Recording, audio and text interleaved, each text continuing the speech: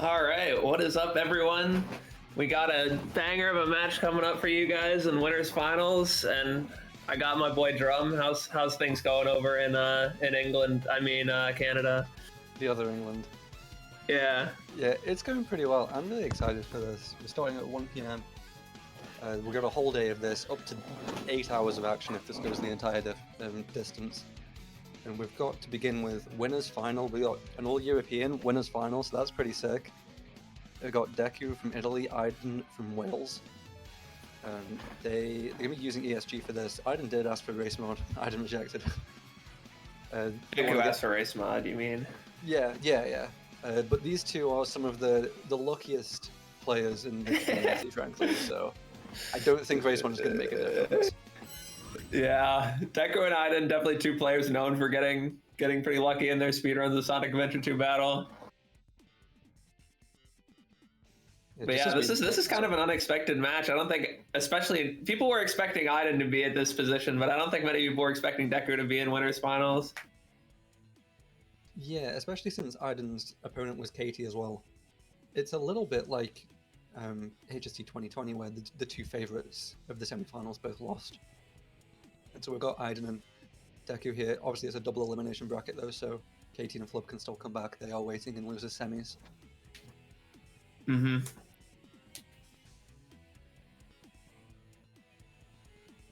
I did notice something. So these four runners, they all started from different games in the series. Aiden started with SA2, Deku started with Heroes, Katie started with SADX, Flub started with 06. They're all in this series. That's what this channel is for. They're all congregating here to show they are the best of the series. Where are the Shadowrunners at? They don't exist. Oh wait, I mean I got fifth. No, I didn't start that. So yeah, all roads lead to SA2 in the adventure era. They do. Hero Story is like a pinnacle for a lot of things. We can definitely argue that Sonic Heroes, especially like the Team Sonic unrestricted stuff, is pound for pound more difficult.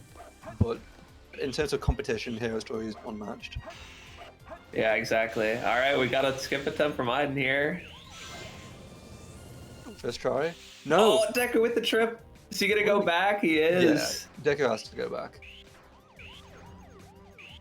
Okay, so let's hopefully you get a second try. He does the pauseless. Always gonna have to go back up. He's gonna lose a further couple seconds. He was only very slightly to the right of that ramp. Oh, he gets a trip again. Aiden's already in the truck section. Where is he going? What? Oh my god. Okay, this will work, I believe.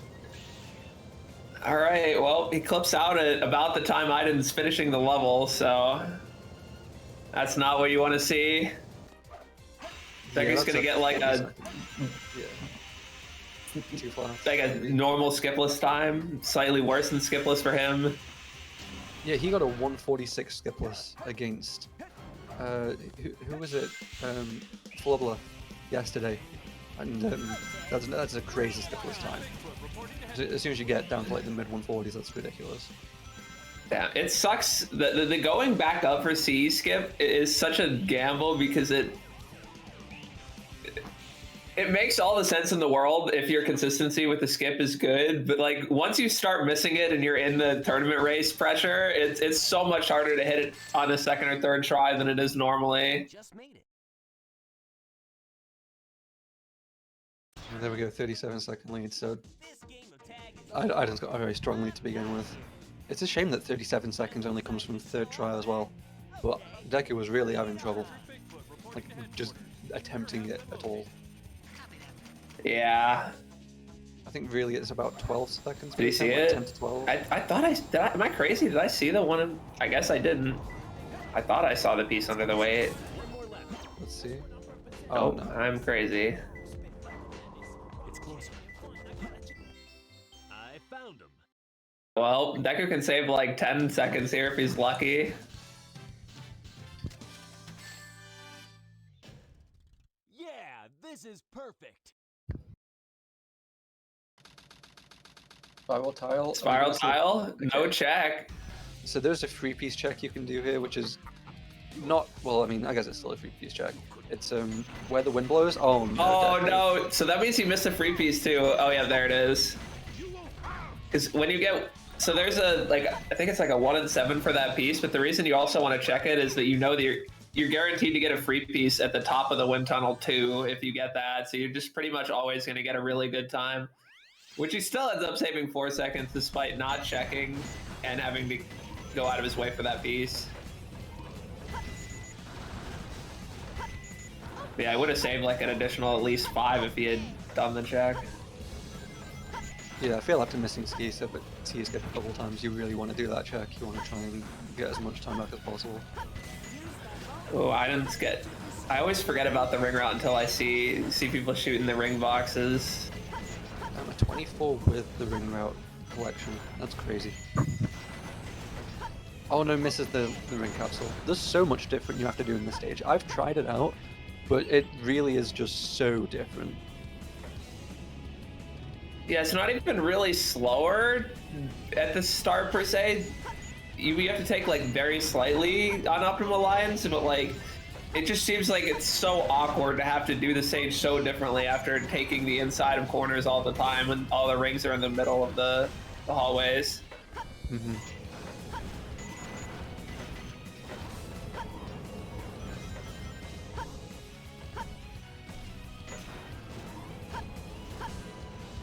That's about a 36 elevator for Deku. That's still pretty good. And just gets one look on this, we're going to get 3 through the wall there. And he still does the movement, the pivot movement that you would typically do if you had the speed shooter out, but of course he didn't have it, so I guess he's just used to that now. Oh, misses the guy that drops down in front of the gate. I did it! Still a 132. Very nice. Yeah, Looks like Deku Deku's probably- not going to be getting that. Yeah. Even with the speed shooter out, Deku really can't do much better than that. He does shoot the boxes before jumping, so he missed the boxes at the 3 shots you can get beforehand. But he managed to shoot it just Oh, then, he which is misses something the- that Iden was pioneering. Misses the guy through the wall too. Was it Iden who started doing that? Well, at least recently. I don't really think I've seen it beforehand. Oh my god. Oh my gosh, he goes around the moving box. That was pretty scuffed. Does make it though.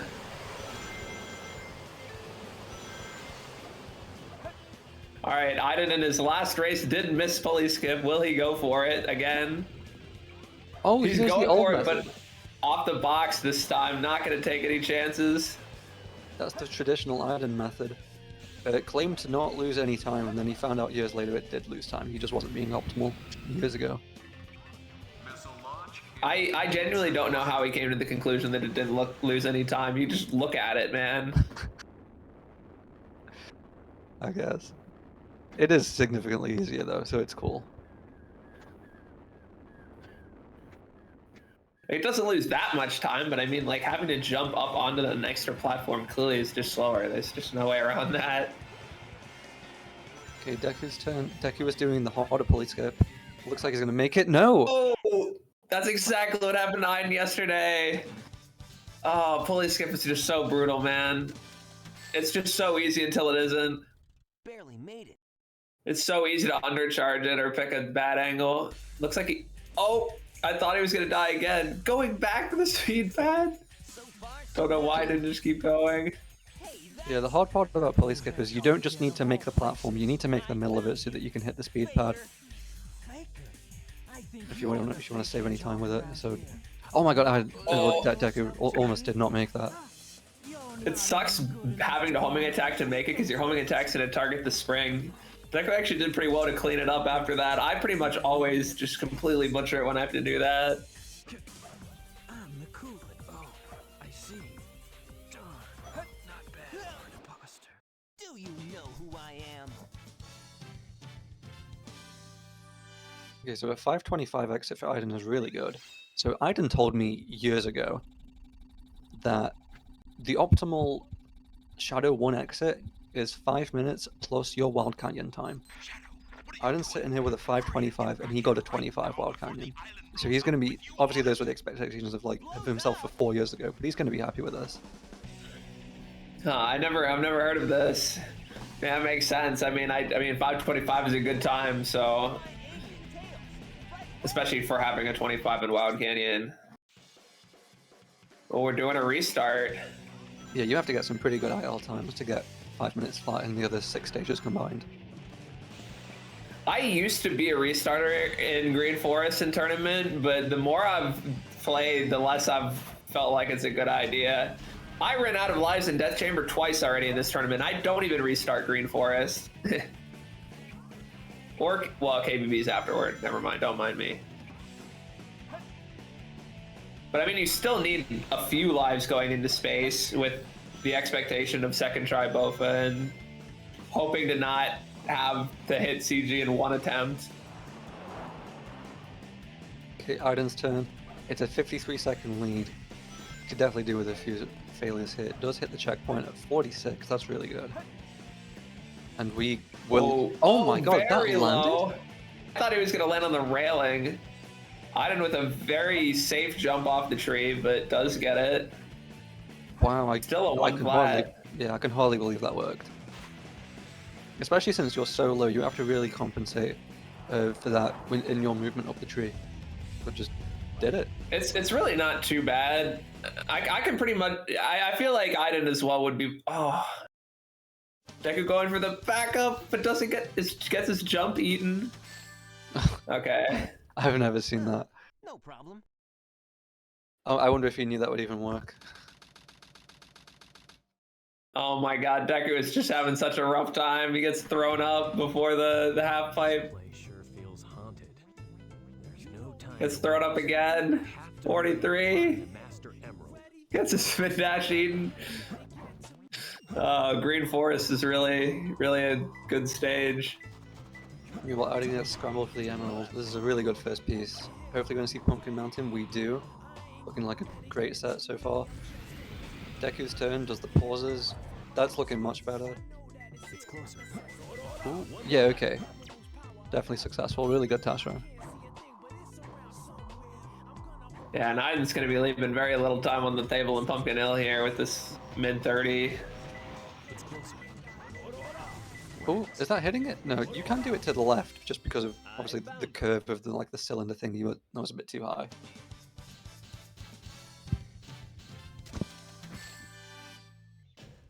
Yeah, 719. That's nuts. Yeah, Deku was just not having a great run, and Aiden's just playing amazingly.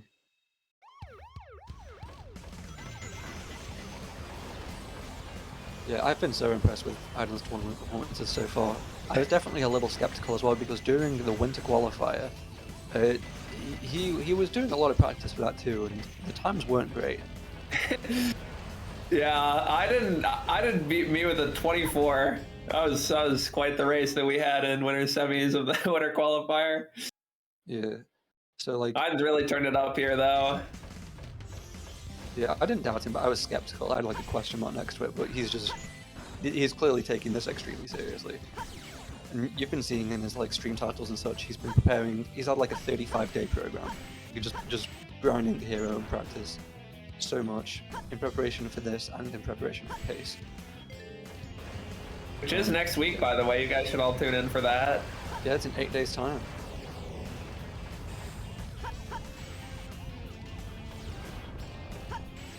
So at 8:28, that's crazy. That is a 1 minute 9 second deficit at this point. It's hard to lose all that at one shot. You kind of just have to hope that Aiden just stops playing so clean and gives you like 10 seconds here or there.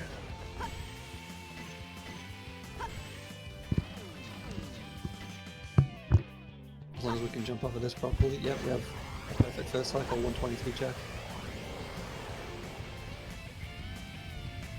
Yeah, and Aiden PB'd like an hour ago. He got a 21:35, so it's an 8-second PB. And he closes the gap to Katie to just 42 seconds on the boards, and this is his goal time. He wanted a 21.3x, and he's got it on the morning of Championship Sunday, so He's really here to win the whole thing. And this is another 21 pace run. He's already Yeah, had one. easily. Yeah, only 21 so far. literally last round he pulled out a 21, so he's in great form right now. And I mean, with a decent aquatic mind, this is going to be easy 21 pace. With the Ided RNG, you're expecting to be like in the 940s off of this. Yeah, yeah, I'm expecting like a 945, which is definitely 21 pace. Let's see. I didn't expect the inside of the mines to be like this. I didn't This catch is any. gonna be As tough. Deku goes for this zero cycle. Oh, it's a yellow ping. And we're looking at one of the 2 free pieces, so it must have been Skull Pulley. Okay. So we're even going up for the 3 switch, even though we see Skull Pulley. And then we go down for the hint 2. This is interesting routing. And already Is this Ghost Room? Oh! What? Well, there's the 944. Wow, yeah, that's about what I was expecting. I didn't pull out a 12 in Aquatic Mind yesterday. This is perfect. So it's quite a rare third piece, but it means that he did need the 3 switch, so he made absolutely the correct decision. He would not have been able to get that piece without the 3 switch. Yeah, I hear everyone telling me that you should do water level 2 for Skull Pulley, and I don't know if I'm just getting extremely unlucky, but I swear I just like half the time at least get the sets where you either it's really hard or you need switch 3. I don't know, I just think, like, maybe I'm being incredibly quirky, but I just try to mix it, like, level 1 work. It's like my favorite, like, maybe my favorite thing in hunting, trying to make Skull Pulley water level 1 sets work so far. Oh, Water Window on Earth. I mean, that is technically a free piece, but not really much better than what you'd be expecting. At least you know you don't need to check top. No! Oh, okay. Deku opting to not restart, which is what I would recommend doing, but I know there are a lot of people who just choose to restart from this position. And we're going. Oh. Wow, this is an interesting decision. Okay. Wow. Okay. Sure, why not? And you don't even have to, like, I don't think you even, like, have to tightly get the glide resets there, because there's water underneath it. If you get too low, just water goes infinitely down, and so you can just, like, surely swim your way up through the ground. I'm a bit unsure as to why he chose to go back up there and do monitor clip instead of just going back into the main room, being in a much better position to react to anything, but Maybe it did work out. Yeah. I mean, you can't really be asking for much better than a mid-30 with minecart dumping area, but I mean, off of a good piece 1, it's like actually pretty likely that you end up saving time by playing it out, I feel like. Mm-hmm.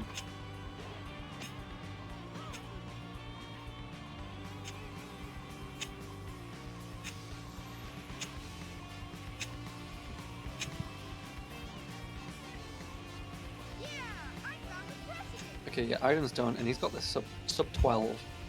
11:59 is certainly 21 pace. You do need that 10 flat desert space, which is very tough, but Iden's got some incredible That's deserts. all day for Iden. It's all day. He can get a 440 space. Sorry, I meant space, not desert. He can get a 440 there, which is outrageous.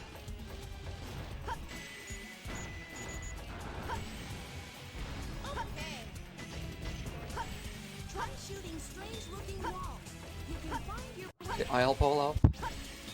Yeah, he just makes it look too easy. So Iden plays, I think maybe all games, but he definitely plays SA2 Overhand. And he plays with a Razor Wolverine controller. He was one of the first adopters of it after Monkey.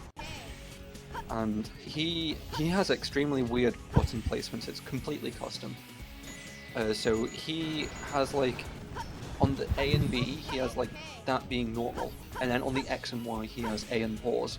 So he'll, like, do his regular movements on, like, A and B. And then for pause overs, he'll move his hands up and do, like, with his index finger and middle finger, just, like, smash X and Y twice to do incredibly quick, perfect pause overs. And looking at, like, his input displays lately, he might have changed it up a little, but that definitely used to be the case.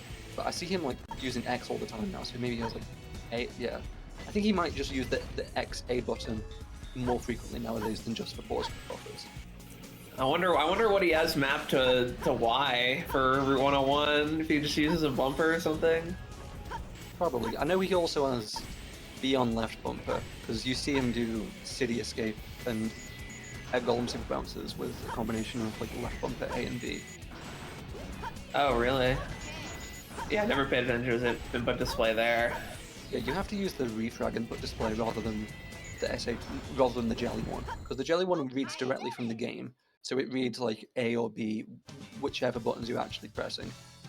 But whereas the refrag one reads from your controller.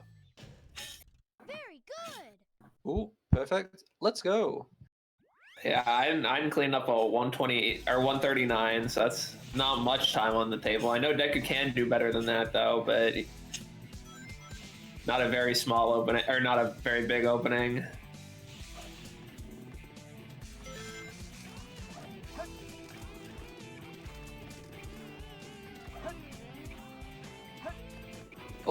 Oh, I seeing saw this him back doing up this yesterday.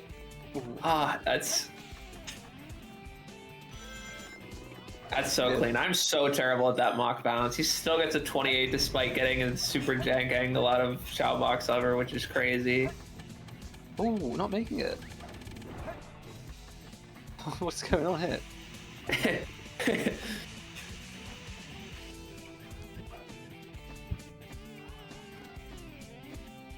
Yeah, Oh. we're leaking time. Oh, Biden's doing the thing. Okay. Oh, Misses the no. hourglass too. There is a very funny clip from the 2019 mini tournament that Seraphim ran, where he failed it like 7 times in a row, and he let it might have been Katie catch up. That clip is really funny. Yeah, it was ridiculous, and you had some classic Seraphim commentary for it.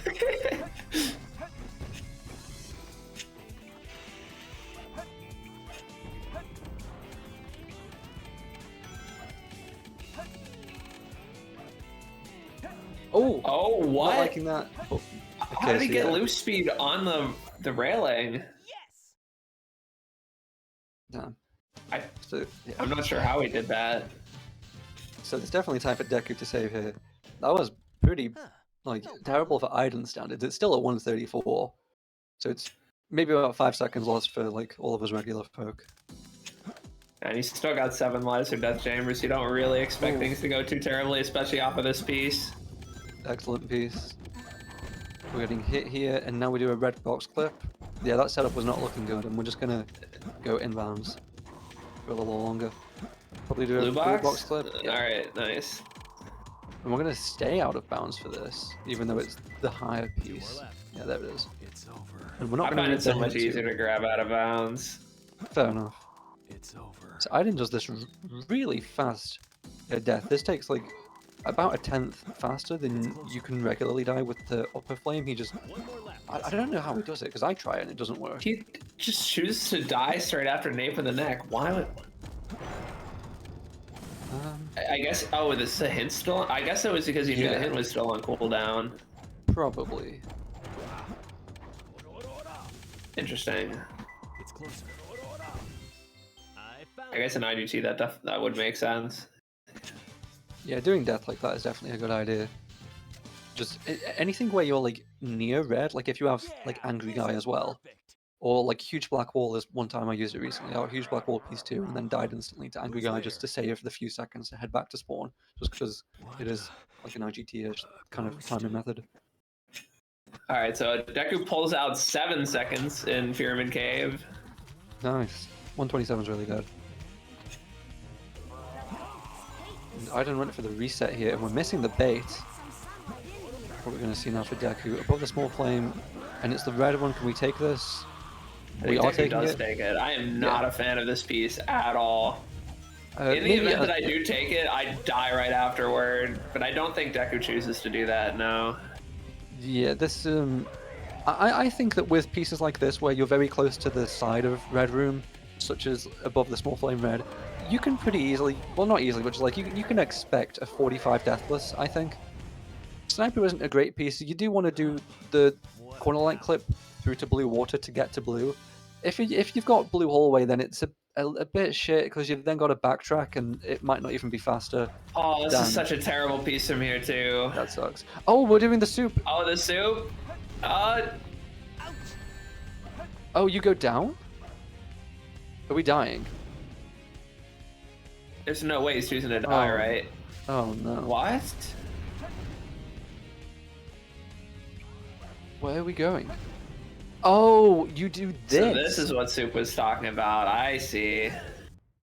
Nice try. That's crazy that you go to the higher part of the path just to go under it so you can have the height to make it over to red-blue. Crazy.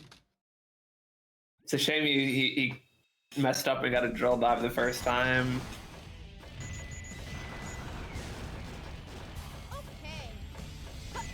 You can always expect to see some really interesting hunting decision making out of Deku. He's got some really unique routing that you won't really find many other people doing. Especially in Death Chamber. Ooh.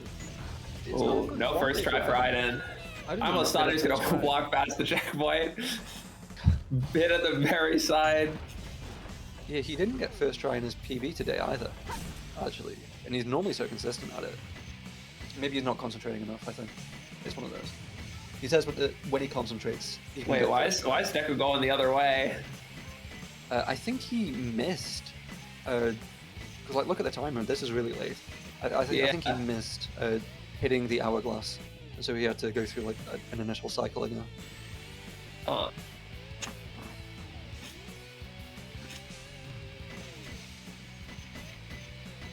guess that's not too bad. I guess that would be better than restarting?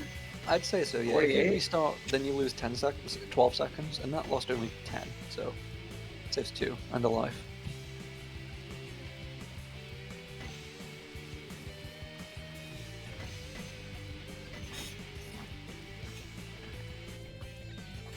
Okay, good profit bounces from Deku.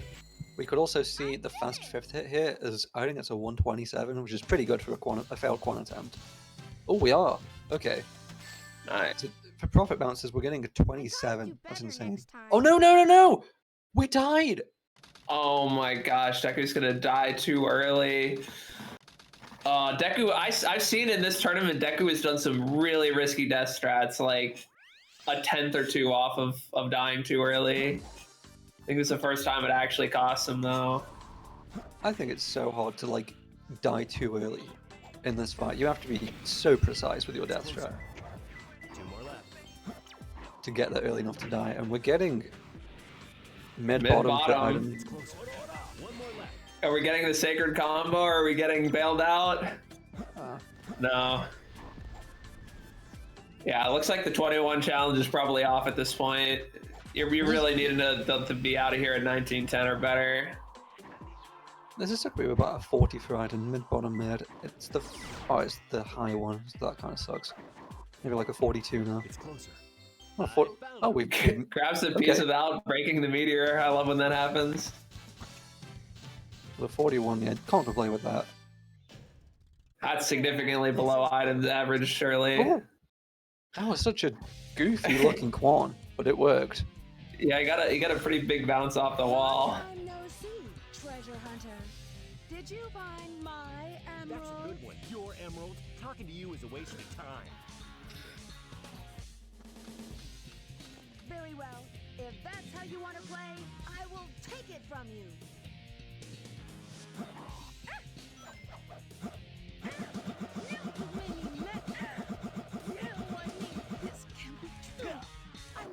Wow, 1477. We've seen some insane mooch times. I can't even get 14s. I don't know how they're doing it. Well, I can, but I don't really do it.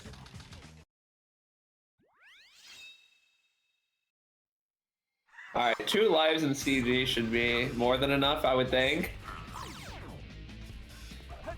He does have the option to get a 3rd one pretty easily if he wants it, though.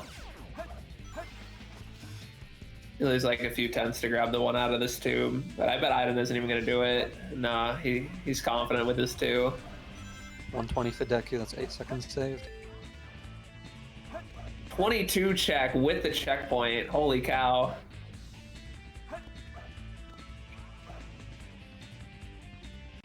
And he gets out.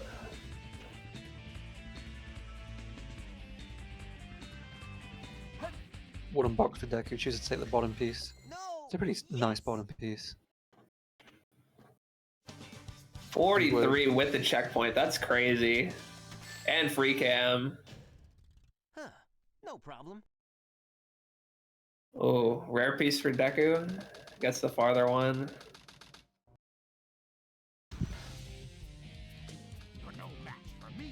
Okay, final piece. This should also be a totally fine set. Middle rotating beacon. Yeah, not bad. That's pretty good. Sub 40 as you would expect from Deku. That's all day. So yeah, Iden on pace for a 22-0 something. Mm-hmm. Fast enough far for the 21 though? Surely, right?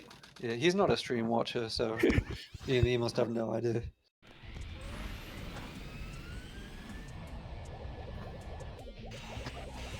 For the fans, Iden, come on. There's no way. It definitely has kind of surprised me that Iden's not like publicly learned OBT, because I just feel like he wouldn't have too much of a problem with it. Like at least on the level of like Katie, like it's probably a coin flip. I'd have to assume whether like Katie can hit it.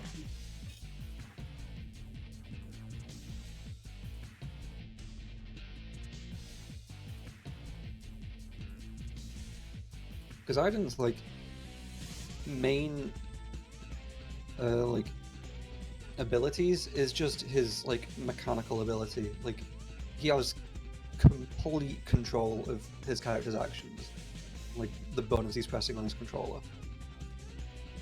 It's crazy. He would just get like he used to do just like the weirdest like safe baby strats and still just beat everyone's ass, and now that he's doing like a lot harder strats, now he's beating this even harder.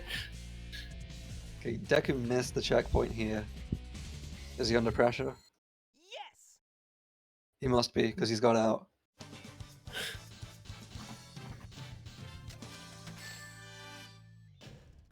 Huh. No problem. And so Iden's 5 hits away from closing out a very low 22. That's crazy. So the 2 best times of the tournament would belong to Iden in winners semis and winners final, no less. We just need Yeah, to see 2 this out. races in a row. He's here to win. And this would be a ticket to Grands in, and there it is, 22:07:19. He's happy. Iden's in Grands on winner's side. He just needs to win 2 more races for the entire tournament. What a crazy showing. God, I feel like I need to remind myself the times that Katie was getting last year, because I don't think they were this good. Obviously she got the 21-25 in her first race of pools, but I'm pretty sure that was the only 21. I don't really remember. I remember that she was getting 22s all day, but I don't think they were particularly low, most of them. I'm looking at bracket. Out of the 1, 2, 3, out of the 6 bracket races, she had 2 22:08s in fact, and then the other 4 were high 22s.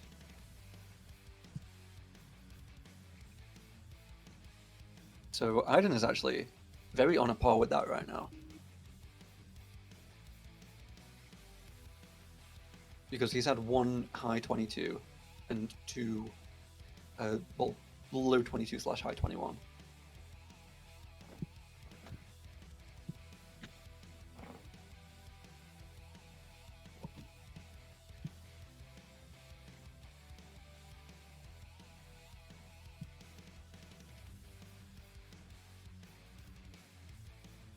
So Deku's going to finish up here. Deku was going to go to 24. he's obviously not going to be happy with it. He's got this far, and he's not out of the tournament. He's going to be in losers final. He will play the winner of KT versus Flub, and he's played both of them already. He played KT and Flubler in winners semis. Yeah, Katie and Pools and Yeah. Fubbler and winner semis. No problem. Oh yeah, did I say it wrong? I didn't. I must have not. I don't know if you said that you played Katie and Pools. Okay, yeah. Yeah, we're only But- left with members of Pool A and Pool C at this point. We let everyone down. Yeah, Drum and I, the two top seeds from Pool D, and we both went out in 5th. I hate to see it, man. We let you guys down. 22, 28, 71 for Deku. Game over, Shadow. And gets an incredible performance right at the end. He ended with Sonic so far below the ground. I love that. Let's get them in. Hello, Deku and Aiden. Hello. Hello. So, again. Aiden, you've done it again. You've got an incredible time. Thank you. And so now that puts you within 2 race victories of the entire tournament. You've made grands on winner's side. You'll be going against either Deku, Katie, or Flubler in a best of 5 situation where this was effectively game 1. So you've won game 1 of grands already, effectively. Yeah. And so I assume you weren't watching the video, but watching the stream doing this. I'll watch it back, I think. Maybe. Cool. So Pyramid Cave, looking at the splits, is maybe the only bad split I can see. How did the run feel? Yeah, everything else is pretty good. The RNG was like average all the way through. Like, a little bit up and down, but it was fine. Yeah, I was pretty happy with that. The Eternal Engine was kind of bad, I guess, because it was perfect, but that's fine. It happens sometimes. Yeah, congrats to you on It hitting just kinda 21:35. Yeah. Oh, thanks. Pretty good Yeah, you time, just I did. think. Just an amazing form. Decky, you got a 24-28. This one was pretty unfortunate. So you got you got 3rd try CE, but it was more like the time loss of 4th try because you kept missing the speed pads. Yeah, I don't know what happened. Yeah, it was very Um, weird. Yeah, I don't think this round had like a single good split except maybe Pyramid Cave. That was a you saved- little sad. Saved a few seconds there. Yeah, Yeah. nice. Let's go. You got to show off the soup and Death Chamber. That was cool. Yeah, Death That's Chamber was true. unfortunate. Yeah, didn't he find that just last week? Interesting. I've known about that for months, but I okay. thought that's what he was Oh. talking about on comms about just finding that. Well, Well, you let me do my boy Sorry, like that. Yeah, that Death Chamber set was really unfortunate. Aura and I were saying, like, Aura wouldn't have taken that piece, I would have. And then that set proved why you maybe shouldn't take it. No, that set was fine. I just played it really bad. Just when I get Blue Hallway after that piece, I'm like, well, this sucks, because I want to clip to Blue Water, so I want to go to Blue Room. I don't want to then run to Blue Hallway. I should just Red Box clip instead. But yeah. Yeah. But yeah, I don't really have much else to say. I'll be facing the winner of Katie and Flubber. good luck. Yeah. I personally never played Katie, I don't think. You played in pools. In pools. Oh, nice. Just the rematch then, and the rematch against Flubber. Yeah, you played very well against Katie. I think it was like a 23-07, so... Yeah.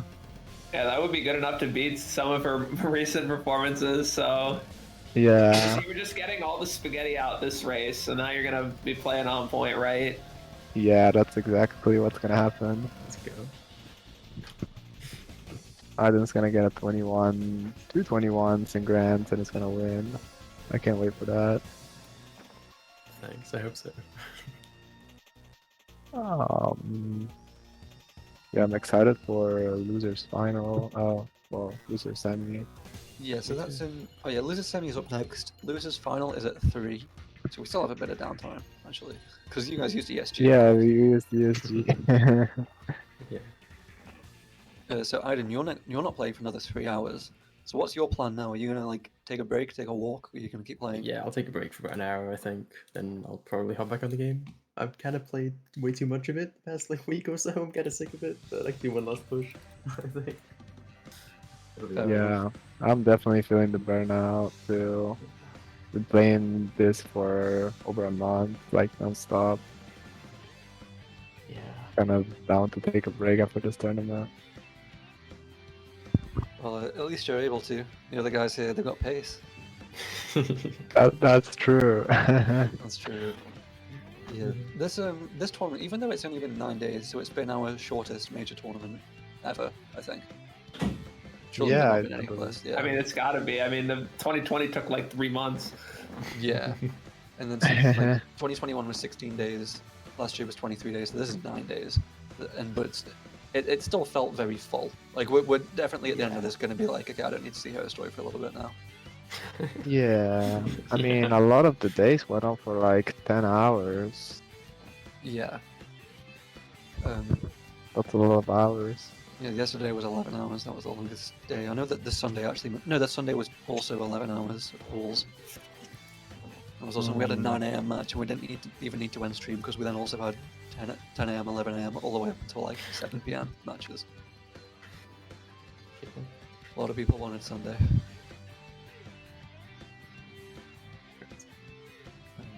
Yeah. So I think we're probably done here. Anything else? Like any final words? I hope I can play a little better. In Yeah, practice, I was playing really bad, so I don't really have high hopes. But You were doing a lot of aquatic mind practice on your stream earlier. yeah, that was fun. That was fun. That is fun. Oh, yeah. Love aquatic mind. Oh yeah, you actually. Yeah, what happened in your why do you go for monitor clip out of level 2 after minecart dumping area? Because P3 is usually in Ghost Room, and that's the fastest path to Ghost Room. You got minecart dumping area? Oh. Well. You were Yeah. 36 with it. To be fair, it was. Oh, nice. Wow. It was Water Wonder on a roof, and then he hit level 2 switch, and then he just went up and did monitor clip from narrow path into Ghost Room, chase the skull. Yeah.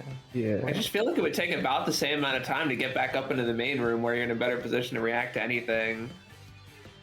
No way. You gotta swim through narrow path. That's so slow.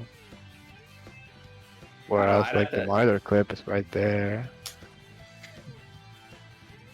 Yeah, you had an interest in aquatic mind too, Aiden, because you got skull poly, and a lot of people would do water search level 2 there. You went for level 3 anyway, even though of course you saw it in the cutscene, and then that paid off because you got make an X with skulls, which you need level 3 for. Yeah, I've never done any like weird water level strats on that level in my life. It always seems like a silly risky play to me. Yeah, fair enough. Yeah. Definitely, and winners final is not really the place to be doing that. You're right. Yeah, I'd agree. Yeah. Yeah, it's a fun set. Yeah, Yeah, the it was time like- save isn't even that big usually. For Yeah, level Yeah. 2. it's more like just for fun, just like Yeah. being smart and stuff. Yeah, the sets are pretty fun to play, I will say.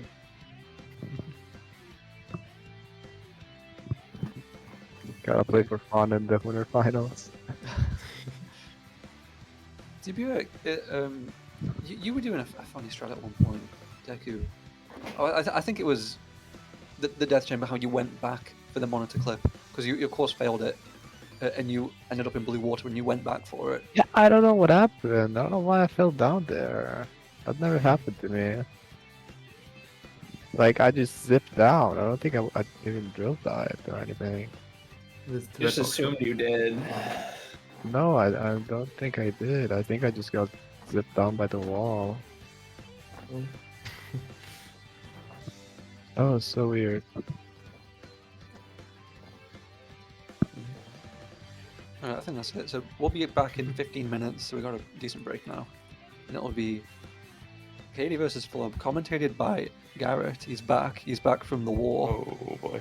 Yeah. and Seahawks. That's the Seahawks. That's the duo. Alright, see you later, everyone.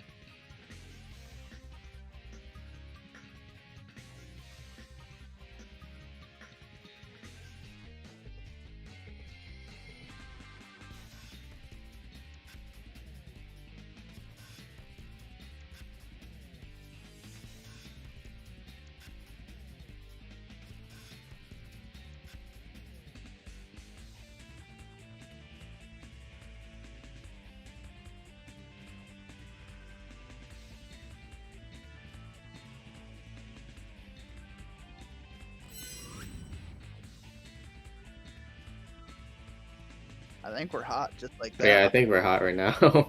I mean, Oh yeah, screen transitioned. looking guys, I'd say. I think we're both pretty hot, but and this tea is also hot. It's not very good. It's lemon ginger, but you know, I kind of need it right now. Doing some recovering, and it's storming outside. But anyway, yeah. Are we hot? Yeah, we're hot. Oh. The screen transitioned. Oh, okay. That's all it takes. Okay. Well, hello everyone. It has been a little while, but as always, I'm very happy to be on comms, and I got my boy Seahawks with me here, and we are ready for some Katie versus Flubler action. Now, I remember this was the finals of, I think, the winter qualifier, so it's a I believe rematch so, of yes. that. And I'm kind of doing lots of catching up on this tournament, but it seems like my boy Aiden is on a tear. So, I mean, one of these people are probably going to be playing him, and that's going to be scary. But I'm excited for this. This is a really good matchup for a multitude of reasons. I think Katie's been having a little bit of trouble, it seems, getting her usual times, but I don't think she's going to let me down with me on comm. She knows what she's got to do. She's going to show up and perform. And Flubler will too. Because he's good at the game, and I'm feeling like he's going to break the 21 barrier here.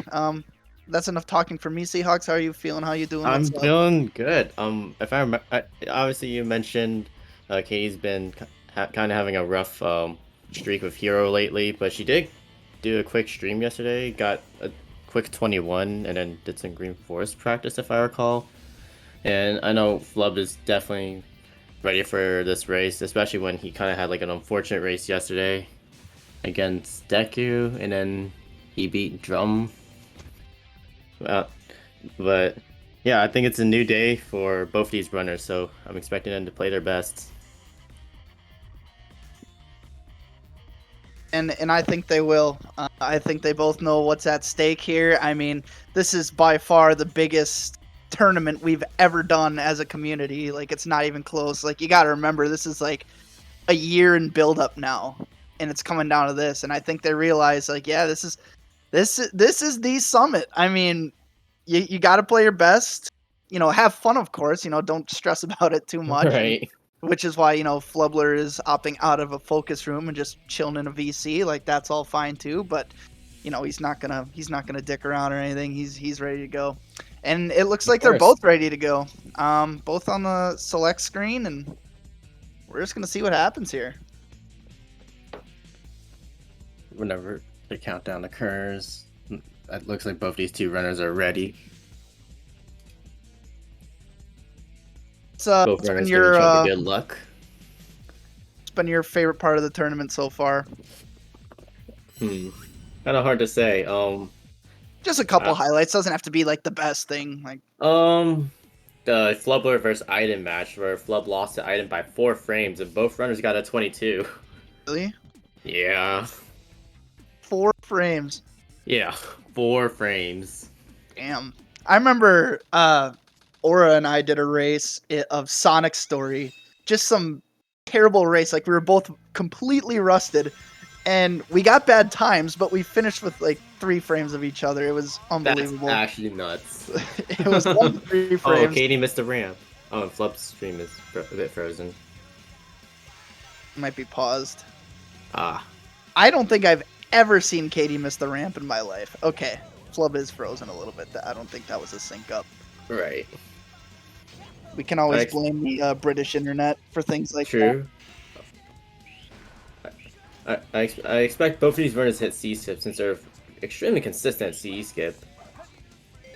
And if neither of them do, or one of them doesn't, I would expect them to go back up. Yeah. Yeah. But that doesn't even count as an attempt. Yeah. It looks like she's got it. Yeah. That's her prime position. Oh, Flubber. Yep, exactly. He's got to go back up. But, I mean, technically it did take Katie like an attempt and a half, we'll call it.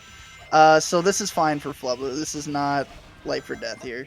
Got to get to the speed pad, bro. Yeah. Come on. That's working. Okay. Oh, that did work. Okay. Thank God. You do not want to take a 30-second hold of Katie in the Yeah. first stage. Especially if you're up against Katie too. I think everyone in the world wanted Flubler to get that second try. Yeah. Kind of pretty rough CEs for both players, but Flub's definitely getting the worst end of the stick. Katie with a 126 CE. What is it? 2019? Wait, Yeah. what? The rare 126 from K84. And the even rarer 138 from Flubler. 36. But oh well, 10-second start. Differential start. So But thankfully Easy there's Wild swing that. Canyon, so Flub could. That gives some Flub some opportunity to catch up. but of course, it could also go more in Katie's favor. True. Which, and you know, when you're going against the goat of SA2, you know, RNG is that's really all you got against her. Although, you know, as we've discussed, you know, she's had a little bit of a rough patch here with times. I know she's not happy with them at all.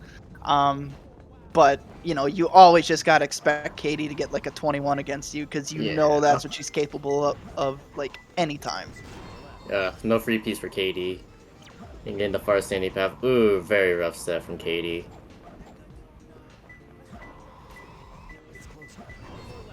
And where do we go then? Wind is generated.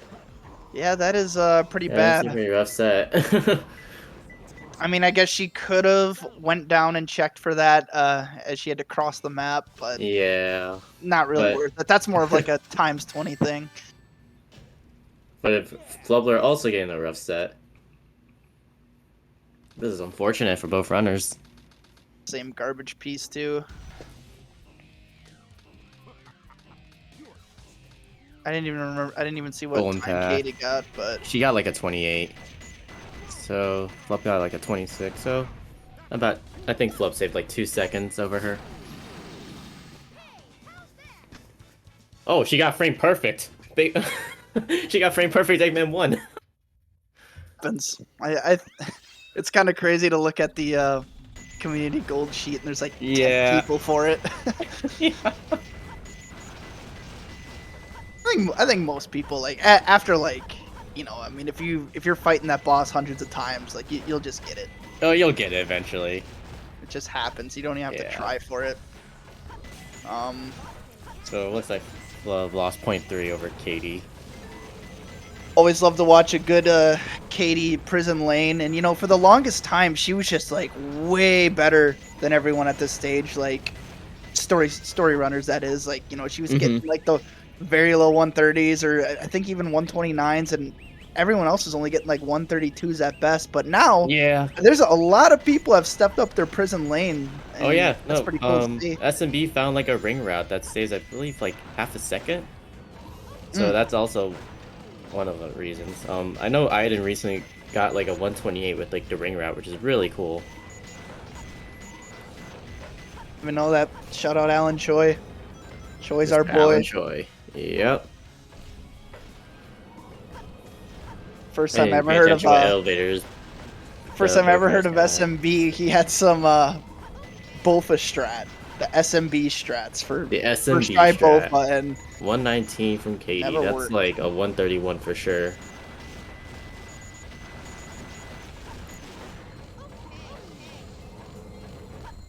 Oh, 130 even. Let's go. Katie's on a roll.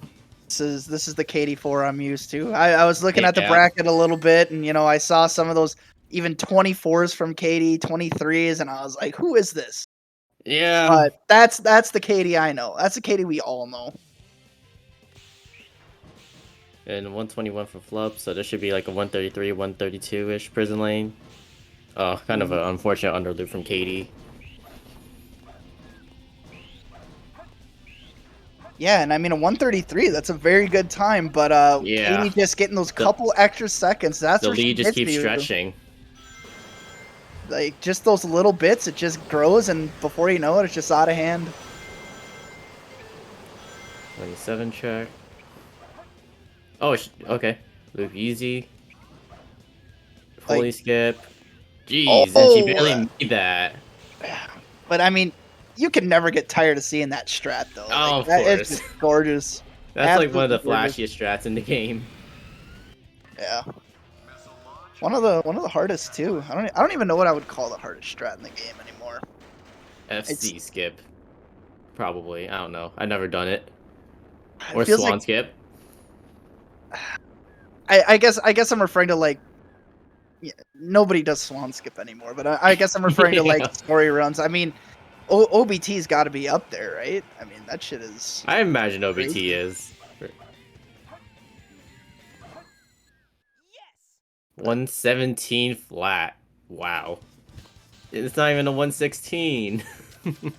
Yeah, still nothing wrong with that. Oh yeah. I think Katie would be the only runner in this game that would be mad at a 117 flat.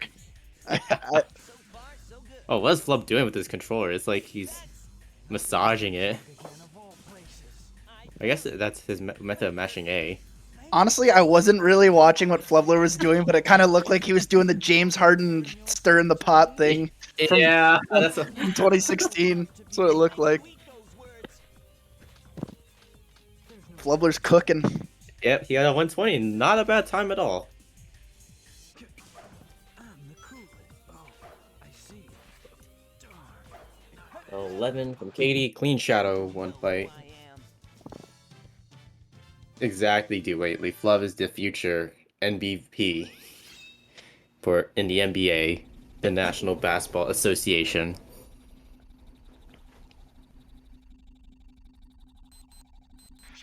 Looks like And here we go. both these runners are We're gonna be chilling. going to Green Forest. Another great stage to watch, and both of these two are probably potentially like the top two at the stage. I can't remember what Flubler's like. Oh, ISO time Flub! is. This is not what Flub needs. This lead just keeps stretching. Yeah. There's now an 18-second difference between both runners. Do you know what Flub's gold is for Green Forest? I want to say it's like a 109. Very, very good. And I think Or Katie has like a 110, 108, 107. Something like that, yeah. Both these Something runners are like very good at Green Forest, especially Flub. Like this is like his favorite stage, like his bread and butter, might I add. Oh, okay. Well, she didn't get the mini wall run, but she still made it up top. Yeah, Katie just having enough height there to get over that saved her a few seconds. Do like to see the mini wall run though, but Of now we're course. gonna see if we're gonna see the big wall run. Pass run. She's taking a check. Respectable. There it is. That's a prime position for task run for sure, and she's gonna get it, especially with the camera lock. Yeah, there it is. Crazy. There it is. One flat check. Are you a task runner or moonshotter? I'm definitely a task runner. Shit looks I hard. like task run more. Oh, no Air Jordan. Okay, and that's a 115 flat. Green Forest. This definitely gives room for Flub to catch up. Oh yeah, he can beat that. I don't remember how the start of this went for him, but I didn't see as much as well. Both got 47 checks, so there we go. That's a prime position for Flub as well. yeah, so not much time for Flub to save then, unless Oh, he he's does going for Air the Jordan. safe task run. Okay, I'm surprised he Yeah. didn't do the camera lock. Okay, a Lost respectable the time decision. And I know Flub's gonna go for Air Jordan. I think. Oh, that's unfortunate. He didn't charge a spin dash to the rail. Ghost Train Station. I assume from 3-bar Tombstone. Okay, so he only lost a second to Katie with that Green Forest. It's looking like Katie's not going to get a great set here. Doesn't look like it either.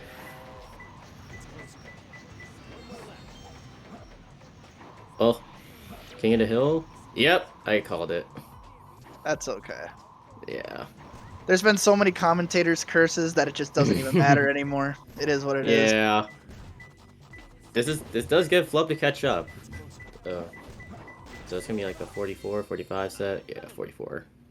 Yeah, there King are of the Hill, piece 1. there Not a are bad not piece. many sets that are worse than a 45, so Flubler should be saving time here. Yeah, this is perfect. You can see it, but you can't take it. Yeah, I don't think this is gonna be a good set either. This No. piece 2 just generally sucks. Taking the rock. Oh, Oh, oh, Oh. You need to do something bad. This can happen. There it is. Oh, Oh. you got a 29. Ow. So that gives Flub 10 seconds. Yeah, you could not ask for a better Oh, wait, piece. or not even Wow. 10 seconds actually. That's actually 15 seconds. So there's only 5-second difference between the two runners. Wow. I did not expect Pumpkin Hill to make that kind of swing. It's just not that kind Yeah. of haunted stage. This is RNG. Now, Katie got the weight hop. Probably the most pressuring pause hover in the entire game. And the only real mistake we've seen from either one so far is just second try CE skip. Like they're both just falling out. Like I was saying, this tournament's a year in the making. They know what's at stake here. Mm-hmm. Nice rail hop from Katie.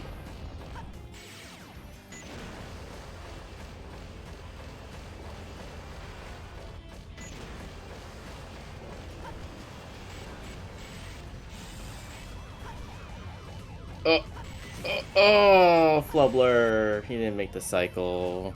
It was a with pause hover. And then there's my commentator's curse. I just said there weren't any real mistakes. If I'm making commentator's curse, I guess you have to make some commentator's curse as well. Yeah, it's just how it goes. Let's hope he can at least get first cycle. So I just clicked off the screen. Okay, now we're back. Lost it for a second. I don't want to be missing this. Right, I understand.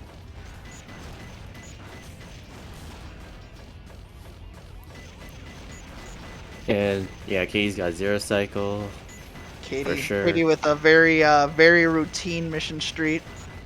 Oh, Alright. Yeah, it looks like Flub's just gonna get first cycle or half. yeah. Yeah, it's just gonna be Take it first first. cycle. Yeah. I got a little 201. confused. I got a little confused when he got that med pack. I was like, "What are we doing here?" It's like, "Oh yeah, he's not even Yeah, on same shot. 0 Yeah. cycles, so You might as well just like, yeah. just fuck around a little bit, you know." Yeah, of course. Alright. All right, Katie gets a 20 aquatic. No. RNG has not been kind of Oh, Katie well, she so gets a far. free Let's see how this piece. goes. Well, she got a free piece, so. Mm-hmm. Looks like things might be turning around for her on the RNG Oh, she side. didn't see the free piece. Now she's gotta wait for the hint. Oh. Honestly, out the set is gonna be kind of I think. Oh, what? Okay, Katie got RNG. What a weird set. And that's sub 10 out of Aquatic Mine. And unfortunately for Flubler, he cannot be sub 10 out of Aquatic Mine. There's just nothing Unfortunately good enough to do that. Flubler. Still think the craziest set in Aquatic Mine is that there's a set that's technically 3 free pieces. Yeah. I forgot what it is, but it's crazy. But this looks like it's gonna be. This should be fine. Saw me do a nice wall run. A little bit of checks, yeah. Yeah, he was just hoping for something at that point, which I don't blame him.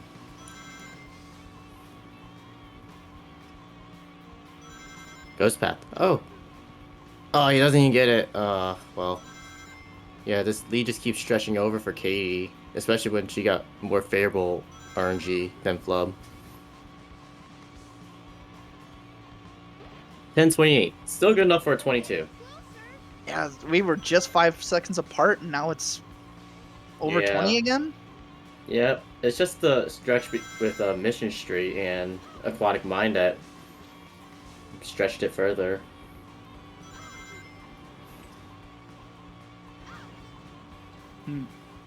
All right, But well, double Route 101. You Yeah. know what that means? It's time for an ad read. Use code AF Wagers for 30% discount in the checkout. So true. Mr. Anthony F. Wagers. What's he up to? I haven't What heard is that him in a emote? Is that the while. Wagers Quan emote? Yeah, oh, it is the Wagers Quan, okay. I couldn't see it from a distance. Does anyone know if Wager still plays video games? I have no idea. He does. Actually, it was funny. There was actually a clip of Waiter's mother asking him to move his car. And he was like, "No, I can't. I'm speed running. I can't pause in the middle of a speed run."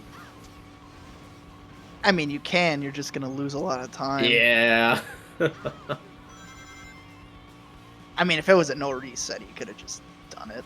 Yeah, he could have Whatever. done it, but What if one of these runners hits Wager's car?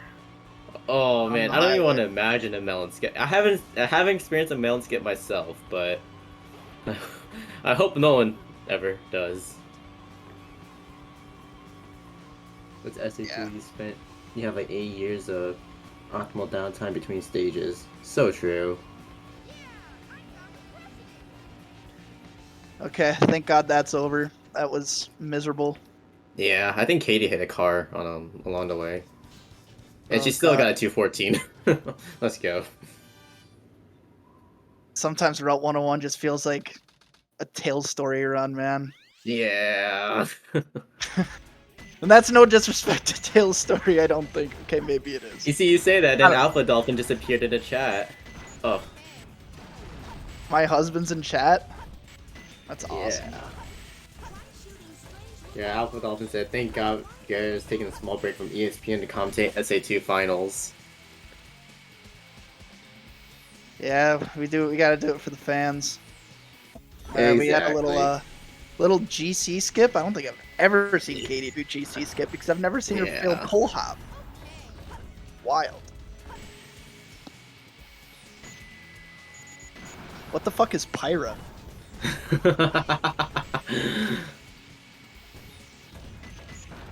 I have no idea what that is. Who that is. Hey, my anime waifu. Oh, okay. Anyway, And I mean, in the hidden base. I never knew what that was. No worries, you're good. Yeah, I don't think Pyra has anything to do with hidden base. So let's talk about hidden base again. Oh, Flood with the IL pull hop. Oh, that door that Katie just broke. That's where me and Savick had the funny clip about wagers. It was right there. Always think about that Nice. clip. The death chamber clip. It's a good one. But other than fail and pull hop, I think Katie did all right here. I mean, yeah, she I got really a can't 110 judge. check, so Flub can definitely save like 3 seconds, maybe 4, on a good day, for sure. If the rest of his hidden base goes well for Flubler. Yeah, Katie fails pull hop and still beats my gold, 142. The even very though my rare. gold cheeks. The very rare not sub 140 hidden base from Katie. Oh, that's Yeah. a little slow door break from Flub, but it's fine. Yeah, Katie was getting close to Matt Merp's territory there. I mean, that was not the best for her. Speaking of Matt Merps, the Matt Merps clip in Pyramid Cave. Yeah, there are several Matt Merps clips in Pyramid Cave. There are several Matt Merps clips for every single stage, and it's really Yeah. unfortunate that we've gone years without getting more. It's unfortunate. Katie doing this sweet low route that I'll never This be is a able to really do. good hidden base from Flubler, so Yeah, I kind of feel bad that I'm Definitely not time watching save. Flubler, but I do gotta watch the Katie. so this is Pyramid Cave. a 4-second time save from Flubler. Blue Honda, let's go. But Pyramid Cave, the best level in the state or in the game, in my opinion. The Honda strats are sweet. We need more. We got more colors, people. Start finding those fucking strats. Yeah. We Where's need our yellow green Honda. Need green Honda. Just start finding more cool shit. Yeah. Black Honda, white Honda. Taco, if you're watching, you know what to do. That's an order.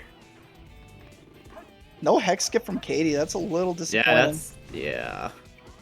I think Flubber will go for it because I bet he thinks that Katie went for it. Yeah. But we'll see. Which I understand. 28 from Flip. This is a clean Pyramid Cave from both runners. 125 Pyramid Cave from KD4. Which, once again, is very good for most people. And then she's probably like, fuck that. Because I think their gold's like 117. No problem. Yeah. Which is like ridiculously. Flubler. Third try. Not even third try.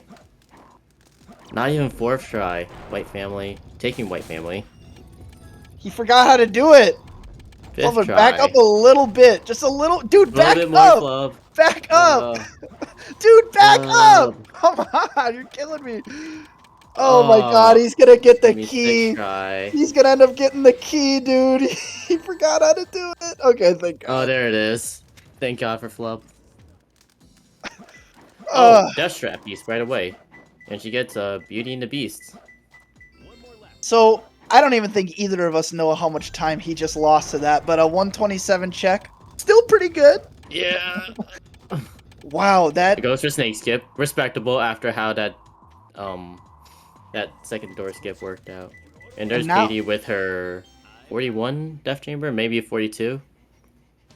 wow, and now Katie has a full stage lead. Of all the places I would have thought Flubber Flub. to bleed 30 seconds, it would not be second door skip. Yeah. There we go. That's a 30-second difference. So there's, well, not well. He lost 30 over Katie. Yeah, Katie, she has a comfortable lead at the moment. Yeah, Yeah. Katie with almost a It would take minute like lead. a mere. We had to see like a huge blunder. Oh, confirm set knowledge. Okay. Yeah, this has to be something, right? Yeah. So if you get the core EO1, it confirms, I believe, above Omochao. If not, then okay. So you got the 50-50. It's either Angel's Ring or digging an area in front of Scorpion. Oh, he doesn't know to confirm. Or the 50-50, I should say.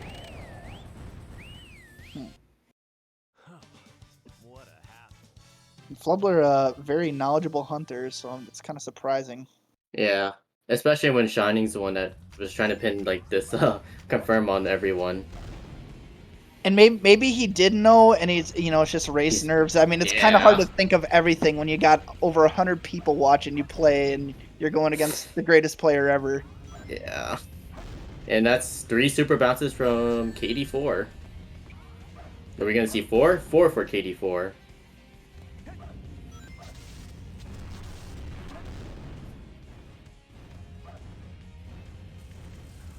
Yeah, that's a 38 golem. I never trust those death strats, man. I always think we're gonna go to a black cut cut screen. Respectable, and she had the guts to go for that in a race too. Mm-hmm. God, what does Flubber need at this point? Katie a minute Ligma. ahead in space. I'm gonna guess a goal ring mishap, but Yeah, I don't think I've ever seen Katie miss the goal ring though either. either that or a CGSS meltdown, or FR meltdown like that happened with Ninja Frog. Well, we got first try Bofa for Flubber potentially, so that'd be some time. Maybe he'll get another 17 meteor herd too. That would certainly help. Right. We're gonna have to pray Flub gets good RNG from here on out. Even though there's just one last stage.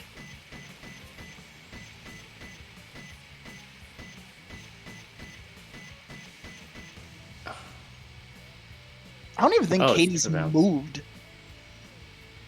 Like That's her wild. camera's definitely working, but she's just like. Oh, she is moving. Okay, her head. She just tilted her head.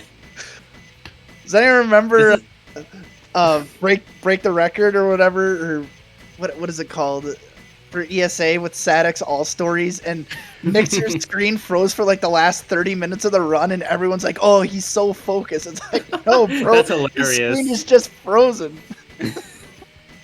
that was funny. Shout out Mixer, whatever he's doing. Also, really rough egg golem from Flub. 1831. Well, the 22 is unfortunately dead for Flub, unless he gets like another 17 meteor herd and maybe first try Bofa. Yeah, we do need it. Do better next time. Maybe throw an OBT in the mix. Yeah, this lead just keeps stretching and stretching. Or Katie.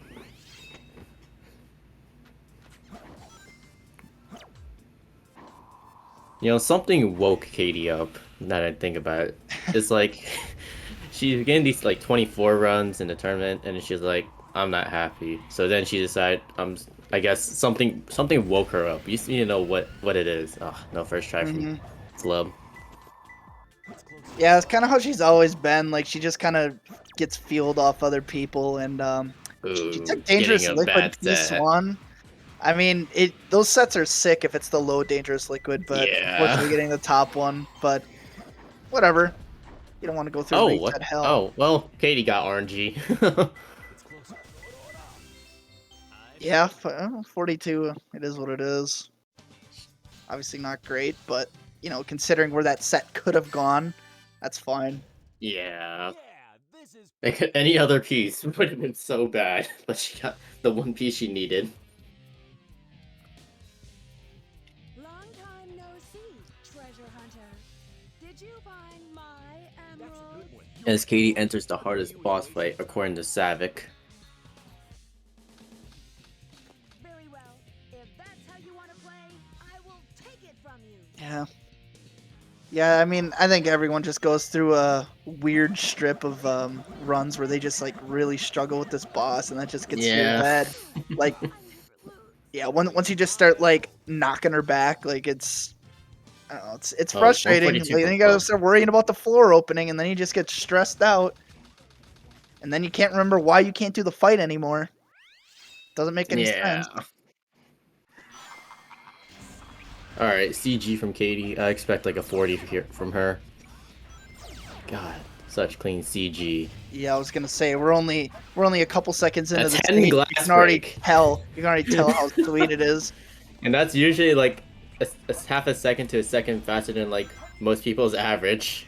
Oh, Oh okay, that was a blunder damn! there. Like the camera's just not even keeping up with her until that. And that's a 23 check. And that's most people on a good day. Hmm. And we're going for bad cam, which is expected from Katie.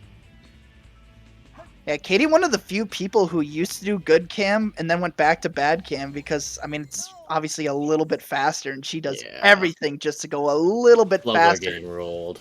A But that's what 43 sets her aside CG. from everyone. It's funny because that 43 CG also beats my PB. Yeah, it's crazy, Yeah, man. poor Flubler.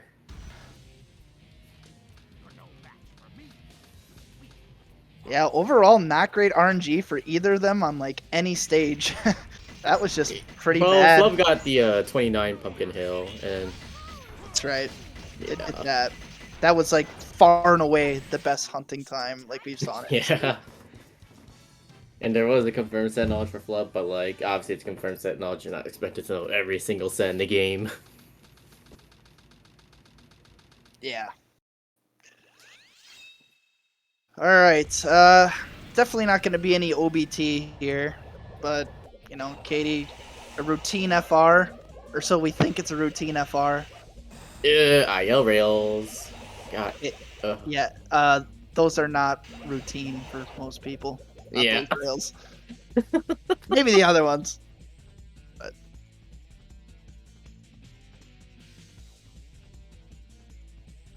I was a little terrified because I was like, oh, is she gonna make that rail? Is she gonna make the rail? And she did. not even playing with fastfall at all there. She just wants to finish the stage out cleanly. Understandable. Very understandable. I mean, she might be watching this and she knows that a couple seconds isn't going to mean anything there. I mean, it's not even going to Exactly. be that much, but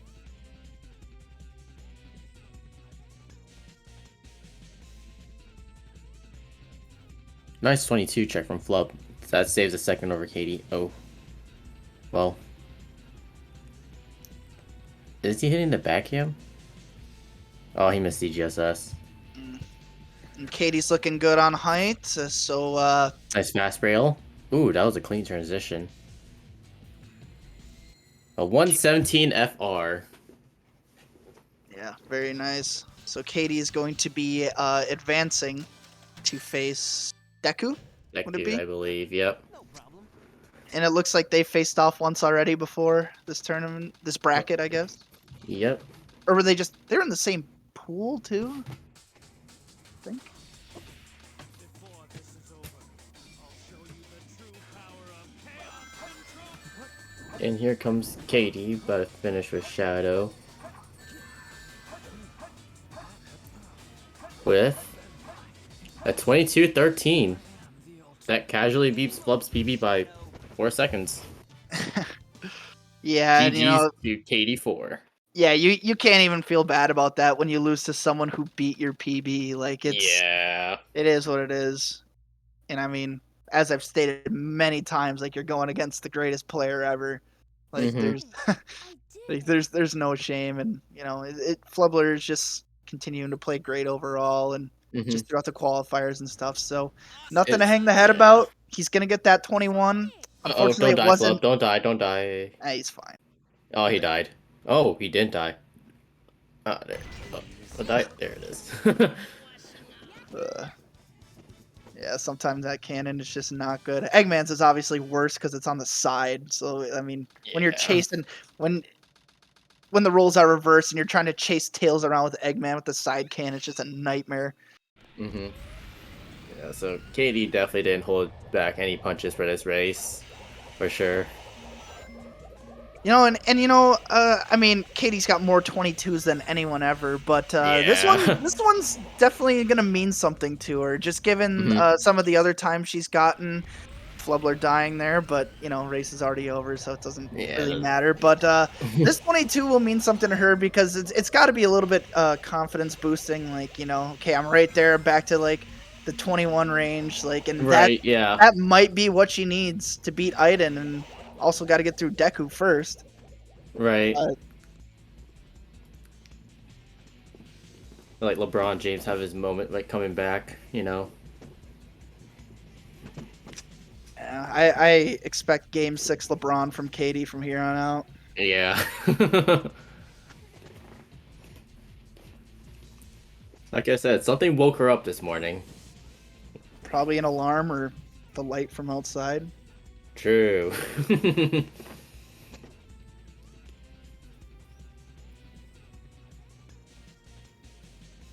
And she's on her phone texting. She's typing in chat. I didn't see it. The 309 combined Nux of all time. Oh, that is just brutal. She beat Flub's PB with the 309 Flux Nux.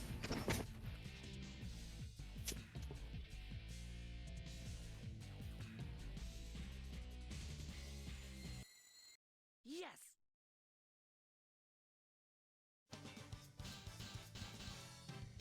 So it looks like Flub's gonna finish with like a 24 4x, like a 44 or maybe a 45. No problem. Mario and Mario. Thank you, Nixer.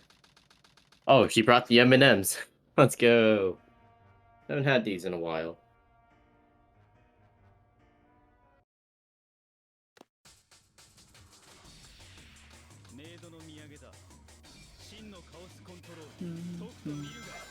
Alright.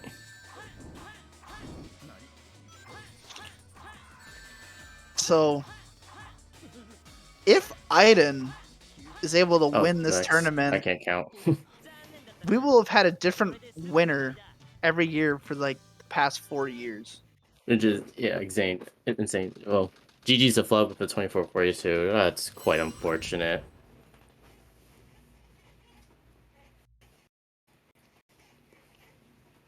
But let's see. I see Flub in interview. I see Katie in interview. I believe both these winners want interviews. I had. Oh, hi. Hello. Congrats on your win, KD4. Thank you. And I'm sorry about the race, Flub. Especially the Pyramid Cave. Yeah, I don't know. Whenever I race Katie, I'm just destined to have door skip 2 patch for whatever reason. I don't know. Yeah, why'd you forget? Remember that literally happened in Winter Qualifier too. You know, it's like.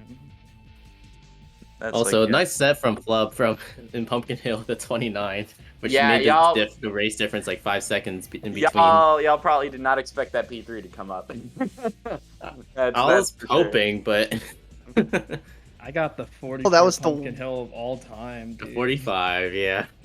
Overall, between the both of you, that was like the worst RNG I've ever seen. Yeah. Like, Garrett, you should have seen the RNG I've been getting in most of these races. They're so bad. I like can't fucking do anything, man. Yeah, I kind of noticed Katie's been getting some of the worst times ever. Yeah, I know. I'm such a dog shit player. Well, today I actually woke up like a real person, I guess, because I was let's able go. to play the game. Nice. I don't know. Good stuff. I did say in this race something woke Katie up, and I don't know what exactly, but I was who starting to knows? wonder, Katie, why even play if you're one of the worst players? I know. Yeah, Oh, I well. guess to talk about the race, you two both got a second try C skip, but Flub had Oh, that's funny. Yeah. I Yeah. played it slower because for some reason the dash. I don't know how to play the thing. That's all. Yeah. Because I don't second try CE skip. Wild Canyon, I think Flub saved like 2 or 3 seconds ish. I got a 26. I got Yeah. 30. Oh my god. Dude, that's what I'm What's your saying. Like, P2? other than the Pumpkin Hill from Flubler, everything was just dog shit. Yeah, like Like, nothing went to Flub's way. Like Yeah. The hidden base was good. Yeah. The hidden base was really good. I'm happy about that, at least, you know? yeah, you got like a 138 or 139. I couldn't read it very well. Katie's Yeah. hidden base was bad. Yeah, I fucking missed the last dynamite pack, so I had to fucking walk backwards and hit it. And then I had to do GC skip. I got a 143. It was awesome. Learned a lot. Yeah. Yeah. And the lead just kept stretching for it because Katie was just woke up like a 22 or 21 runner, and then Flub just couldn't play your best today. Yeah, it's just luck is like all. I mean, it's just you wake up lucky, or you just don't. You just play like shit. It's the Yeah. lottery. Yeah. I don't know. think- Yeah. I think Flub, I think you might have slept on the wrong side of the bed. I was so hopeful too, because beginning of this race I was actually doing pretty okay. You know, I was like pretty confident, but I guess today's a continuation of yesterday, and I just played dog shit. And the 22 consistency me is gone. It just doesn't exist. Either way, honestly, I would have lost this match. You beat my PB, so I don't even give a shit. Yeah, exactly. Yeah. And But yeah. yeah, and then like we saw a sub 10 from Aquatic Mind from Katie, and then I think Flub, you had like a 10-25 or something like that. And 25 Oh, missed jeez. first cycle. Yeah. And I got like entrance to the abyss and no free pieces, so yep, that's how it be. Anyways, Katie, you're playing against Deku, the rematch from Pools. So how do you feel going like up against Deku? I need to take a shit. Let's go. We do have shit time built in, so I mean, this was at expected. least you can take a victory shit. Yeah, that's true. I mean, I don't know what to expect. Maybe Deku will try to gentleman's me. Maybe not. If Deku did say that like he wasn't feeling too well about his gameplay today, so that could be your chance to make that even comeback. then, like I feel like I can survive the Deku gentleman's. Like, I mean, Deku could just throw whatever at me, and I could probably do it because I'm playing good today. I could just do whatever. All right, but what if his gentleman's was to play Dark Sword instead of Hero?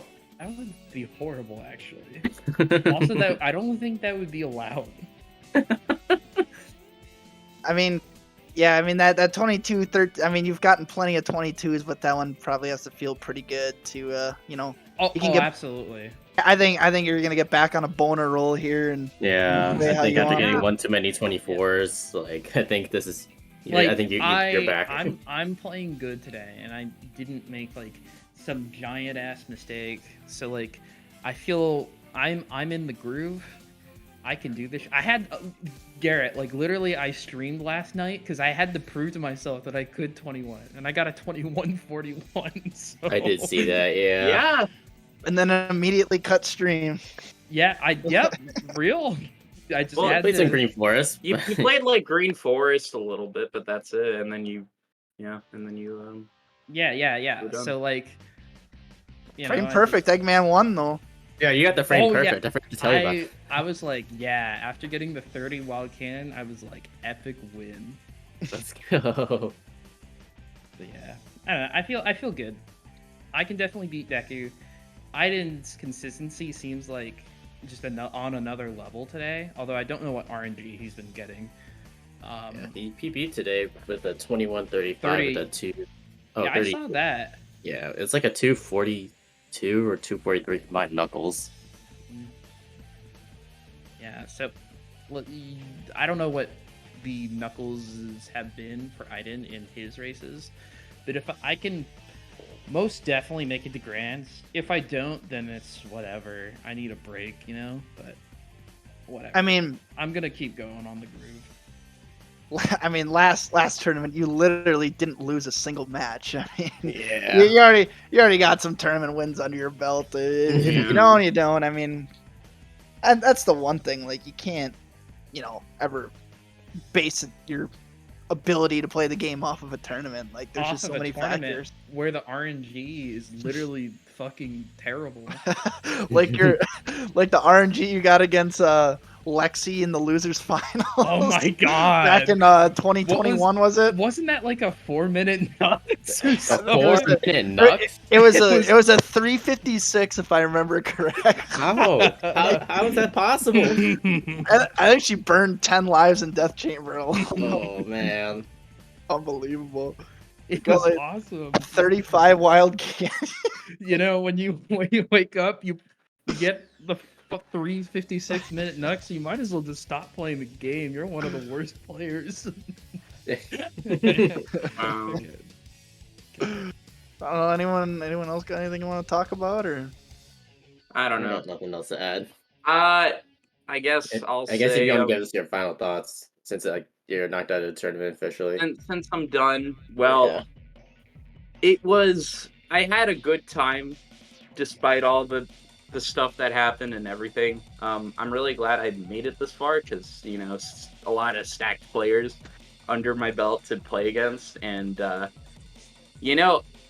looking back, it's like I'm really glad that I've improved because in fall qualifier I was getting below 24s at best, and I got 422s this tournament, and and I'm really glad that I was able to do that, and I've gotten just so much better. And PACE, is coming up a week from today, a week from this hour. We're gonna be all at PACE, and we're gonna, I'm just gonna prepare for that, and get ready and play my heart out there. And who knows, I might get the 21 in between then, or then who knows? We'll see. Yeah, you get that 21 champ. But I also just want to say thank you for everyone who supported me in the chat on this journey. Y'all were so sweet.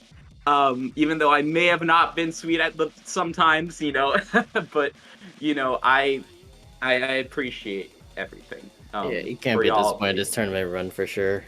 You got the Meteor community gold, you made losers semis, you got consistent 22s. Yeah, and You even won the spring qualifier, and also I think made top 4 in the other qualifiers.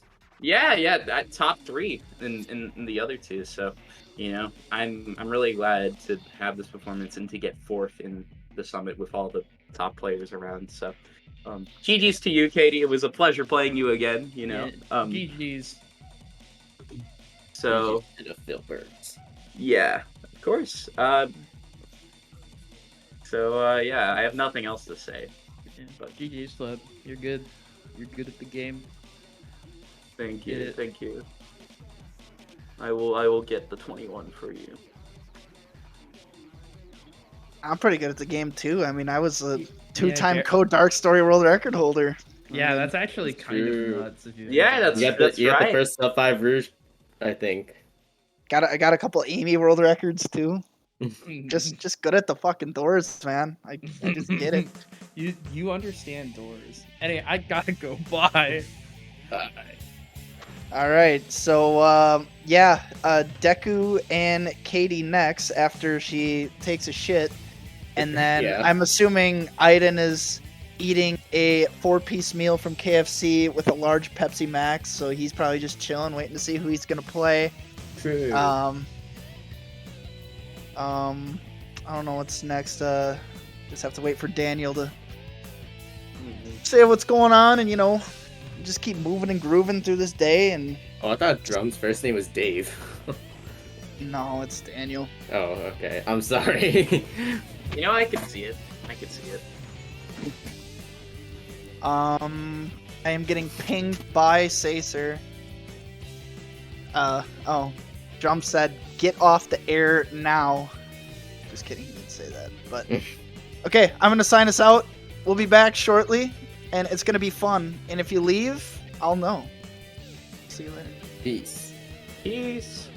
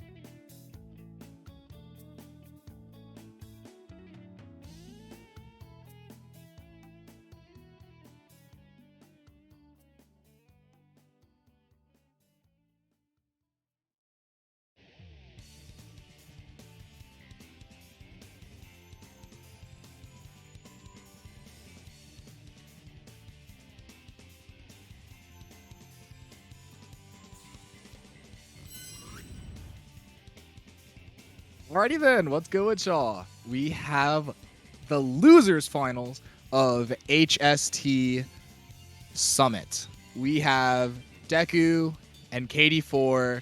KD4 coming through from losers, losing in winner semis to Aiden, and then coming back, beating Aura, beating Flub, and now we're here in losers finals. And then on the other side, we have Deku, who made it to winners finals, lost to Aiden, and then now we are here in losers finals, about to fight Katie.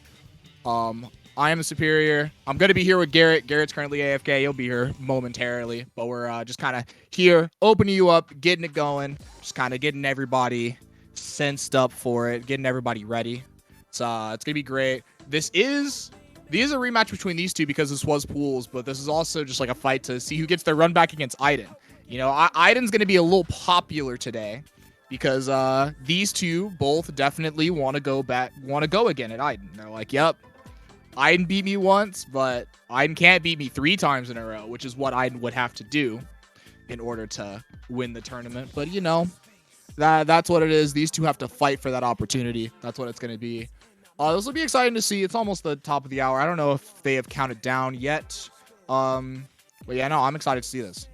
Should be a good time.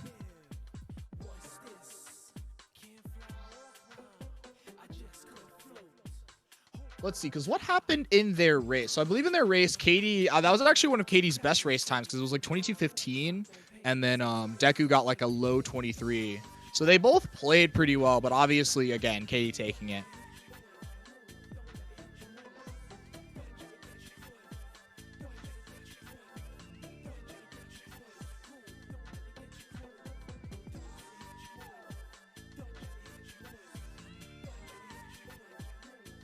So, you know, definitely looking forward to see when this countdown from the mothership is going to come in.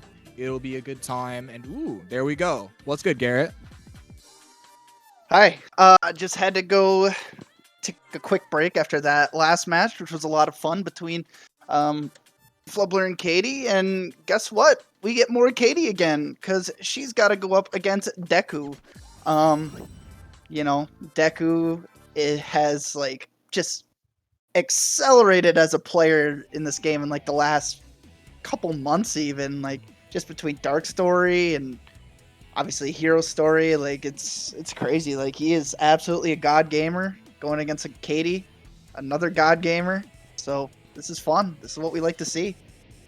Yup, just 2 gamers gaming. And now, honestly, yeah, to really like talk about like the Deku Dark Story, just like going from like a mid or like high 23 to like 2240 and like the amount of time that he did just sitting there grinding ILs for a month was actually so crazy. And now here we are. He was doing the same thing for Hero kind of like leading up to the tournament. And again, so like now like this kind of like powered up Deku versus, I mean, in a way like a weakened Katie, but a Katie who is still hungry to win nonetheless is like, it's going to be cool to see. Yeah. Yep, it is. And Katie had a little bit of trouble with CE skip last race. Very rarely ever see her not get first try. We'll see what happens here. That's got to be good. Oh my god, I can't believe it. That's actually crazy. Yeah, no. Uh-oh. I was actually about to mention Deku also having, against Aiden, Deku also had a ton of issues with City Escape skip. Got like a 159 going for like the 4th or 5th try City Escape skip. And okay, Katie getting it 2nd try, this won't be a huge disparity. Yeah, but it'd be pretty shocking if Deku does not have a lead coming out of City Escape already here. And I'm sure he's not going to complain about that. A lead on Katie, not many people can do it. Yeah, certainly not. Especially like in City Escape where like, you know, for those who remember the 20 grind, Katie's just getting 116s. And that was like, yeah, that was the normal. Like that's, not many people are doing that one. No, not at all. And, yeah, almost a 130 for Katie. That is, I don't think I've ever seen her getting the 3Xs in my life. So thankfully didn't have to do that now. But nice 10-second lead for Deku. That is as good as a start as you can ask for. Yeah, it's going to be a really nice buffer kind of coming up onto this, like in this early game. Because I would say like, honestly, even like with how it is now with like where I would say like Deku's ILs are compared to Katie, like, you kind of want this early buffer. Well, I guess that's what it's going to be for this Bigfoot mess up. But, like, the Katie early game ILs in comparison to everybody else is, like, crazy. Like, even crazier than, say, maybe, like, Katie, like, Desert or Space ILs. Like, with how good Deku's, like, second half is compared to the first half, it would be really nice to have that kind of buffer, but I guess we're just going to lose 7 seconds of it already. Yeah, unfortunate. See if that was a setup for the IL set. Yeah, we'll see. No bird box though. Oh, I want him to get the IL set so people would think this tournament's rigged. Yeah, Deku counting frames. Ooh, but actually, still a good P1, P2. Both of them actually getting the free piece 3s and relatively okay piece 2s from their position as well. They're actually going to get about a similar set from here. Hey, little sync up there. Never hate to see that. Yeah, two great times compared to the last race between Flubler and Katie, where they both got like 30s.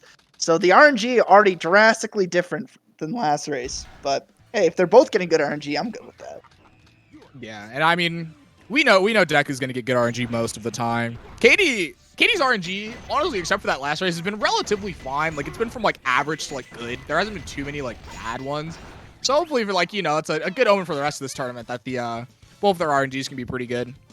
Yeah, and, Deku, absolutely no stranger, just getting good RNG. And for those that don't know, Deku actually lives on Speedrun Island. And on Speedrun Island, he's got the Speedrun tree growing in his backyard, right? And on the Speedrun tree is the Speedrun fruit, and he eats that every day. And that's why he's both A, good at games, and B, gets good RNG. That is, so now you know. So, yeah, that's just a little fun fact about Deku over there in Italy. Yeah, also refuses to share. He's sitting there by himself eating his favorite snack every day, and then booting up the speed run when he gets back from the location, and then just starts gaming.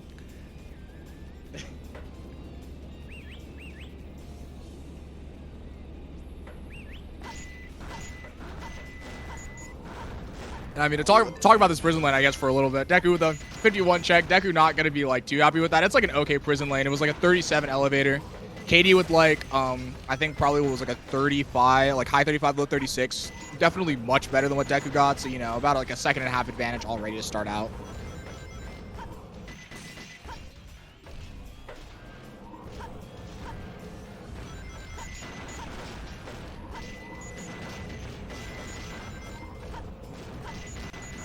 So Deku is going to be getting a 133-ish time, maybe 4. I think it was like a low 123 check, so I could definitely see Deku getting a 134 out of this one. Katie having a little bit of issue there, so losing about a second, but actually still probably gonna look to finish about second or two faster than Deku here. That was easy. Yeah. Yeah, 132 still a nice time. Obviously not what she is used to, but I mean, that's one thing you got to watch out for with Katie, because Deku getting a 134, like, that is a solid time, and, like, a lot of people are okay with that. But then there's Katie, who is not okay with that, and she just starts racking up a few seconds here and there on every single stage. Like, you got to understand, like, the standards you're playing against. Like, you just have to play on top of your game. There's just nothing else you can do against Katie. Yeah, no, like, it has to be, like, and that, again, that's the part that makes it so scary, generally, is the fact that, like, Katie's worst has generally been so good. Like, so if we talk about the winter qualifier, where Katie won, that was the only qualifier she did. Katie's, like, worst race was, like, mid or low 23 the entire event, and it's just, like, again, like, not that many people have a better PB than, like, a 23-10, like, these people, like, even at, like, the highest level, like, these people have to play at their best to, like, get a shot at Katie. Although, again, this event has, like, been some of the most flustered we've seen Katie. So we have a bit more opportunity. Like, there's a bit more window, but that window is still small. Like, it's still, like, a low 24 now. Yeah, that is crazy. So Deku with a 119 once again, very nice time. But guess what? Katie comes in with the 117, And now that's and she Katie in the lead. just slowly just hitting you with those gut punches, man. Like, and you just have no idea because Deku is probably like pretty close to PB pace right now, if not on it. I mean, I think this has gone pretty well for him so far, but it's just not enough. Yeah, like against I really can't imagine Deku being more than like +5 right now, and it's just like, yup, just here we go, getting these like pretty good ILs. Like literally, like the worst thing was a 134 prison lane. Like Right. that was the worst, and that's a good time. Yeah, 119 City Escape, 119 Metal Harbor. I guess again, the Bigfoot is probably like the biggest like X on this, you know? Oh And yeah, that's that's right. basically I it. forgot about. Yeah, okay.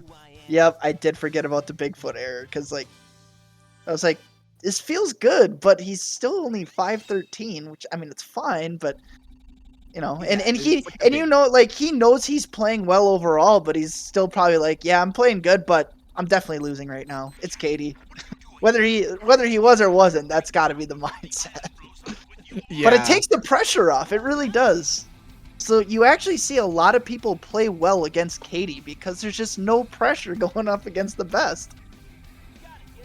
Yeah, know? essentially, yeah. It's just like, well, I mean, if I lost, then that was the expected result, and if I win, then hey, it means I probably played pretty well. So yeah, no, like the pressure really isn't there a lot of the time, unless like, you know, maybe it's like somebody on like PB pace or something. In that case, that, you know, you're not worried about losing to Katie, you're worried about losing the PB basically. So shout out to Deku with that frame perfect reset. Not many people get to see that speed pad at 0.02, but Deku let you see it because he's just that kind of gamer.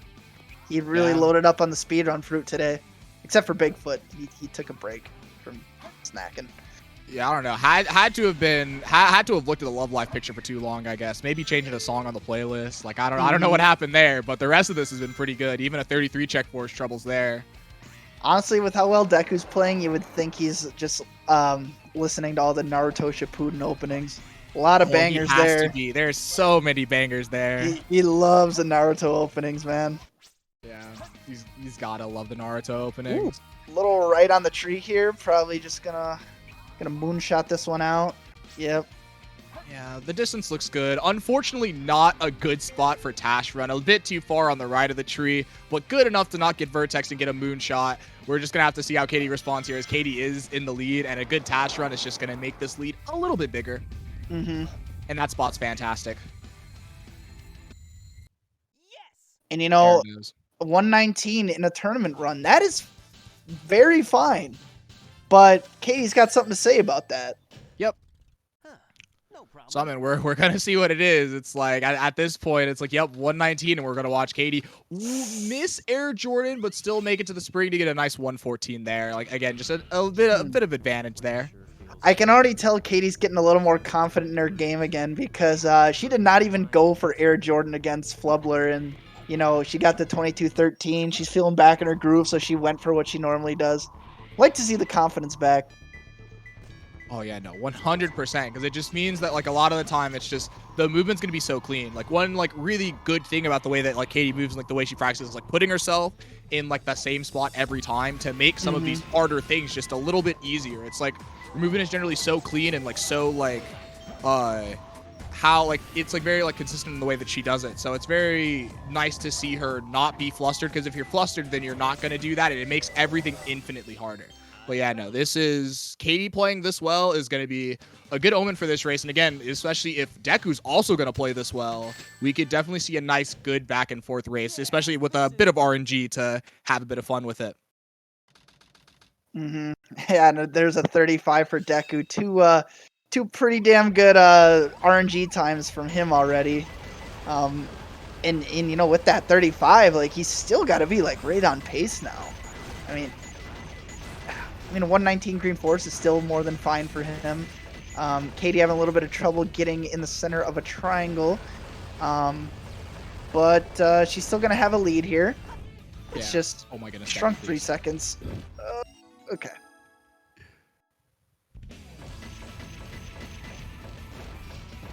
So yeah, only like a 2.5 second lead at this point. Deku hitting weight hop. But yeah, no, this we're only really gonna see like massive swings from this point, from this stage. We're not really gonna see close ones. Deku, Oh, okay, and he there's should have the pause start. hovered. Oh my god. I I'm thought shocked. that was pretty obvious to just like, oh, you know, I'm just gonna pause over this one because it's close, and then unfortunate. So Katie's surprisingly 2 runs in a row now. Her opponent failing to get zero cycle, and it's just such a routine thing. You just don't expect top runners to do that. And the way that one was, it was like Deku just trying to push it so hard, and at that point, you really just want to make sure you get it. Like in that sort of situation, when you mess up, it is just so important that you get it, as opposed to oh yeah, I just got to make sure I can like push it as much as I can. Where yeah, so Deku is going to be getting a nice little first cycle here. Katie with the 43 check, as getting a 21 upgrade and pushing the IGT a bunch will do that for you. Mm-hmm.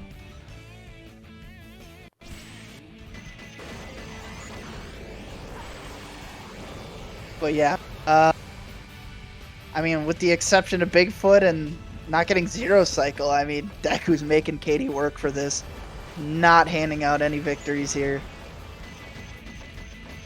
Yeah, although those are definitely going to hurt for Deku. Deku's going to be feeling it, but I mean, hey, right in front of an RNG stage, right in front of desert, you know, there's a lot that can bring it back, but Deku just really doesn't want to lose it here, man. When you're Deku, you can just shrug it off, because now he's just gonna say, I'll just make it a better set this time. I was gonna give myself a good set, but now I'm gonna give myself an even better set, so it's fine. Yeah, exactly. Yeah, you know, he's definitely in there fine tuning it. You know, he's got the numbers on lock.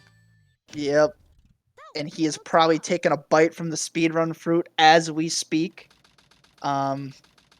Just really just getting ready for this amazing set that he's gonna get. But which one is it? We're gonna find out. Didn't expect the inside of the mines to be like this. This is gonna be a tough one. Ooh, that's gonna be a reset. Nah, he knew to set up for that. Yeah. Why didn't he give himself a free piece? I don't get it. Yeah, I'm shocked. Is there just gonna be a back and forth on the tracks? Like, do we just not know yet? Oh. Yeah. Interesting. It's closer. Are we saving it for Death Chamber? Katie also having to restart at the beginning of her aquatic mine. She's a little frozen at the moment, so she might just end up with a couple pieces out of nowhere. That's typically how this goes, or maybe not, but this might not be great. It'll be fine, this set's gonna be like meh, probably. We're gonna see what this hint is over here. Dangerous place, yeah, no, going to Ghost Room. Gonna sign clip, I could imagine. Okay, yeah, we're gonna take the good camera, go over here to the side, yeah, dig in the corner, 24. That's it's a bit more for Katie there. Yeah, and you always gotta hope going against Katie that the that you're getting the better RNG. It's, you know, one of the only things you can do against her.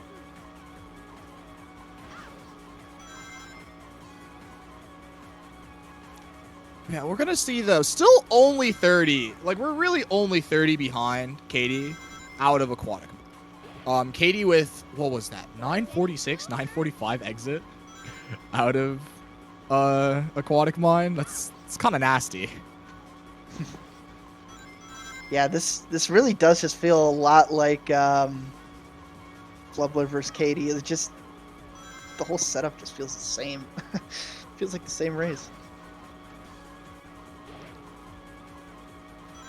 We're definitely gonna see how Deku navigates this desert. Hopefully having a bit better time in desert than Flub fared in the previous race. But it's gonna be, again, it's just gonna be tough. Like, the KD Desert Isles are also just so strong, but also there's so much opportunity for like big time loss. Not even just like mistakes. Like, some of these time losses are massive. So we're gonna have to see what Deku can do to capitalize on any potential mistakes Katie makes.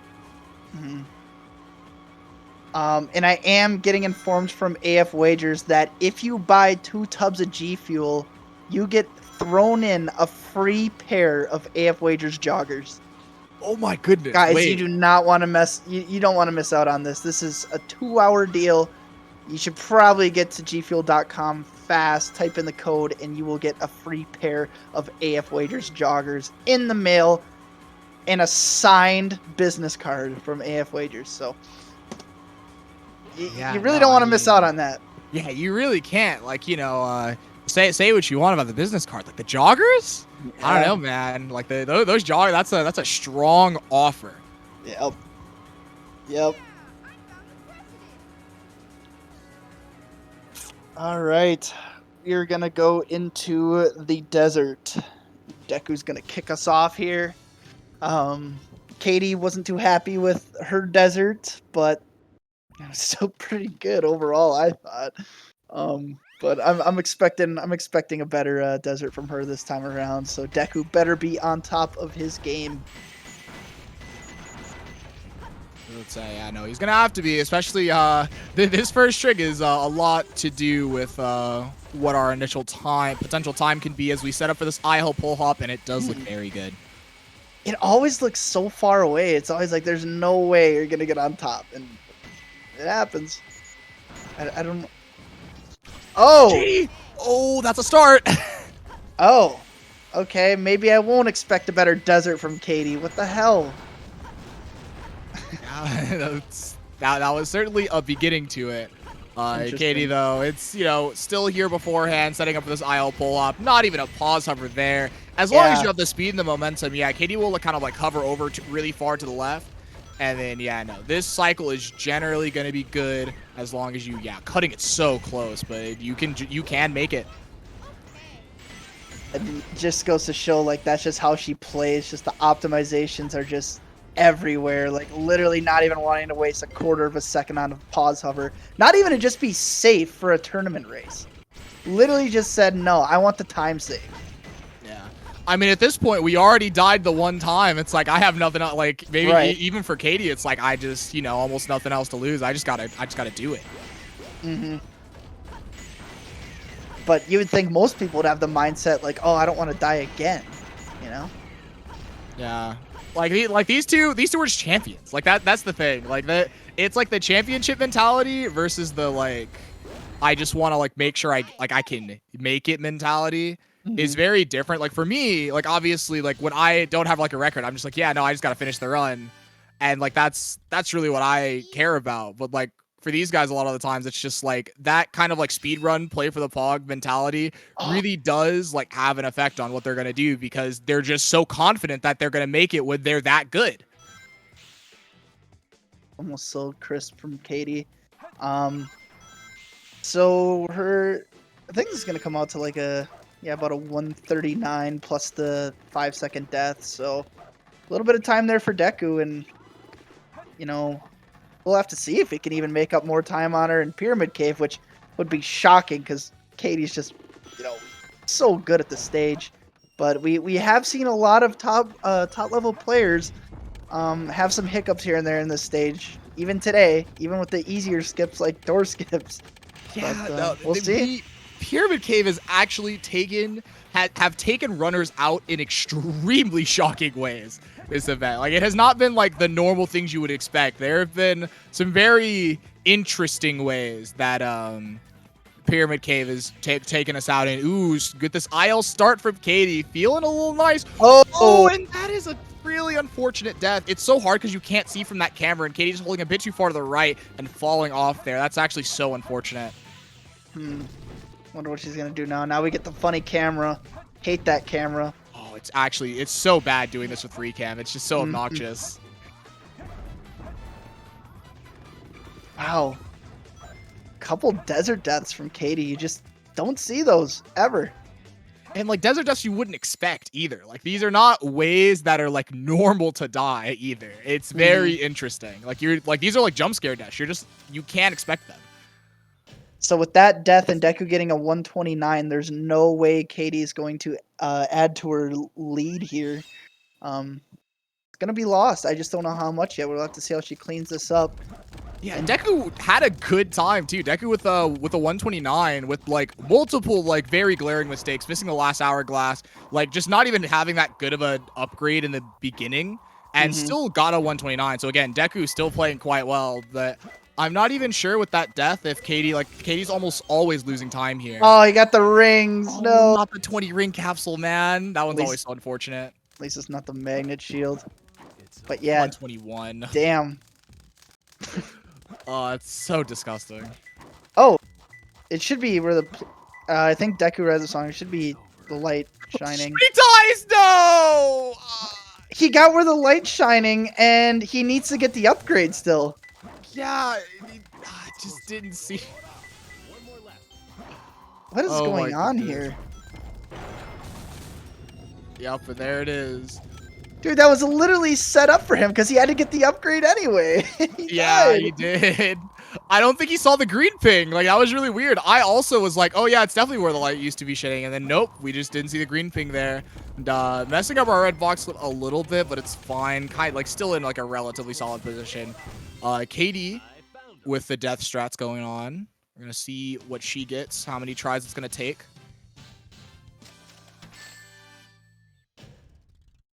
Oh my, we are getting rolled here. Oh, does get it. Oh my god, we could have been in a world of hurt if we would have ran out of lives. Like, if you don't get your reroll, like, oh my god, the death chamber times you can get are just terrible.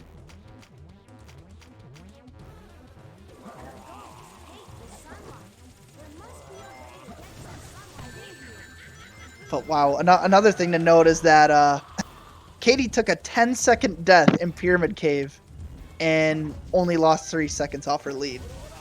Like, that's how crazy the rerun was on that. It's what getting a 121 is gonna do for you after that.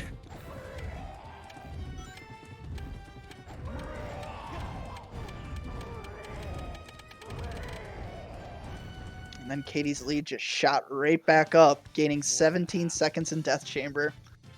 That is why it is the most volatile of all the hunting stages. Ooh, Deku with the reset. We are going to see some profit bounces. No way I found that setup. No way. Like 2 minutes.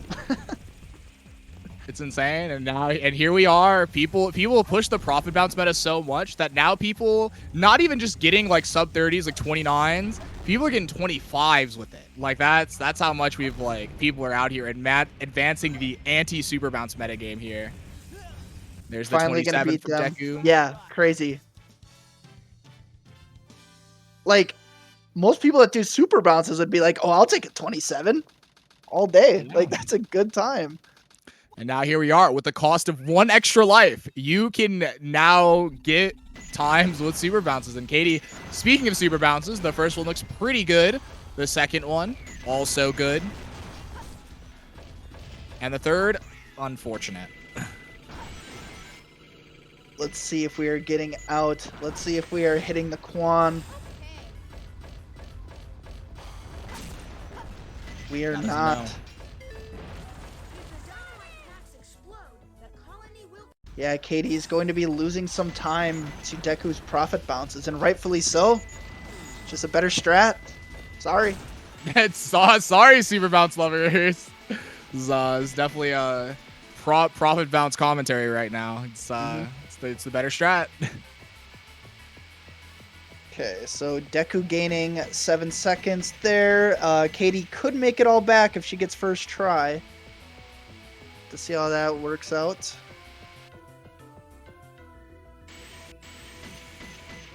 Yeah, I would be curious, and also if we notice Deku's extra lives currently at 0, so we're gonna have to see how confident Deku feels going into, say, like a crazy gadget. Obviously, if we don't get a nice piece of Meteor Herd, we'll just exit out for lives there, just to like re-roll for a better piece and get lives. But we'll see whether or not at the beginning of crazy gadget where Deku will just opt to take the singular extra life or exit out to get the 4. Well, luckily for Deku, Katie is also at 0 lives, so they're both going to be exiting, so it's really no time lost since Katie's going to have to do the same. Oh, Deku's the wrong way. Go down, Deku! Oh, my wow. goodness, that was so close. Wow, we were a frame away from not being able to hit that ring. Oh my god. Ooh, Deku just kept himself in the match there. It would have been curtains. Wow. Yeah, that 100% would have been the end of the game right there. There's no way, unless Katie also goal ringed at the same time, were we making this back from on the side of Deku. But here we go. First P1, Drilling Tower. Deku will Taking take it. this. Okay. It's close to our left. Switching to Cage. Oh man, this is certainly a P2. We've all had our fair share of troubles with this one. Hate this piece. It's closer. Yeah, it's like one of those pieces that's so awkward to dig because you can't dig for it like right next to it. You have to be like in a very particular spot. And then Container at the Tark of the Arc. Man, this is a That is a mess. yeah. That is something. Alrighty then. Well, we're gonna see where Katie is entering Meteor Herd. I mean, dude, 47, man. That's bad. Uh-oh. That was one of Deku's last chances to make up time on Katie. So now we're gonna have to see if he does go for lives or oh, Katie, you gotta hit the back button. That's Katie? time. That's all time, Katie. Yeah, that all got timed. Oh no. Wow, that was like 8 seconds total. Yeah, and we that's- almost lost time because it was fun right there. That was. Wow, she's not gonna be beaten to 47. I don't think. I was about to say at this point. We're gonna have to see. We had reset 0.5 and Arc Siege storage area. I mean, Could get something nuts with this. Could get 3 tanks pretty easily. yeah. Not Not that this one, time. though. Nope. Get away from my emerald.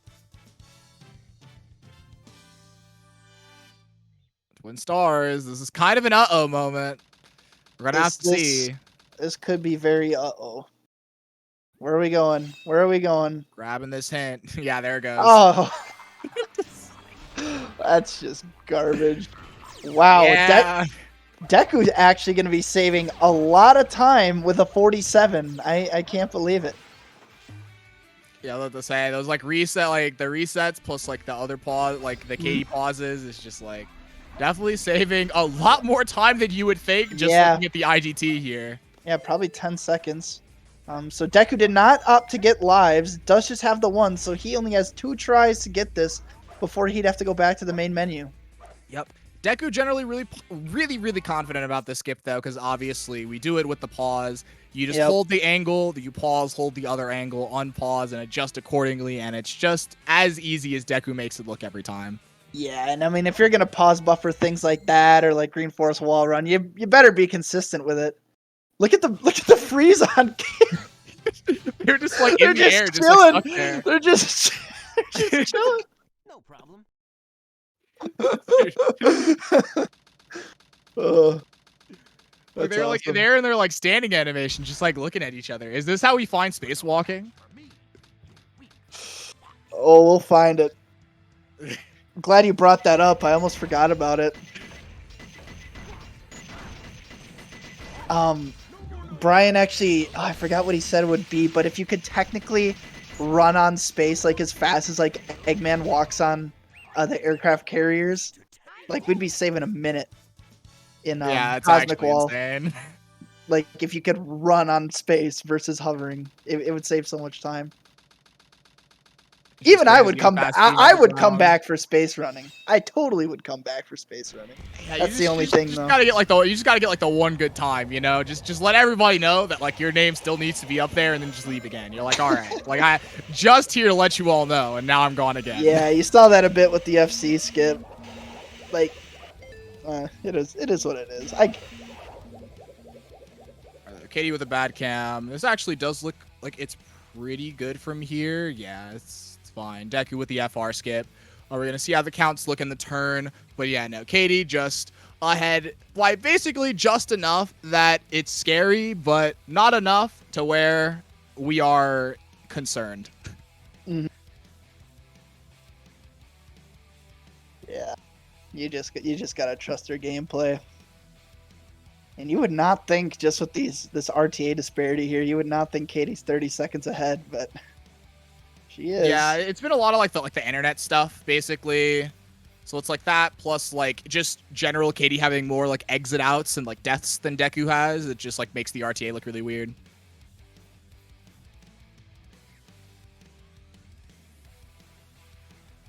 rare Katie mess up on Eggman 2. You just don't see that.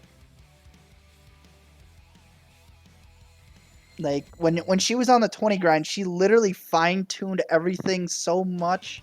It was unbelievable. Like the consistency when she was on all those 20 paces was just unbelievable. It was literally just wait for the sets, wait for good enough sets. Like the play just never left. And speaking of which, I love this movement so much. The IO rails will never not look cool to me. Nice 12 check for our troubles. Nice FR skip, dismount. If Deku wants to see Aiden in the grand finals, Katie's gonna have to die. 23-12 for Deku. Like, not even that bad of a race time. I'll tell you right now, Deku's not gonna be happy with the race time. I think he's gonna be fine because he played well enough to get third, but he's gonna be like, man, can I just have a 22, please? Deku's really been trying to fish for the 22s in the tournament, just kind of grinding them out, but just barely missing a few of these. Spoiler alert. Like 20 seconds ago, Katie put a GG in the chat, and she's clearly playing the game on our screens. So she's already done, and she did not die. Yeah, so, could imagine it's very much fine from here. That was a little bit of a spoiler, but oh well. I think we kind of knew. But yeah, 23-12 from Deku. I mean, that's a good race time, man. But damn, that was awfully close, though. Yeah, that was actually very scary for what it was. Well, then I was starting to tell myself, like, wait, maybe she just said GG because she died. Wow. Yeah, no. For a moment, I also got a little scared there.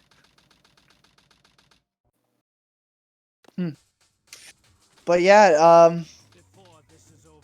I'm gonna imagine Katie took this one. Yeah, well, we think there's gonna be a 45 Shadow 2. Not with this many hits in already. And wow, 22-38. After coming off a 22-13, so Katie is back in her bag. And she will be playing against Aiden in the grand finals. Another guy who's been insane with consistency. So this is gonna be great. I'm excited. Yeah, I know. It's gonna be such a good grand finals to watch. I'm looking forward to it. Good stuff to Deku though. Like, I don't even think Deku thought he was gonna be getting third at this event. So like, it's just such a good showing. And here our runners are. GG's to the both of you. Yo, GG's Katie. Yeah, Deku third place. Not bad at all. I mean, considering all the build up to this, you know, we had 3 different qualifiers, and now here we are at the summit. And you took third, so great showing, dude. Yeah, thank you. I did end up getting a pretty decent time this time, so I can't say I'm too disappointed. Getting third is obviously really good for me. I'm not as good as Katie and Aiden, so this is getting here is already. Yeah, go ahead, Katie. For people who didn't know, Deku proposed race mod, and I chickened out, and I feel really bad. But how did you feel about the execution in that run, Deku? You did pretty good. I mean, other than Bigfoot and Mission Street, I mean, you were. Yeah, Mission Street made me so mad. How did I miss that? Did you did you not get weight up, and did you walk of shame? No, it was just first cycle, but yeah, like you know the part before the first check, I failed to get up the cycles. I don't know how that failed or whatever. Yeah, I was really mad at Death Chamber, man. Like that was so cringe what I did. Dude, it sucks because you got Place Where the Light was shinning, and it's like you needed to get the upgrade anyway. It was perfect. Jesus. I even slightly saw the green ping, so but I wasn't sure. I should have probably just taken the hint. Man. I had the minute 03 minute meteor herd of all time. That was great, dude. Nice. Katie went to the leaderboard screen. It didn't load for quite a bit. I was like, what the fuck is happening? I'll have to close the game. Man. Well, back Good. when we had the cool timing method, that would have just been funny. You know, no Yeah, time I know. lost. I know. We should bring back IGT. Oh my god, I miss him so much, man. But yeah, I felt my execution was good. So yeah. Sorry, Yeah. Deku. I mean, you got a low 22 and a mid 22, so you're in your bag more today. So it's cool to see. Maybe Yeah, the Katie's RNG. gaming. Maybe the RNG will line up when I fight Aiden. I don't know. It's kind of crazy that I'm in Grands after just how horrible, like these past like 5 days have been. Like I mean, the races that side-by-side. mattered, you played really well. Like you did get 24s sometimes, but that was like against Aiden's The- 21, so like, Yeah, I mean, and in well, pools against like 26s. yeah, like The I don't races know, that mattered, you just- performed. You should be proud of that. yeah, true. I didn't. Okay, I don't know. It's weird because like I couldn't get a 22. I can only get like 20, mostly 24s and mostly 23s. It wasn't. I just kept making dumb mistakes. It was kind of ridiculous. But I feel like I've said before today, like I'm in my groove. So hopefully I just get the RNG that I need against Aiden to win. Because if I don't, then that's kind of bad. Unless Aiden cracks under the pressure, which honestly, I don't know if he has that capability. Aiden's just here to have fun and drink Pepsi Max. Yeah, he's just vibing so much right now. I drink Dr. Pepper instead. This is better. Ooh, Dr. Pepper versus Pepsi Max. The grand finals. The grand finals of all time. We all needed. Thank God.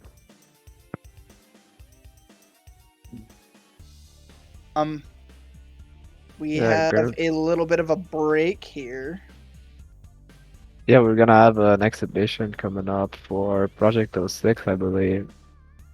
Yes, should be Project 06 Silver. There will be a race between Rev and Stelmo going on. Swaguloid. Oh. Yeah, thank you to Garrett for coming back from the dead just for today. What a Just for chat. today. Then I gotta go back into hiding. No, don't go Back back. into normal fucking world. No. Bitch ass. I gotta hide, man. Can't be in the internet without Garrett, man. I need him so bad. It's not the same. Garrett, you're allowed to go outside. It's okay. Dude, the grass in the summer is so warm and soft. Just lay out in the grass all day. Dude, there's gonna be so Let's much. go. There's gonna be so much grass touching at pace. It's gonna be crazy. Actually, what? How did GDQ go? I wasn't there. Or like, I mean, the Sonic runs. They were good. That's good. I think there was like a All Stories relay for SADX. Yeah. Yeah. Was the best run of the marathon. Yeah, that was I really should fun to probably- watch. I should probably watch that. Yeah. There was really- also Sonic Frontiers by Alpha, which is pretty good. Alfred Dolfer. That's my the guy. dog. Mr. Frontiers. Mr. Mr. Frontiers. Mr. Frontier. Mr. Ballsack. Mr. Boss. I thought Emerald was Mr. Frontier. Yeah. Emerald was Mr. Frontiers for a while. That's the Mr. Frontiers. What about Mr. Ballsack? Mr. Ballsack is gone. No. No. So, proposition. I don't think it feels right to not have Aura in the grand finals. So, because he was in the last like 4 grand finals, so I think we should make this a triple threat. You know, Just put Aura in there. We have a 3-stream layout probably somewhere. You Make know? it happen. Or I can just sit on the stream and just watch the map. Aura cam. Get a Yeah, when one of the two players' webcam is just Aura playing. That'll be really funny. Or maybe just the Aura face cam. Like on the Aiden screen, we have the Aiden gameplay and the Aura face cam pretending to play. Take away Aiden and Katie's face cams, or like have like 3 face cams down there, and it's like Aura like reacting to both of them. It's like a watch party with Aura, and he's just, like reacting to both of what they're doing. Yeah. That'll be really funny. Yeah. So what do we have for grands? Is it best of 5? Yeah, I think it's best of 5. Winner Yeah, has best of 1 5. game. Yeah, Aiden's up 1 game. So I'm gonna have to make the losers run of a lifetime. I mean, fuck, I'm gonna have to play 3 races, dude. It's awful. Minimum 3. Minimum 3 to win, man.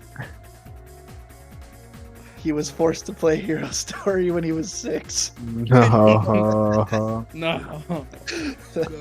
That shout was out to Aiden. Shout out to the crying seal meme. Yeah. Yeah, I mean, hey, if I can give a losers run to Aiden, then that's cool. If I win from losers, I'll feel pretty good. And if It you're not means winning, you're not finishing. Yeah, I'm not finishing. I made that joke. I made that joke yesterday, or I chuckled a bit. I love that quote. So Garrett, while we're here on the air, who do you think's gonna hit the? Yeah, which one of these newer runners of this new generation is really gonna hit the bench? Just another all-time clip. There are many all-time clips. Of the shit And it's I've said. And it's kind of crazy because I think that was probably like 2 years ago now, and God, the people that were new at that time, like, yeah, there's a lot of them that have really just hit the bench. Yeah, I will say Yeah. that is definitely like I've said before, like the consistency of all the players, especially in the summit, have like improved considerably. Like they're getting 22s now. They were getting like 24s and 23s before, and I was sitting in the 22 lane. Yeah, Sometimes that's crazy. the 21 lane. Like I haven't even gotten a 21 this tournament. What do I do? Well, I think the answer is get a 21. I don't know. Yeah, I Playing think well the answer now, is might as well. I think the real answer is we all gotta gather around and hold hands around the Sadex tree. the Sadex tree. Yeah, I'm on the top, the tippy top. We're watching Katie get a 28 size story. Wake up, kids! Gather around the Sadex tree. Can we show the Sadex tree on screen? I don't even know where that. Where even? I think I put posted that it on on Twitter. That shouldn't have been too long ago in the media files, but oh my god. Let me go find the tweet, and then I'll I'm just watching these 2-player demos. These make no sense. Who's brain dead playing his Knuckles? Talking to some random spot on the wall for 20 rings. With only a green ping. Aren't they supposed to be showing you how to play the game? I don't know. I found the tweet. I think we might need to get off the air, so I'll share the tweet in the chat. Yeah, what's Daniel saying? Daniel. There it is. What a Anyway. tweet. Yeah. Banger. That's the Sadex tree. There it is. The Sadex. That shit's way too funny. Okay, I'm gonna assume Daniel wants us off the air. So, yeah, we have that exhibition to do, and then we're gonna be back with the grand finals. Could be the Deku.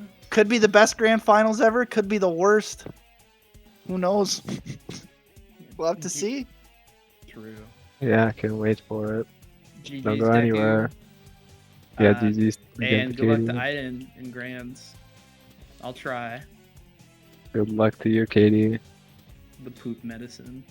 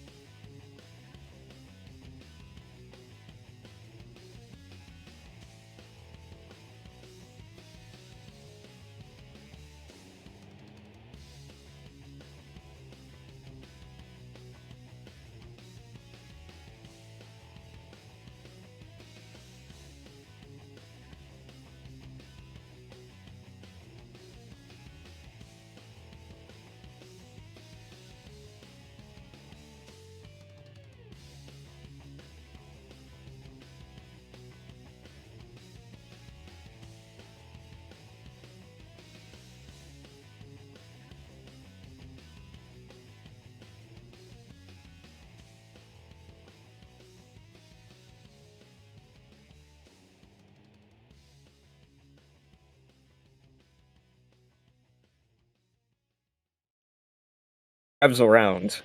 They live. That's Yep. good. Okay, I think we're here. Mm-hmm. Are words coming through loud and clear? I see it Hello. showing up here, so let's just assume it is. Hello, everyone. Yes. My name is Gordon. Hello. Ramsay. I'm joined My name with- is. Yep. Yep. Philip is Cole. That is my name. And we will be. We've got great chemistry here. You can tell we're practiced. We are very prepared. But yeah, today we're going to be showing off the PO6 silver route. So, if you Yeah, want to explain a little bit what that is. We've got a little exhibition race sort of thing between two of the game's top or most prominent runners, Stelmo and Reverie. They're going to be doing a 2-lap sort of thing, so they're going to run through all 9 of Silver stages, back to back to back, twice.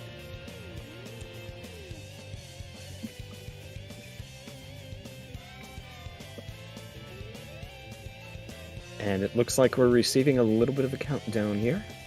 Both runners prepped on the character select screen. Yep, that is good. Here they are.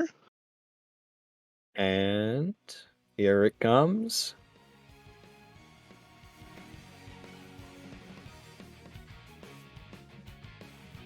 Pause. Pause, pause. Pause, champ. Okay, looks like they're getting into it. Okay, let's go. So, real quick, if you have not seen Project 06 before, let's give a quick rundown of what the heck this thing is. This is a fan-made recreation of Sonic the Hedgehog 2006 in Unity. So this is a complete remake of the game from the ground up, and it aims to bring it in line with like the rest of the adventure games, just really show off what the game can be. This category is kind of unique because, well, it's playing as a kind of unique character. Silver the Hedgehog, this is the only mainline game he's been playable in, and his entire shtick was like manipulating the game's physics to move forward and fight enemies and all sorts of other stuff.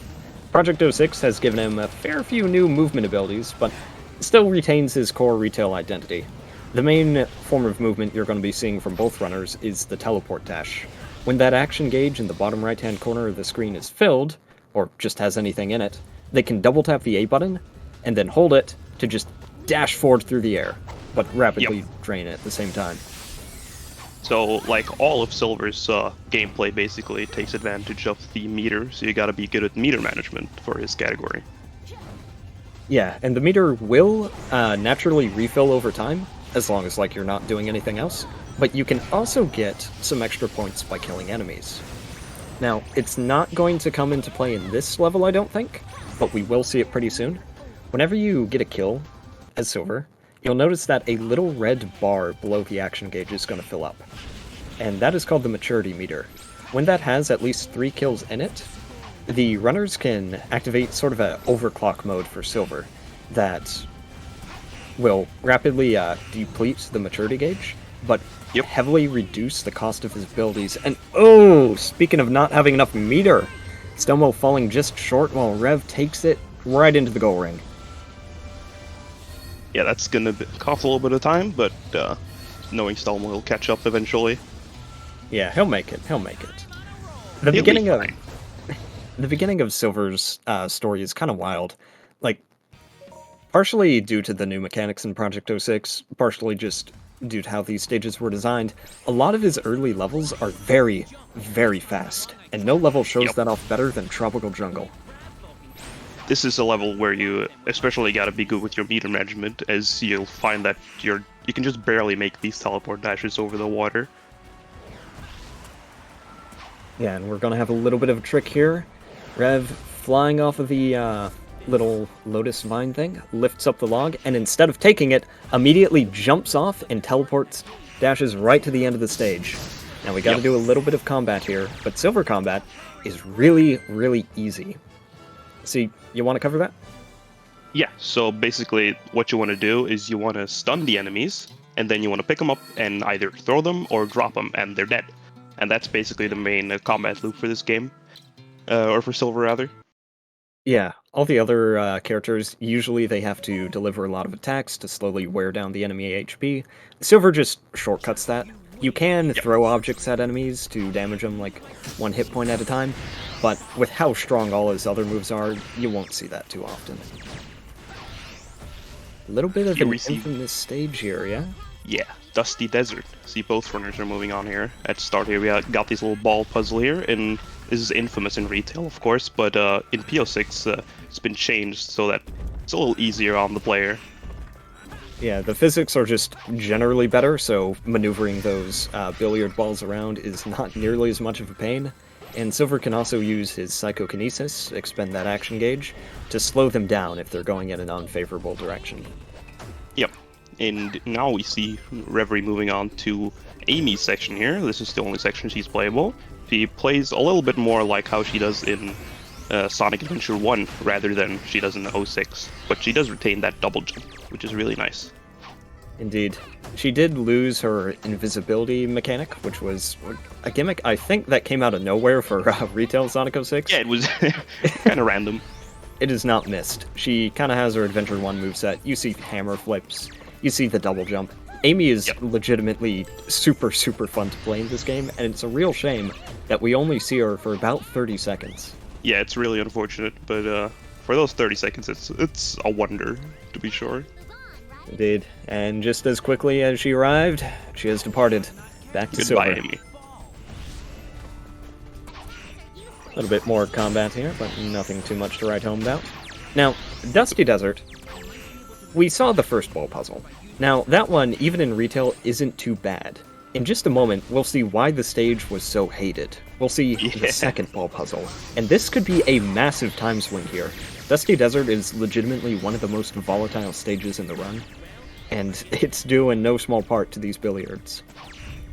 Yeah, they're sometimes they have a mind of their own, but we'll see if that mind aligns with Rev's goals here of clearing the stage.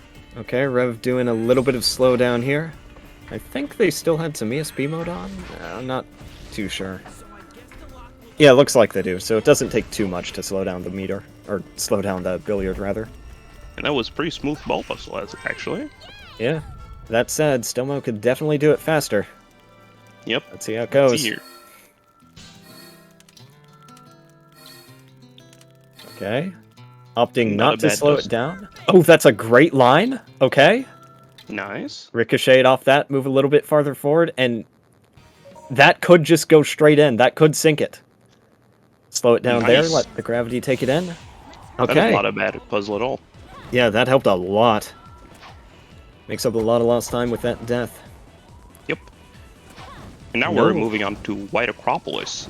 Here is we played as Blaze earlier, but we didn't really talk about that. So Blaze, she has a little dolphin dive move she can do, where it functions as a homing attack when you're close to enemies, but when you're not, you can use it as a movement option, which is really nice.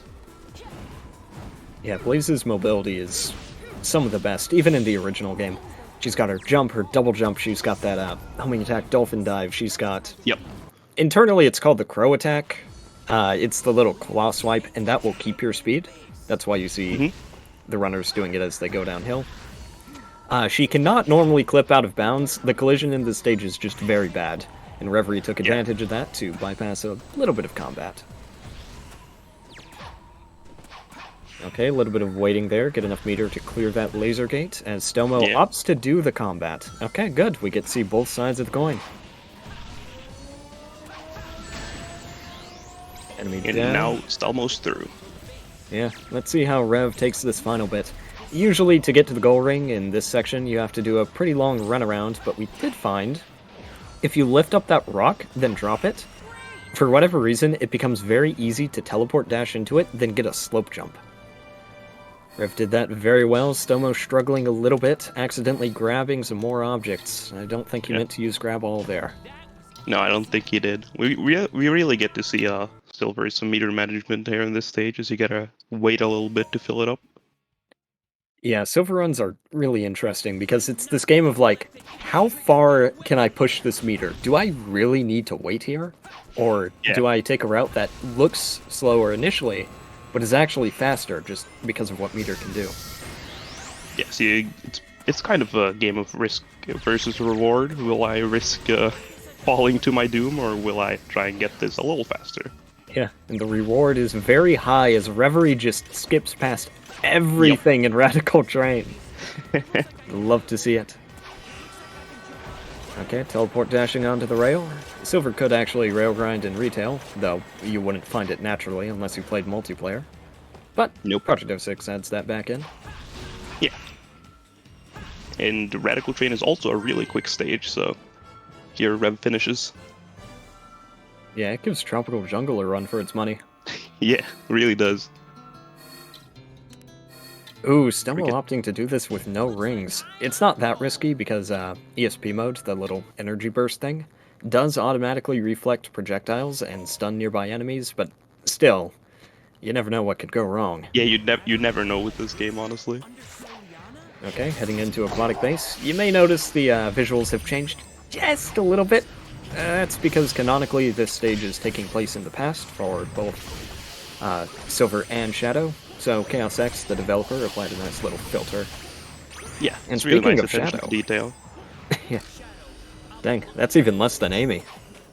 Yeah. Luckily he has his own story though, so it's not too bad. Yeah, Shadow's got his own campaign. There's plenty of him. More than enough of him. Yeah. We'll get a Shadow tournament someday. But speaking of tournaments, don't forget, we've got a Silver tournament coming up for Project 06 if you're interested, happening on July 8th and 9th. The kind folks so make sure here to at sign up for Sacer. that. Yeah. Sacer folks have been kind enough to let us show off the game a little bit more and give us this exhibition. Yep. Now we see here Rev is on the floating ball section of the stage and is flying over it. Yeah. The little mercury ball, nobody liked it in retail. It didn't control well, and if it hit one of those laser grids, it just immediately killed you. Yeah. In Project 06, it can take 2 hits, but since we're Silver, we can actually just fly over it anyway. And it's quite a bit faster, even if it's a little riskier. Alright, Section 2. Those enemies at the start are optional, but these 3 at the end are not. Yep. Nice quick And here we gameplay. see, yep, jump in over here, and right behind this door we're gonna see another floating mercury ball section. And just bypass that one as well. Yeah. Hit that magnet switch, and then the rest of these will be activated by ESP mode, just passively. Those magnet switches generate a massive attack that will instantly kill any enemies in their radius, which is very convenient for us. Yes. Fills up that action gauge just enough. Hit 2 more, and Rev's closing in on the end. Here. Is this our first get to use of Psychic Knife? I believe so, yeah. Yeah, so Psychic Knife, you may recognize it from Sonic Generations, a little bit of a reference there from Chaos X. Silver did not have that ability in the original game. In fact, he also didn't have that little blast of psychic energy that you may have noticed. But both of those are very welcome additions. The Psychic Blast will stun enemies and go through, like, terrain and whatnot, though it goes away after 1 hit. The Psychic Knife doesn't travel quite as far, but it deals a lot of damage and pierces. Yeah, so it's really nice for sections like this here in Kingdom Valley.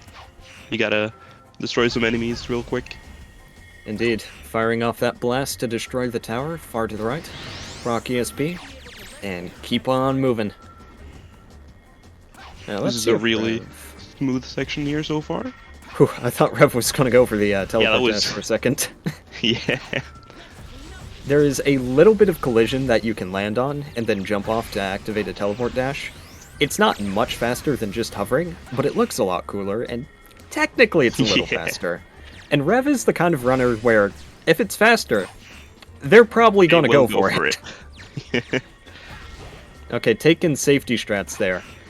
Firing off that Psychic Knife kills a few enemies, and then, like I mentioned before, when you kill enemies you get some action bar back. But you don't get it immediately. You get it in the form of Chaos Drives or Light Cores, which have to fly into you. So the knife times things perfectly, fills up our meter just enough to make that skip possible. Well, yeah, it's safely possible. Yeah. Now we get to see some of Sonic here. As you saw, Rev flew into the trigger to switch to him. He's got all his gems, and now in Project 06 they actually use the meter and don't just have infinite usage. Yeah, this was a mechanic unique to Sonic 06 that they promptly dropped like a rock. Sonic has technically 7 additional abilities, each housed in one of these little gems, and you're free to swap between them on the fly. They consume the action gauge, and by killing enemies you can level them up to gain like new features on the gems or just enhance what they already have. Yeah, but alas, so with Sonic the is gone. so with the purple gem, for example, you would get an extra double jump. But yeah, he's gone now, so goodbye, Sonic. We'll see him soon with Stomo, but yeah, alas, his one appearance in Silver Stage.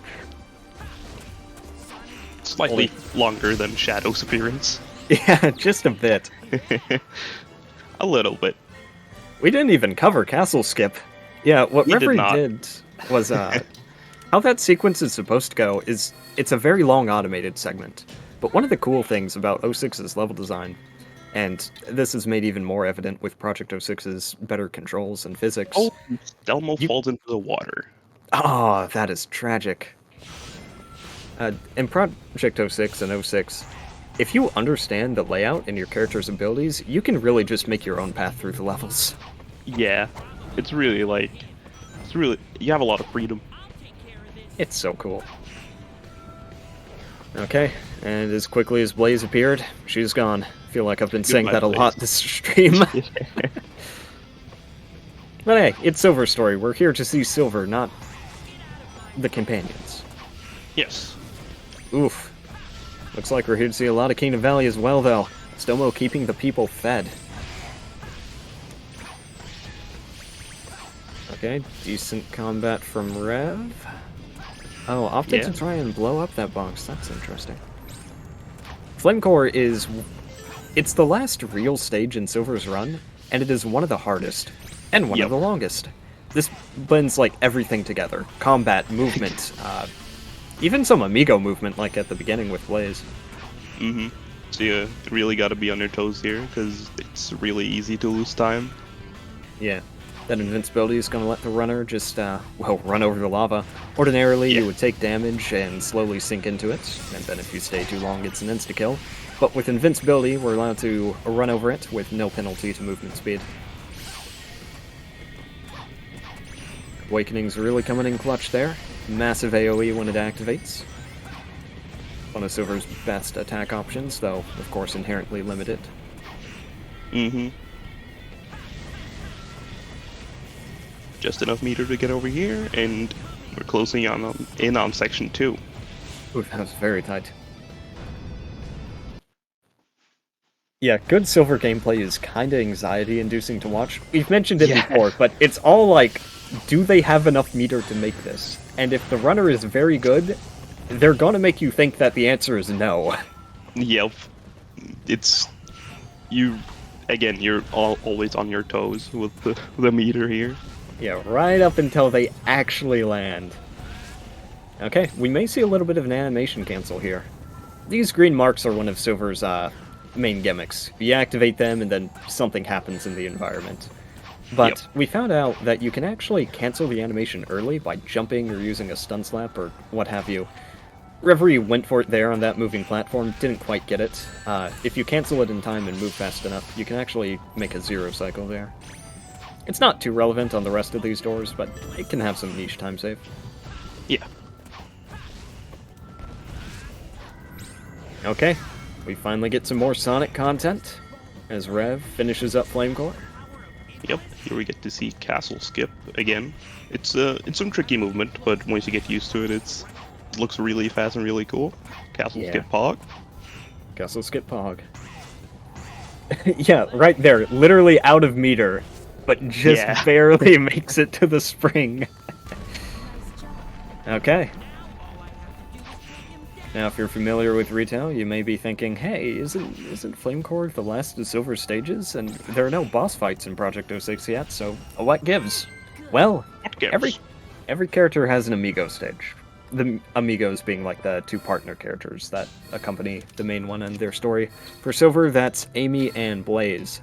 And the Amigo stage for Silver is Blaze going through Wave Ocean. Yep, so we're not quite done seeing Blaze yet, but we are done seeing Silver on Rev's screen, so goodbye, Silver. Yep, goodbye forever. This stage is kind of like a victory lap. It's got beautiful lighting, it's not too complex movement-wise, but it's enough to keep the brain engaged. It's a good time.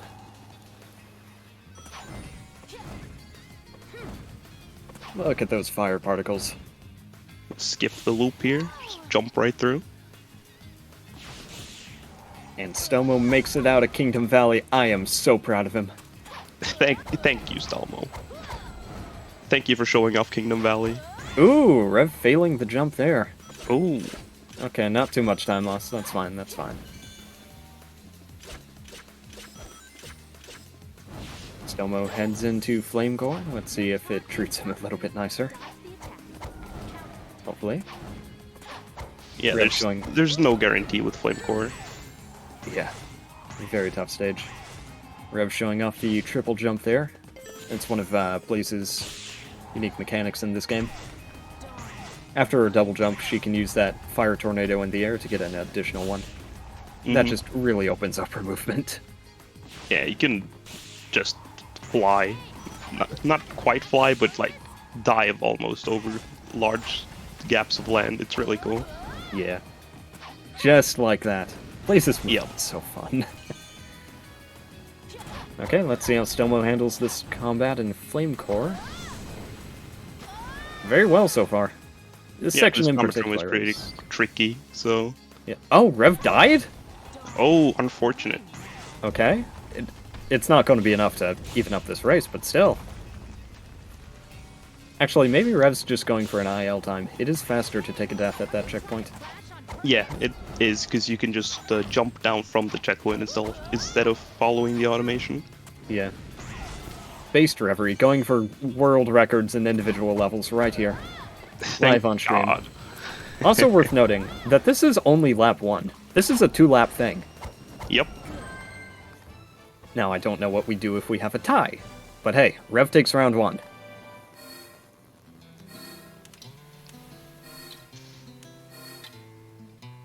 Alright, Stelmo clearing up that second bit of combat, I believe. Nice. Just about to head into section 2. And what does Rev opt for? Right back to Crisis City. Yep. As they should, honestly. Now, technically, because there isn't like a story mode in Project 06 at the moment, we do let runners run through the stages in any order they want for their runs, as long as they complete them all. But for showcases like this, we do tend to do quote-unquote retail order. Just whatever displays an act trial. Just to get some sort of like progression. Indeed. Makes it a bit easier to track. The Rev's movement tracks through very nicely here. Similar performance to last time. Good. Dang, squeezing out the minor time save with like a teleport dash on that steel beam. Yeah. Oh, it's probably worth talking about the stun slaps. Oh yeah. It's not a huge thing, but stun slapping does let you fall a little bit faster as Silver. So that's why runners like to spam it when they're going down. It's not just also, ADHD. Yeah. And also it's just something to do with the fingers, you know? Yeah. Keeps them warm. Lets you go a little bit faster. Makes it look cool. And that's what speedrunning's all about, right? Yes, of course. Looking cool is #1 priority. Fame and glory. Breaking through that window. Hitting that spring, and finishing that section. Oh! Does Stelmo salvage it? Nope. Can he make it back? Okay, yeah, he's just gone back all the way. Yeah. That is tragic. This game that was was not unfortunate. Yeah, this game is can be cruel, to say the least. It can, especially in a setting like this. But he makes it through. Ultimately makes it. And Rev also makes it through Crisis City. We get the simultaneous result screen? We do! Nice. Let's go! Let's go! It's basically neck and neck. Yeah. Yes, a friendly reminder that Pete Capella has officially endorsed the Silver Tournament. This is real and true. It is very true. And happening July 8th and 9th. Right here So on check it out.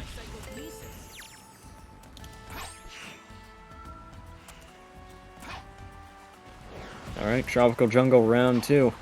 Yeah, the meter management here is anxiety-inducing, to say the least. Especially because it's low route. Yeah. It's like you are right by the water. One wrong step and you just fall in. Yeah, and the kill plane is also deceptively high, so if you're like just barely on the turtles, then you may also just get clipped by the kill plane. Yeah. A thing to be afraid of, but referee showing that maybe there is nothing to fear but fear itself. Making it right through. 36-second time. That's a nice time.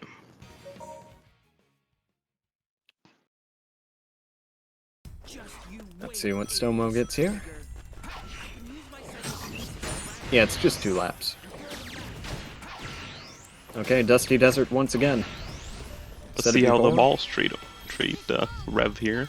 Yeah, said it before, say it again. This stage can have quite a bit of time swing. Especially with that shrapnel left over by the enemy. Those do influence how the billiards move. Yeah. Kind of a slow puzzle here, but seems ultimately okay. Not getting any explosions, at least. The puzzle is done.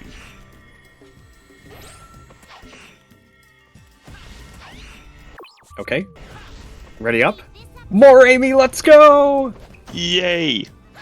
We get to see even more Amy. We might get a full minute of Amy gameplay. Holy crap. Oh my god. This is unprecedented. This has never been seen before. Not by any PO6 runner.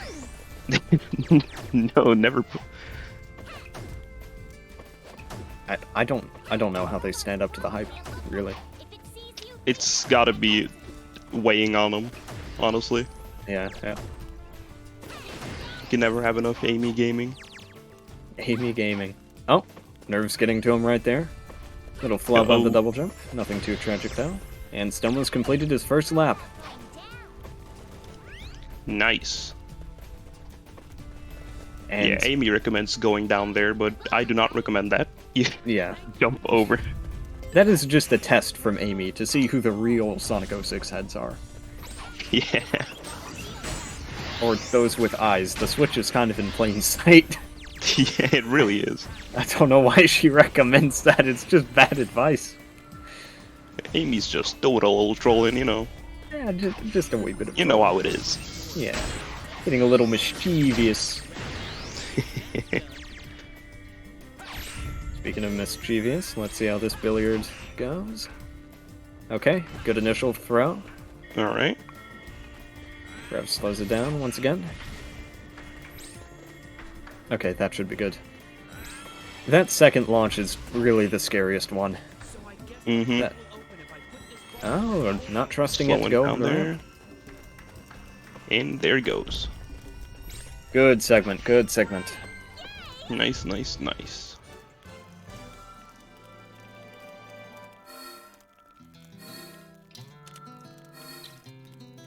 I like how there is quite frequently not 2 silvers on screen, you know? Yeah.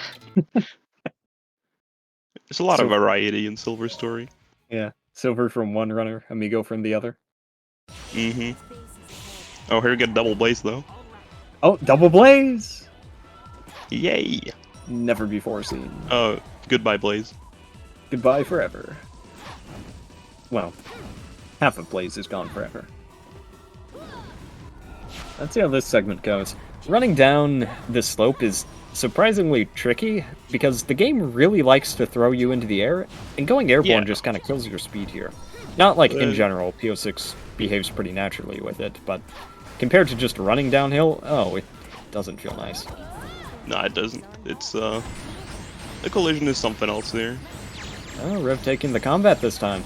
That's interesting. Good show it off, though. It would be quite funny if Stomo went for that clip. We get both runners going for one and then the other. Yeah. The trade-off. Dang, the movement in this section is great. Yes. Here we see Stelmo taking another route than Rev did, taking the top route. There are really just so many options in how you can approach these stages. Mm-hmm. Like, generally, you're going to see, like, IL strats or whatnot, at least from Rev. But even then, there are a lot of routes that aren't, like, that are viable. They're not that much slower. So there is just a lot of freedom in how you approach the story. Yeah, you really get to express how you play the game. In PO6 in general, it's not terribly uncommon for somebody to just show up and be like, hey, I play this way. And then you look at it and it's like, oh, wait, that's fast. Oh, wait, what are you doing? Why aren't we doing this? Why haven't we thought of this? Yeah. Just so many little things to optimize as well. Like, we've got a runner who really, really likes shadow combat. Yeah. So, if there's a stage with shadow in it, they're like, okay, how can I juice the combat here? Where and that's can what I they fight? do. Yeah, they're the shadow guy. They're the shadow combat guy. Yes. And heck, you've been in Shadow Purgatory, haven't you? Oh yes, I have been. For a little while. Just been running Shadow, but I've been playing some Silver now, in preparation for the tournament. Shadow Runner Man, Shadow Combat Man. So many things you can specialize in. It's a great time. Yep. Speaking of great times, let's see what Rev's gonna pull out here. A little 47. slow. Not too bad, though. Amy! Amy! Amy! She's Let's back! go! The return. Amy jump scare. Flipping the hammer, taking names. And Gotta love her. hopefully not taking times. A death as Amy would be truly tragic. This is a pretty good Amy section so far. Yeah. Very clean with hitting that switch. More shadow combat. Oh, more 10 seconds of Shadow. Let's go. Yeah. A little bit of breakdancing there. Yeah, the breakdance was something that was added to the Silver release for Shadow.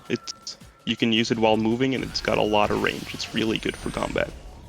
Yeah, it's really funny. Like, that move is part of Shadow's basic kit in retail, and it was in PO6. It just sucked. And the one change made to it, this update, was that you can use it while moving. And that just revolutionized his combat. Yeah. It changed pretty much every combat encounter with them. For reference, Shadow got buffs to his other tools, and they're also really, really good. Yes. It's just making you able to use that thing while moving. If you're good, that is the fastest way to fight. Oh, a little bit of trouble getting on the Mercury Orb there. Yeah, it got its own gravitational pull that will sometimes not allow you to move on it, and you just move down and fall. Yeah, Rev shaking their head in disbelief. What? Making it through? No deaths so far. And Stelmo hits the goal. Good. Dusty Desert over and done with. Oh, is that a PB I see? Could be, could be. Yeah, a little red star indicates a new best time for the runner. It may have been their best time, but did they have a good time? I hope so. I mean, how what can you not matters. have a good time with Silver's story here? I mean, that's second to fame and glory in speedrunning, right? Yes, only second. Fame, glory, fun. That's the reason why we speedrun. Ooh, Rev getting saved by the wind! Barely in range there. Almost sorry. got slapped by the lasers. I've got the Discord channel open and the actual Twitch stream, so... Yeah, I'll you're look at- delayed then. Yeah, I'll look at one, it's like 5 minutes in the past, the other's 5 minutes in the future, they're not even on the same stage. Maybe you should look at the one that's more accurate to your time. You're right. I need to get an average of both of them. I mean, Silver's a time traveler, it's just thematically It's fitting, true. right? Yeah. Yep. both commentators looking at different times. Yeah, past, present, and future. Well, I don't know about that one, but we could start gambling on it.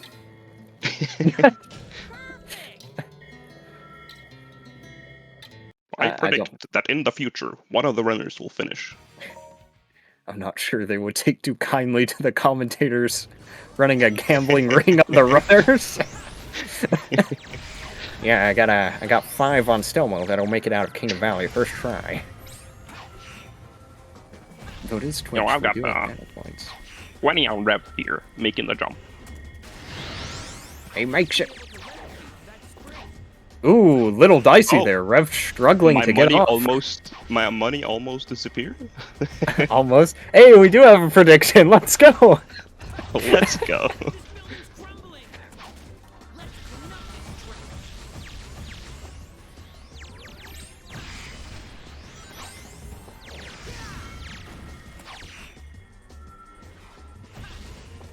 It's always nice to just have some silence and commentary, you know? Just really appreciate the beauty of the gameplay that's happening on stream. Oh, yeah, the beauty of meter management, honestly. Because both of these stages have a lot of it. Like, Silver Story in general, but, like, I think the Section 1 here of the Kingdom Valley really showcases it well. Like, they may be making it look easy, but doing this stuff this consistently, yeah, it's tough. That is one of the nice things. Have the third eye open for it. Absolutely. That is one of the nice things about PO6, though. It's not hard to get into. If you're interested in this game at all, I highly, highly recommend it. But the skill ceiling is massive. Like, legitimately. There's a lot of room to grow. Yeah. If you wanted Sonic Adventure 3, this is as close as you're gonna get. Yes, yes. Is that a charged thing to say on this channel? Are we about to have a war in the Twitch chat? Oh. What have you done? I think we're safe. Okay, good. Okay. It's good. It's good. Speaking of good, Stomo showing off the other way to do combat there. Boost. We've kind of alluded to it, but the action gauge does different things for each character. Tails and Omega use it to fly and hover respectively. Silver uses it for most of his actions. Sonic uses it for his gems. Shadow uses it for his combat. When the gauge is full for Shadow, you can activate Chaos Boost, which turns him all red and gives him a bunch of new abilities. Yeah, so for Chaos Boost, level 1, you can use the Chaos Snap, which almost teleports you to each enemy and makes combat really fast with the homing attack. And for Chaos Boost level 2, you get the upgraded Chaos Lance, which will make ranged combat easier. And then for level 3, you can use the Chaos Blast from Shadow the Hedgehog, and it's also in retail, but it's been significantly buffed here. Yeah, in retail they screwed up the range. I think it was meant to be like 10 or 15 like meters or yards. It's like 2 inches. Yeah, it's a bit shorter than you would expect, not gonna lie. For those who don't use freedom units, that's like 1 centimeter. It's not, that's not how the conversion works, but it's so bad it may as well be. In Project 06, it's a screen clear, essentially. But it takes a lot of meter, and it does have a pretty long animation, so we don't usually see it. Yeah.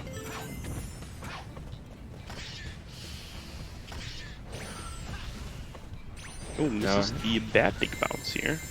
In this section of Silver's Flame Core, you have to bounce off the enemies in order to make it to a spring. Oh, misses it again. But it's kind of tricky to do. You gotta be really precise with your jump. And it's also a lot faster than just going normally. You kind of have to go for it. Rev, you need meter to make this jump. Oh no! Oh no. Yeah, one of the, like, the reason why you want to bounce off of that bird on the right first is because where you physically bounce off the enemy does matter. If you try to just go straight into the second one, you will be barely short of the spring. You gotta, like, jump up right at the top. What? Rev? Rev is taking a break. Did their controller turn off? Controller died on him? Live controller moment? Thank God. Controller moment. Okay. Stelmo's arch nemesis, Kingdom Valley, is here once more. Will it haunt him, Will or will Stelmo he... defeat it? Yeah, will he conquer his demons?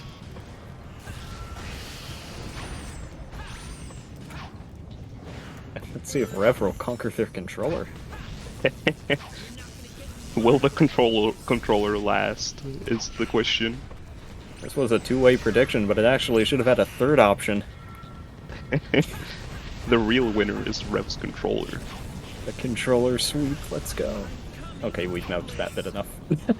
Okay, yeah. Yeah, what else is there to talk about? Flame Core, yes, Section 2. Yes. It's a fine and beautiful segment. Yup. You can defeat the enemies, then open the doors. That really sounded like a hint in some video game. Like Press one of those. the A button to jump. Yeah, like one of those. Defeat Press the it enemy. again to use the homing attack. Defeat the enemies to open the door. It Yes, seems please. that Stelmo handled the first section much better here. Indeed he did. He's already on to Sonic. Now, I don't want to jinx him. I don't want to speak too soon. Speaking of jinxing, looks like Rev... Okay. They got the slope jump. Yeah. Well, I'm gonna jinx him. You can do it, Stelmo. You will do it right now. No, don't jinx Stelmo. He suffered enough. You cannot stop me. You're right. I can't. Yeah, he did. See, I'm a prophet. I can just play good cop. Yes. I will be evil cop. Today, I will commentator's curse. Speaking of, there goes Rev to the flames. That was my true master plan all along. Yeah, that's why we can't just rush that segment. The waves of flame are on kind of a cycle, and then it gets faster the farther in you go.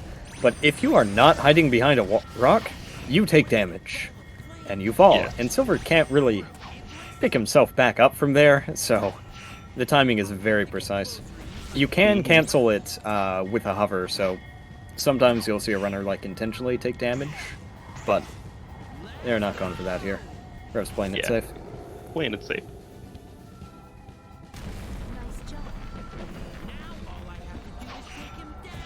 We see Stelmo also moving on to Flame Core.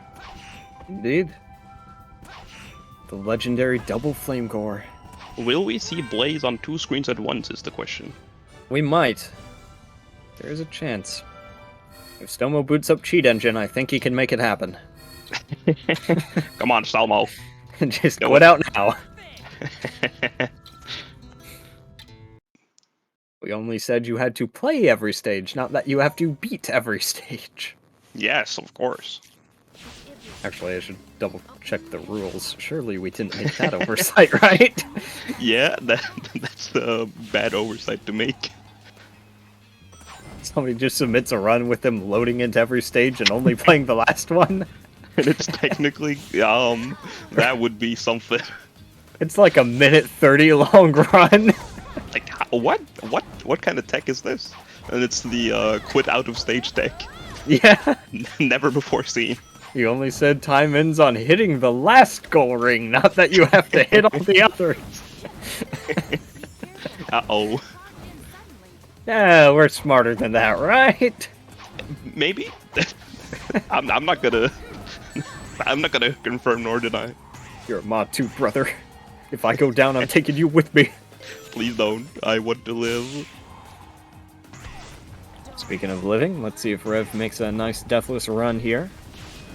Or will they go for IL again? Will they go for the IL strat? Come on, Rev, you can do it. Get the world record. Get a world record right now. Okay. Oh. Yes! Rev's going for world record! Rev is going for the IL. Never before seen! Come on, you can do it. Let's see if it happens.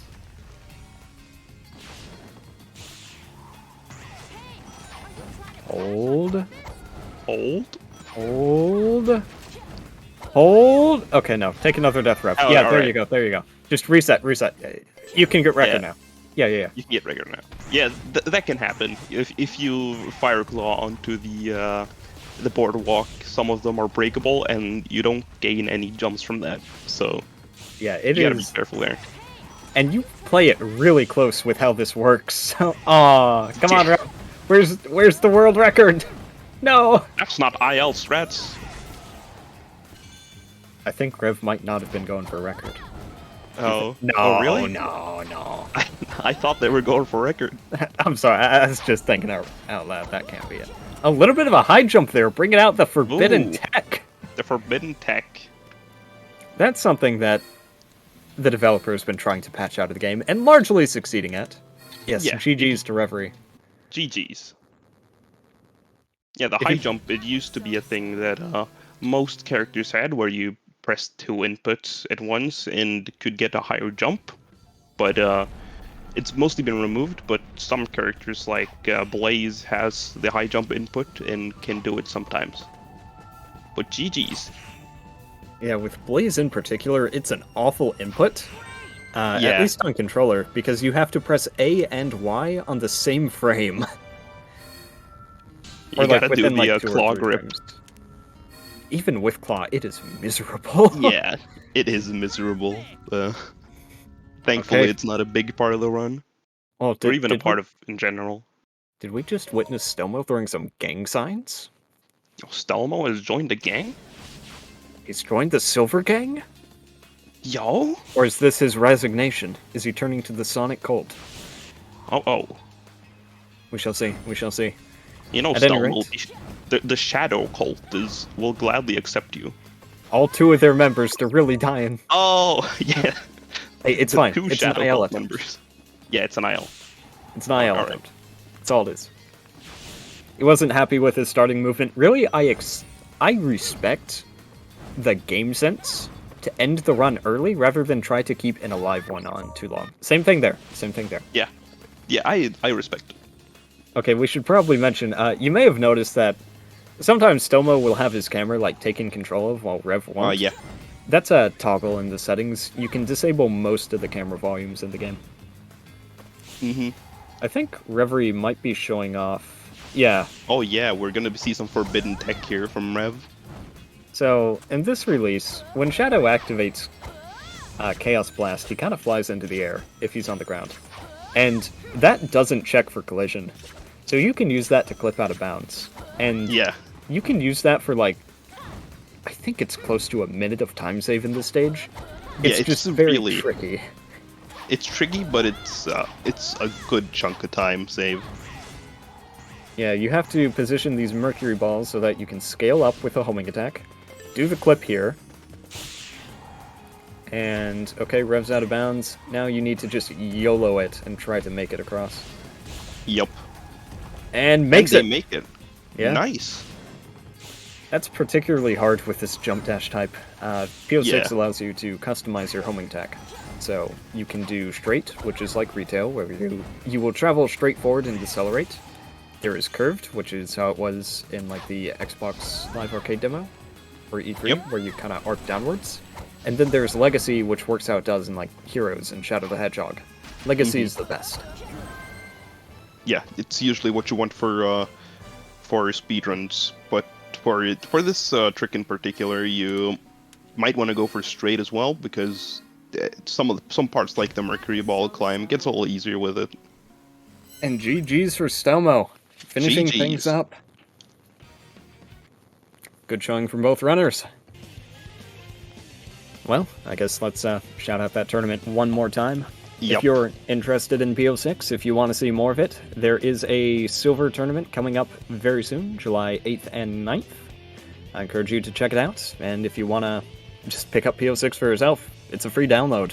Just search up Project 06 on YouTube, Chaos X. Yep. Looks like we may have a short interview with the runners here. Here they come. No way. Hello. That first run, I was on skipless 18 pace. Come on, man. That's pretty cool. I ended up 1921 because I died to the last jump in Blaze Wave Ocean. Oh, nice. What do you mean died? You were just going for the world record attempts, right? Right. I was going for the IL. Okay, good. Yeah, right. I thought I was wrong for a second. Oh man. Well, I hope the people are excited for the silver tourney, and I hope that Rev and I were able to show off something good. for everyone. So everyone should totally be there. What is it? July 7th through 9 or 8 and 9? 8 through 9. 8 through 8 9. through 9th. Yeah, be sure to there check or it be out. square. Check it out.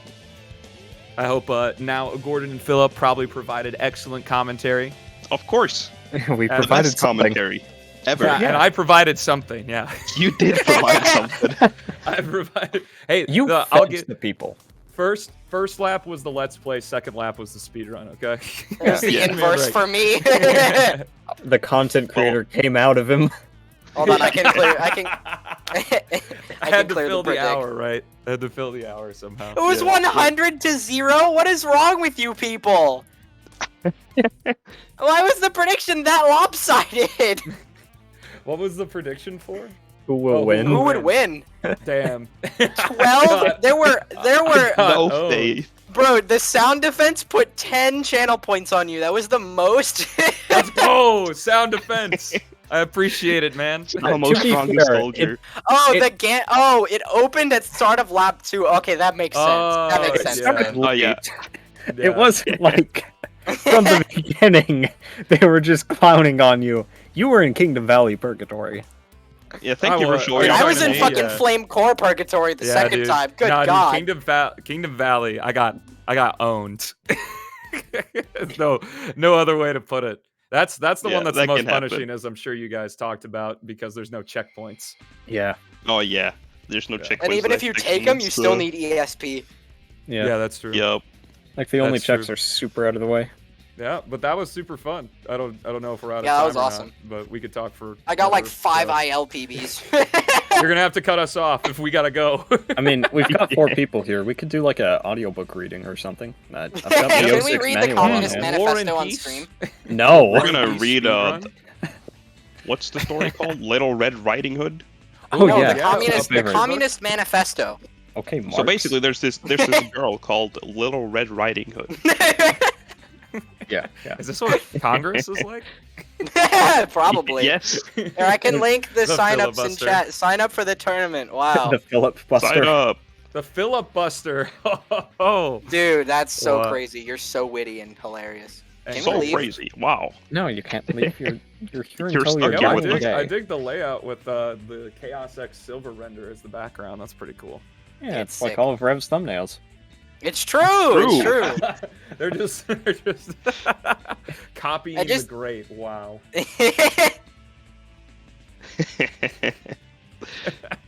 Wow, man. Even in my own Discord, I'm getting owned. Getting roasted. Lol. Ugh, good stuff though. God. Thank you, Is there Say so. anything else to talk about? The next thing up is grand finals of the Hero Story Summit tournament. Aiden Yeah. versus KD4. That's gonna be a fucking sick match. That sounds important. We should all watch it. We should. Yes. We should. Don't They go should put anywhere. Everyone. They should let us commentate that. That would be. Yup, we have a lot of knowledge about that game, I imagine. Yeah. I mean, this I is could Sonic commentate Adventure 3. it. I commentated a few pools matches. No, you got to be one of the runners in it. You're the. Oh you're the right, horse. of course. Yeah, the sudden third entrant. who I will think sweep it Stalmo all. should run it It right just now. becomes a free for all. Yeah. Dude, I can't even run my own game well. I don't know about running it. You fed the people, Stomo. They were Yeah, I yearning got- for Kingdom Valley. I got and you fed GG Smelmo. Nice try. Wait, where? them. Community is In the a Discord. There was an attempt, but we appreciate it nonetheless. Dude, I want to see these people roasting me in the Discord right now. I want you to challenge me to a race and see how well you play. Bet you can't even make it out of Crisis City. Yeah, tell them. Yeah, I want to see it go live every Monday through Friday at 9 a.m. CST, where you play Sonic PO6 every single day and upload to YouTube every single day as Alright, well. Relax. Right. You Good don't one, need to good chill. one. believe we let him just shill Chill. himself that hard. Why Uninterrupted. did none of us talk? We just let that happen, did we? You Can't just believe it. let it happen. You let it happen. I was don't- honestly, I was stunned. I didn't. I was stunned. I was stun locked. Motherfucker stun locked me. That was crazy. Oh my goodness. There's also 2 other categories in Project 06. Well, there's a lot of other categories, but there's 2 other hedgehogs that I'm sure will be showing off as well. So be sure to look those up. There's a whole lot to this game that Chaos put in. Shadow. So, and don't forget, this game's completely free, by the way. Yep. So download it, play it, support it, because it's awesome. Idolize It's really it, even. Make a shrine to it. You know? Idolize it, Make make a a shrine. shrine to Guys, it. we have to get going. Cut us off, All right, Drum. Get us out of Please, here. please. It's not here. Okay. I'll take We questions gotta wrap from the up chat. for real, though. Thank you all. Thank you all for Yeah, watching. thank- And Oh, make oh, sure to check thank you out for Grand watching. Finals. Yes, Yes. please check out the grand finals. Check it out, please.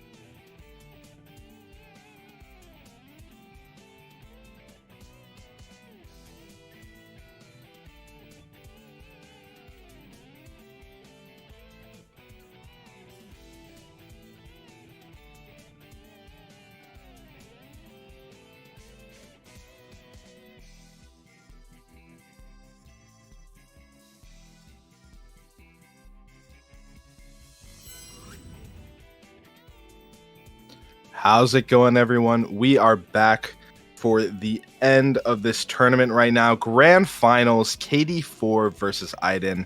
A legendary matchup, to be sure. I am super excited for this match. I'm Don SR, joined here by Soup Superior. How you doing? Dude, I'm super excited. This is like, actually, it's crazy to say that this is like an entire, like, what, 9 months that essentially is kind of like culminated up to this moment. It's 9 months of like 3 different qualifiers, and then this summit of pools, this like 9 days of just the best runners who earned their spot just going out. And here we go. I don't think probably the most fitting ending to this is another Aiden versus Katie match, but it's a little different. Aiden's on the top, Katie's at the bottom. Katie has to win one more game than Aiden does in this best of 5, where Aiden has this advantage to get it. Yeah, since we have winner's side, loser's side, Katie, believe it or not, actually got knocked down to the loser's side. And so, yeah, Aiden has a game lead. As you can see there, if you look at the emblems right above their names, that shows you the amount of games they've won. And yeah, Aiden's going to come in with a game lead. So technically, you would technically consider this as game 2, and Aiden won the first one, if you want to think about it that way. And so Katie is going to have a little bit of ground that she's going to need to make up. If she can win this first match, we'll tie it up and make it into a best of 3, essentially. Yeah, no, 100%. And again, it's a good thing that Katie is feeling a bit in her groove more than normal, because Aiden already, you can tell, is just playing nasty. Had a really good race time versus Deku today, and then also, again, even before that, the intimidation tactic, as he called it before the race began, getting a 21:35 PB before Sacer went live. Actually, it's good to see that both of these runners will be playing pretty well, at least hopefully, as we get started. Although this is the first game, so even say for Aiden, if Aiden gets a little cold, then we have more games than say Katie does to pick it back up.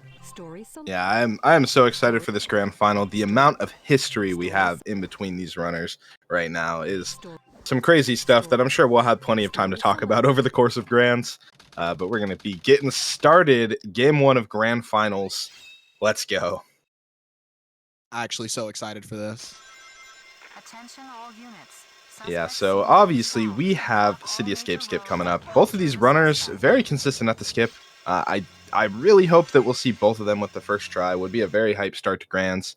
But regardless, I think both runners, if they miss it, will go for the retry, because it's just such a big skip, and you can really miss it a few times before you're even losing time to skip lists. So we'll see how they do this. Yeah, you can lose it about 3 to 4 times, and yeah, no, you are right. This will be a City Escape skip shootout, where if these runners don't hit it the first try, they are going to hit it again. However, that will not be the case for Katie, and it will be for Aiden. You do see Aiden going back to do this again. Aiden, again, both of these runners have been relatively consistent. Aiden actually more so than Katie, which is why it's kind of surprising to see Aiden miss it. But this is actually going to be such a rough start for Aiden to see. Aiden actually, again, going up. This is the 3rd try. Katie having some troubles there, getting under the gate. As Aiden hits 3rd try CE skip, let's go. At least, he's probably going to get more along the lines of a skipless time now, especially since he had to go all the way from the bottom back up to try again. We're probably going to see like a 140 here, I would guess. Maybe a little bit more. And a 119 for Katie. Very nice. Yeah, it is actually going to be a little bit more. Probably about like a mid 140, like 145, 146, I can imagine. Going up against the 119 from Katie, definitely a big disparity to start out, but not unsurmountable. This game of tag is boring. I'm out here. Yeah, and we're going to have an RNG stage right away. So, there could be some big stuff happening here. We just don't know yet. RNG, big swing points of these runs. But first, we have Bigfoot. I always love that Katie movement there where she swings to the left. Very nice. Yeah, it is really cool to see. Aiden actually also does some cool stuff in Bigfoot too. He's does something kind of similar. Hey guy, take care. The nice frame perfect 2139. Very nice. Gonna load into Wild Canyon here and see just what type of pace Katie is on. Ooh, Aiden kind of going to the left too. I didn't realize he did that as well. Yeah, no, we will very likely be seeing the 2139 from Iden as long as these hits go well. It's basically what's going to happen. Stone Tattoo Quartet P1 for KD4. No other free pieces. Armored Carpool P2 with this side of the Stone Statue Quartet. It's a little weird to see. And then Wild Cane Track P3. This set's okay. It's not it's a very interesting set. Yeah, we take those, especially in a race. All right, decent piece 1 here for Iden. This piece is like kind of hard if, you know, he's going to go over here and completely avoid the hint on top because it's not loaded yet. And Iden actually going to be playing this pretty well if he can find out what this piece 3 is. Yeah, and he is gets where it. wind is generated. Kind of hard to grab sometimes as it's the moving one, but yeah, no, Iden grabs it fine. Actually going to save a little bit over Katie, only about a second or two though. Yeah, and every little bit's going to matter for Iden, especially with a 25-second deficit right off the bat. We're going to be heading into prison lane. I wonder if Katie's going to do that rail hop again, because I think she has been doing it, but I don't know. Maybe Grands is more pressure and want to be a little extra safe. Yeah, I'm not sure if she's been doing it today. I know she's like done it in like previous races. She did it like throughout pools, but I actually don't remember her doing it in the race against Deku. But we'll see. I mean, Katie's generally relatively confident in doing it anyway, and even if she does, she might do it a little early. Yeah, and you can do it in a safe way, kind of as Katie did there, where you jump early, and even if you, like, there's no way you're overshooting it, right? At worst, you're just going to land on the elevator and be a little slow. Yeah. So, I think that's a good way to go about it in a tournament setting if you're convinced you want to go for it. And yeah, she ends up getting it. Pretty nice. And Iden going for the ring route here. You love to see this. Like, it's super cool to see that movement at the end, and you forget just how much the speed shoes does for mechs until you see it. And he's able to get all the rings there. Yeah, he's on pretty good pace for the ring route. Very nice stuff from both runners so far.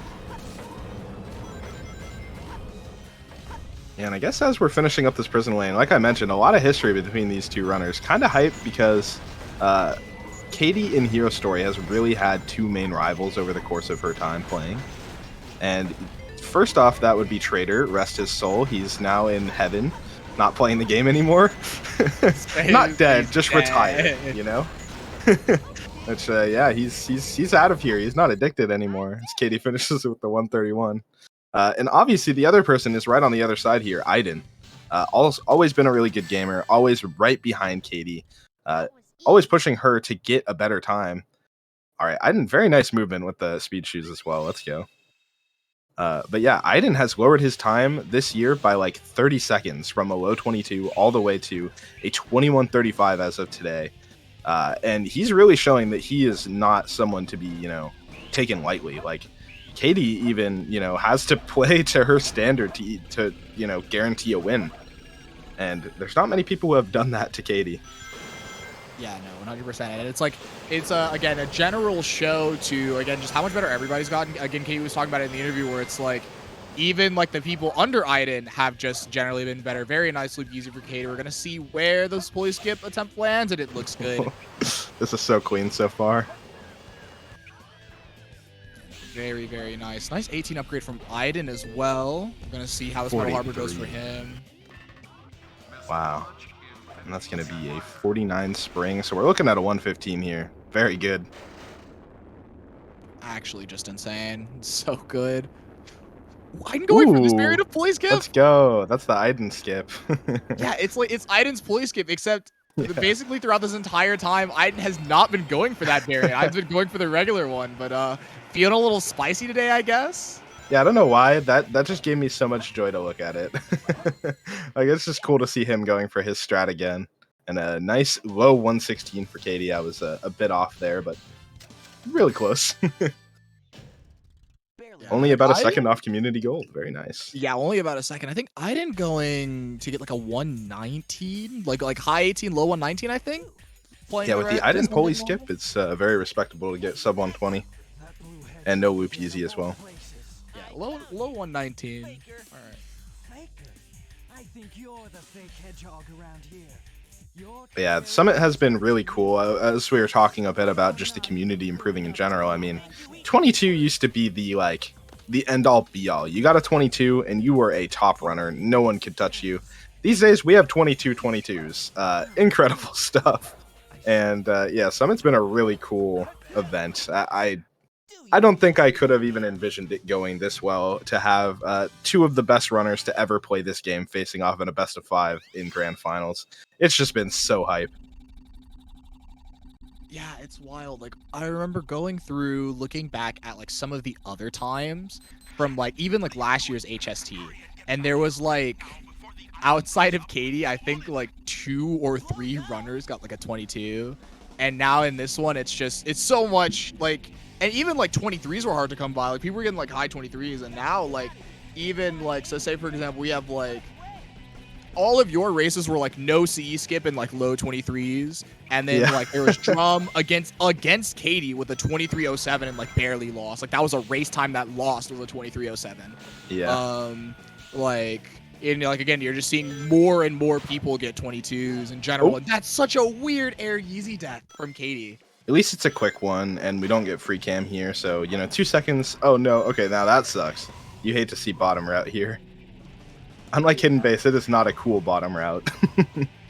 Yeah, sometimes the spring doesn't work either. Like, Katie kind of got lucky there.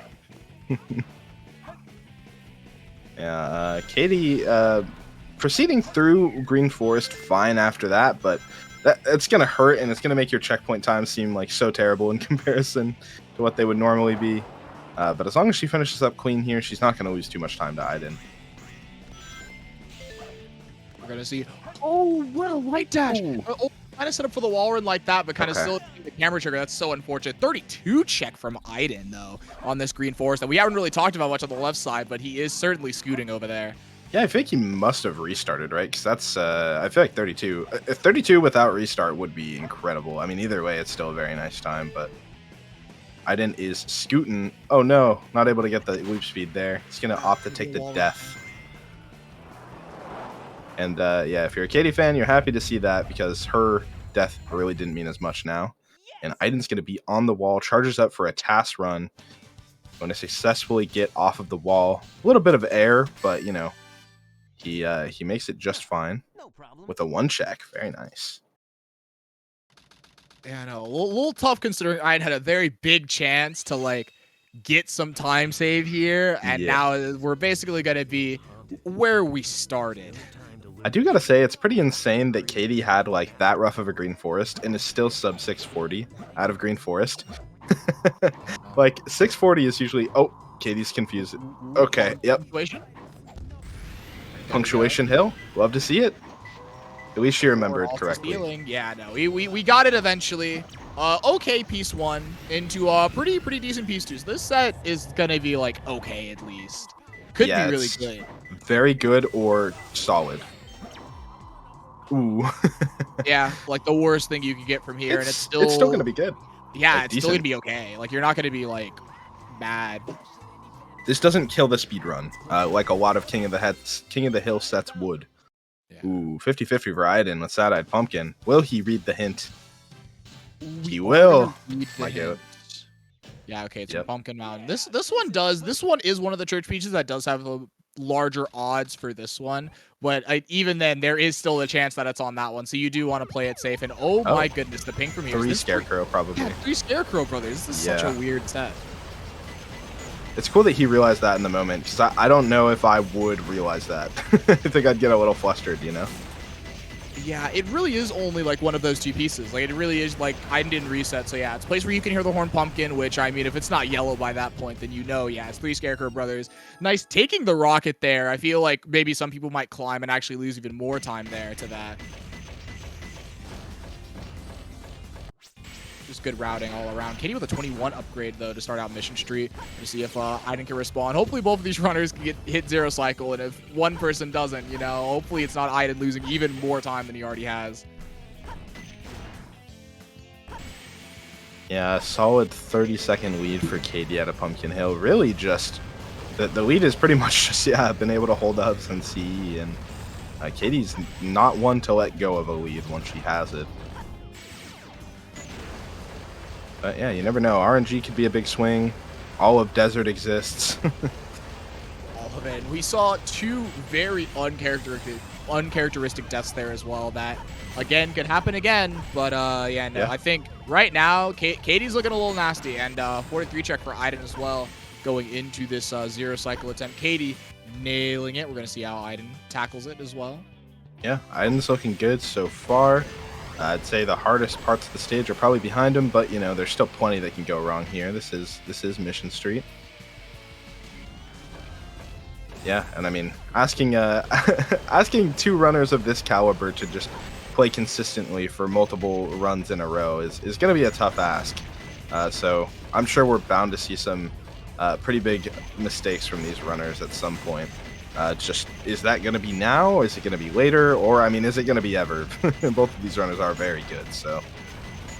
They're both so good. But also, it's SA2. Like, that's the thing. It's just like, it's like these two very strong forces of, like, how good these two are versus also how bad of a game Sonic Adventure 2 is. And they, like, it's just fighting against each other of, allow me to be consistent, and the game just saying, allow me to just screw you over. Yeah, there's always something new to see with this game. That's what I love about it. As we have a 9-18 from Katie here. Very respectable pace. 21 challenge is still alive. Obviously, RNG has something to say about that, but we'll see what Katie gets. Might have seen wooden window, but it's hard to tell. No, I guess not. In an oven. Ooh, and a free piece. Yup, behind a fallen tree. This is actually so nice because it's you can know from the ping it's middle in an oven, and yeah, dig at the bottom of the slope. This set is so good, dude. Oh no. Game said 21 challenge. Here we go with the 939. Aiden with a free piece one. Arguably not even a free piece, but you know, it is what it is. It's still a pretty nice piece. But I doubt we're going to be seeing any set that's similar to what Katie got. Yeah, no, that's nasty. We're going to see under the triangle skull. We're going to check for, yeah, maybe a potential back and forth on the tracks. There's like 3 pieces that you can see in the main room that would be really nice from here, but it's very likely just going to be, yep, a Ghost Room P3, or we are going to monitor clip, and there it goes. Okay, he took his time to get that set up there, and that was a great idea because, you know, that quip there is really, really important when you're traversing across the entire map like that. It saves you a ridiculous amount of time to hit that, so he was taking his time while the monitor was about to go away, and able to turn that set into a pretty decent one, actually. But it is going to be a bit of time loss for Aiden. Yeah, no, the Katie set was just so good. That's just not what you want when you're already 30 seconds behind, and then you lose another 10 seconds going into desert.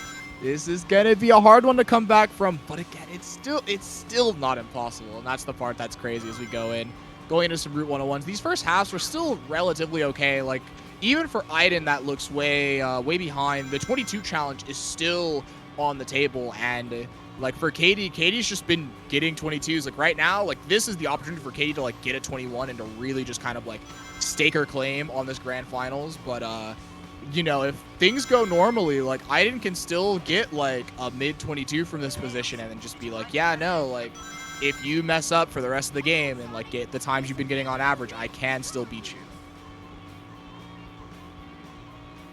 Yeah, and Katie on pace for a 21 here. I mean, oh gosh, like Aiden just, you know, obviously he has the capability to get the 21, but gosh, being able to put up a 21 consistently is quite a force to be reckoned with. If really any parts of your run go wrong, but Katie has the ability to get these ILs that just, even if things do go wrong, she just saves so much time that 21 is still possible, even with those massive deaths in Green Forest, even with some RNG not being the best. Obviously, she did have Aquatic Mine, but yeah, I mean, Katie's just kind of gaming right now. Yeah, definitely expect some more from Desert. 213 Route 101. Now just continuing to just play solid as we get into this, yes, 21 challenge from Katie. Yeah, she's definitely not leaving any potential time on the table right now. Aiden fans definitely wanting to see some slip-ups from Katie here, but she's heading into the second half on a very solid 21 pace.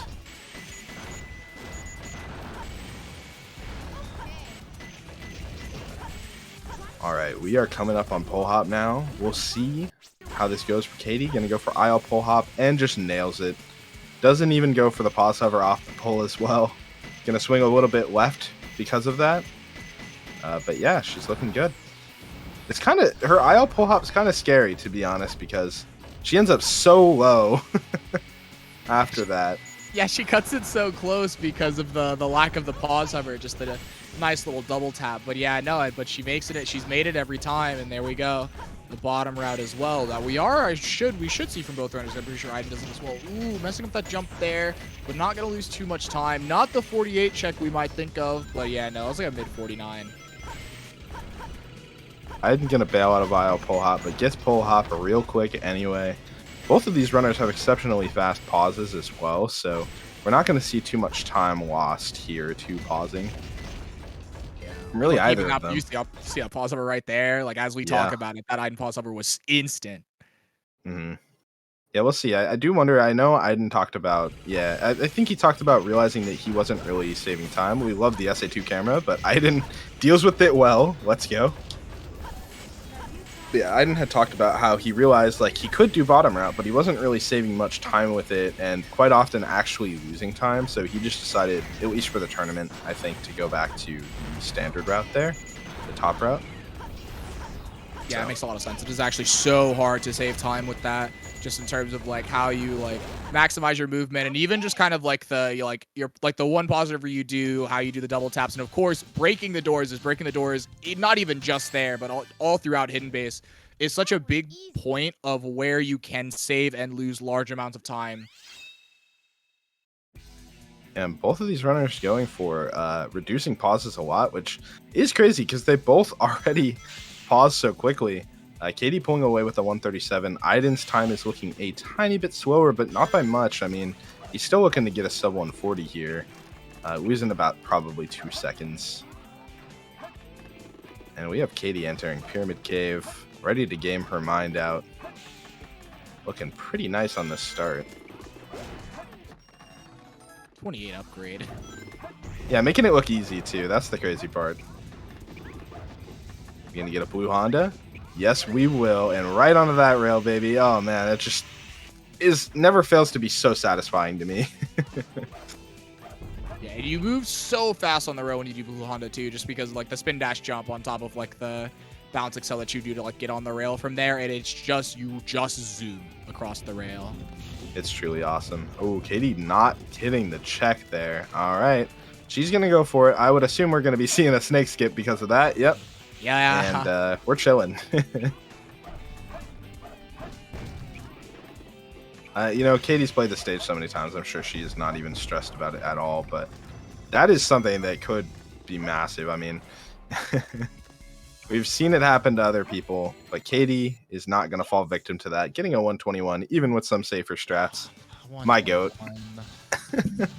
Just nasty. And I mean, Aiden 56 look at pretty similar. This 56 check compared to what I think it was like Katie's 55, like still also just very much on pace to get this nice low 120 time. Gonna see as Katie loads in the death chamber and Aiden goes through the end of Pyramid Cave. Bugs defense with a free roasted keys. We're gonna see, yes, we do indeed ought to die here. We're gonna see if we can reroll a better P1. 4 square pillars actually. Oh my gosh, Aiden finishing with a 122. Oh. How is that time loss? That is time loss. Aiden's losing a second to Katie's Pyramid Cave. Both these two runners are nasty. No matter what happens in this race, please just keep in mind that we have 4 games to play and they're playing like this right now. Yeah, I want everybody to take a moment to just realize what they're witnessing is truly special. As Katie instantly spirals out to get to this green The piece. monitor clip was so good. Oh, I'm sorry to cut you off. I couldn't help but freak out. I know. This is incredible stuff. Like, desert section, when you have runners that are this good, is just too fun to watch. It's a treat. Let's see if Aiden gets lucky. And he does. Instant death strat. Bugs chatting. Okay, I was actually talking about something interesting. Yeah, we're gonna see this. Yeah, he gets this and he's gonna take it took him so long to grab it that he actually is gonna opt to grab the hint. For some of these pieces where he like grabs them instantly, he actually is just like, yeah, just die and read the hint again, you know? Like that's kind of like where his brain is at. He's so low. Yeah, he's gonna opt to gonna opt to die. I would have definitely gone to the water there, but it's kind of weird because you can also get trapped in the M5 area, and you are so screwed if that happens. Oh yeah, there's like especially like without like yeah no you are not. There's like nothing you could do there but die. Yeah. Die, restart. It's just kind of doomed. Dude, did you see that move? Like the movement of like both of these runners. Like whenever I'm watching their movement, I'm just like, man, there's like so much. Like even Aiden with it was a little early, but that like instant spiral that Aiden did there to try to get floating between the flames is just like, man, both of these runners' movement is just crazy clean. Yeah, like definitely, like I was saying, take a moment and admire the fact that you are getting a best of 5 of the 2 best people to ever play the category right now. This is just awesome stuff. They're both playing super well. As Aiden pauses and takes a moment to laugh about it. Great stuff. And Katie, oh my gosh, great egg golem. She's gonna go for the fast hit, you know it. Oh yeah, of course. Never mind. Oh. Whoa! Okay. I think what happened enemy. was there, yeah, because Katie got like kind of like popped up by the armors you saw, Katie was definitely just gonna go try to get for a spin dash jump. But then it was like weird, like she got like a bounce. Oh, we did get the frame perfect, so now she can move also in the result screen. But yeah, no, it was actually crazy to see what happened on that egg goal. It was like weird. It got like a super bounce off like the side, and then still couldn't even homing attack the top because egg golem's just such a stupid boss. The enemy. The enemy. Aiden starting off strong against Egg Golem as well. Can he go 3 for 3 on these hits? There you go. Very clean from both runners. I don't know if Aiden goes for the fast last hit. I don't think so, but we'll see. Nope. Gonna go nice and consistent. Still gonna be getting a very nice time. Oh, I thought Katie was getting out there, but looks like we're gonna be taking a second try. Now, Aiden heading up into space. Katie's lead is just so... Katie's league is so big right now. It's hard to imagine. I mean, it's not hard to imagine at all. There's actually many ways that this could be swung back, but I do think that for the most part, like Katie is just in control right now. We have like Meteor Herd, but Meteor Herd is not going to give us a nice 45-second deficit. But I mean, you know, maybe it could help if Aiden hits the Quan right now and then maybe gets like 20 seconds better, you know? At least we get a little bit at a time. And as we lead up to it... There it is. That's a start. And we know that Aiden can get a credible Eternal Engine time. He absolutely knows how to. I don't know if it's current or former, but Aiden definitely held the world record in the stage at some point. Yeah, it is current. Aiden and Katie are number 1 and 2 on the leaderboard for this stage, and it is not very different than its story style counterparts. So definitely keep note of that. These runners are good at the stage. Oh man, okay. Very much pushing the pushing that last bit of the out of bounds there. Very a little scary, but obviously Katie 126 with the second attempt. It'll be fine. Aiden definitely gonna save a little bit of time as long as we can hit this goal ring properly, and Katie is going to load into Meteor Herd. Yeah, if you're an Aiden fan right now, you're watching this with bated breath because yeah, like Soup said, that Quan is gonna help a bit. It's gonna help bring Aiden back into it, but the Meteor Herd RNG is gonna also play a big part in that. So this is really where we'll see if you know, there's a world where Aiden can come back. And Katie getting some pretty rough RNG so far. All right, what's the Aiden RNG looking like?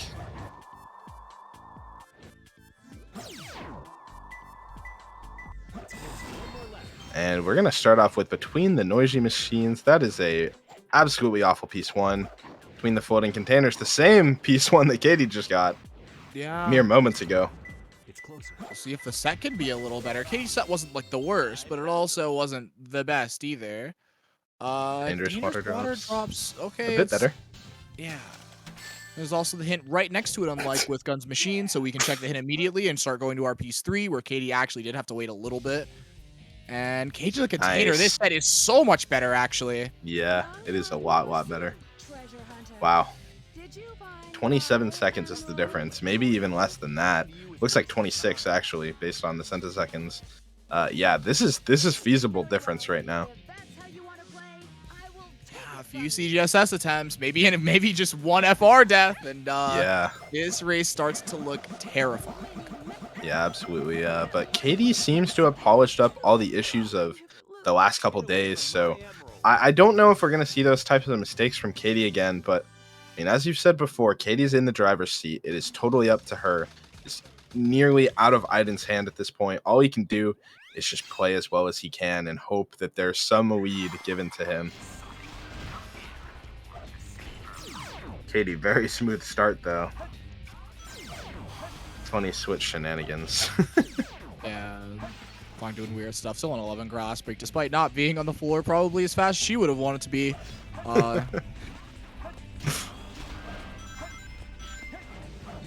Oh man, she is moving right now. No checkpoint. Gonna go back for that. No. Yeah, very evil checkpoint going on right there. Katie's gonna be going for bad cam ledge jump, and she is out of bounds. But can she nail the goal ring here? Let's see. And we're looking pretty good. Oh, okay. A little high, but very much fine. Okay. That was terrifying, but we made it with the 49. Katie's not going to be happy about that time, but she is going to be happy with the fact that she got it first try. That's what matters. No problem. But actually, is it out is of gonna bounds with open the free door cam. for Aiden a little bit, though. Yeah. I mean, let's see. So we're going into Eggman 2, a boss that, I mean, it can. Like, you know, at this point, we're just grasping. We're coping. We are but I mean, coping. it can do it. If you're an Aiden fan or a fan of a really close race, then you are coping. But, you know, there's plenty that can go wrong. Very nice time from 14-19, Katie. by the way. Nice 14-19. Yeah, that is only about a 10th off of community gold. Very nice. I'm going to go for the same strat and mess it up a little bit, but, you know, this might actually be recoverable. Oh, yeah, This no, looks actually is good. fine. Yeah, no, this actually is like, what, like a 15? Yeah, 15-27. Gonna lose a second to Katie, but I mean, in the grand scheme of things, like, he's gonna need a lot more than a second to actually come back here. Oh, that is a bit of it. Ooh. Uh-oh. Uh-oh. What's going on here? Gonna still go for the IO rails. Katie is insane with it. Yeah.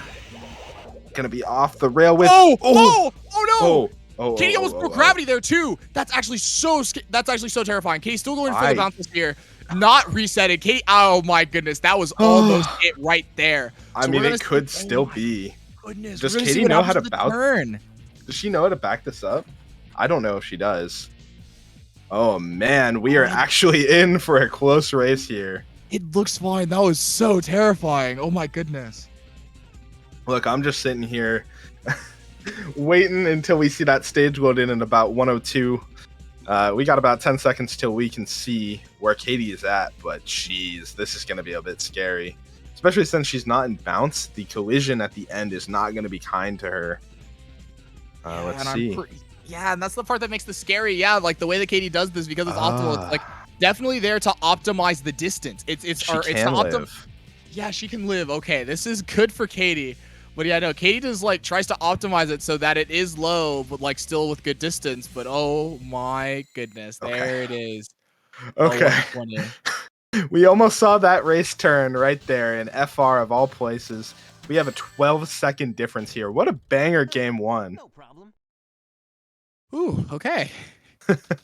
You know, Shadow 2 does still exist. A difference of 12 seconds might not be enough, but hopefully Katie can bring it home here.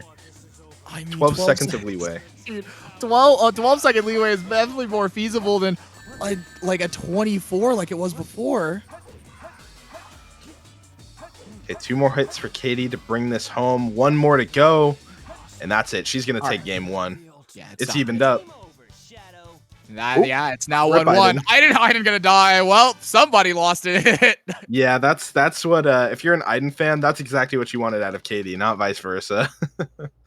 Unfortunate. But yeah, sucks that Katie lost the 21 there, but still a very respectable time. 21 pace into the FR. That is a 22-33 for Aiden with the death in Shadow 2. I hope you guys are I hope that race got you excited for the rest of this and how close and back and forth this could be with Aiden almost coming back and winning that, and also with how well Katie's playing right now. Guys, get ready. we have multiple games of this. Yeah, we basically got the reset now, right? Because Aiden came in with a game lead. Katie took a game. We're basically at just a full even best of 3 from here. So whoever can take 2 games from here, that's it. That's the tournament. Yeah, no, that's the 1-1. They've both beaten each other once now. So now it is up, like it's even again. Yeah, I'm super excited to see the rest of this because both of these runners are gaming out of their minds, and I hope that they can really keep it together and keep up this energy for the entire grand finals. It'd be a really great series if so. Absolutely fantastic.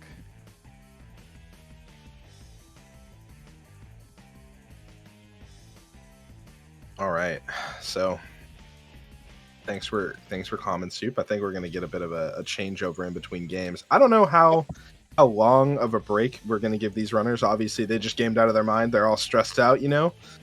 So they're gonna get a little bit of time. But yeah, we will be back in a bit.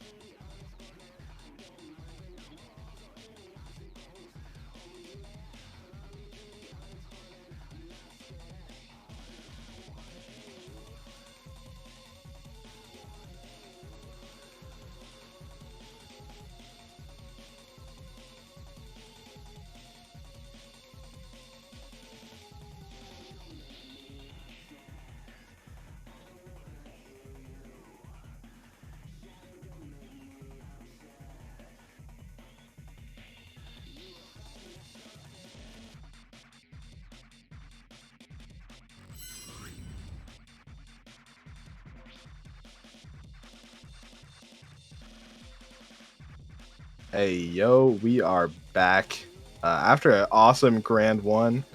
Don't know what's going on in the chat. Y'all going a little bit crazy, but we're having a good time out here. Yeah. It's a good race. We should probably take it a little easy with the copy pastas, man. I mean, like it's definitely a bit much, and I mean, like just for the mods, like it's a lot of extra work for them. I mean, some of these guys are already British. I mean, they have it harder enough. You don't have to add insult to injury. Thank you.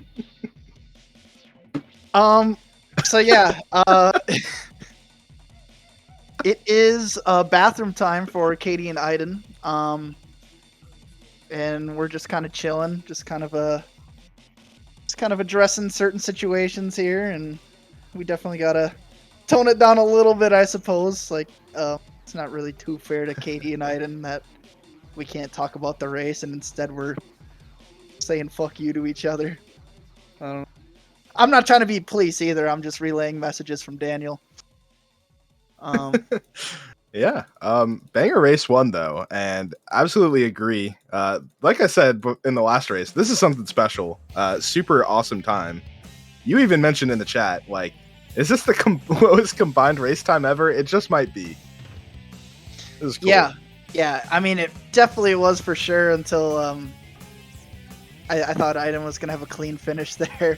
So it could have been even lower if it wasn't for Shadow 2 doing his funny things. But oh well.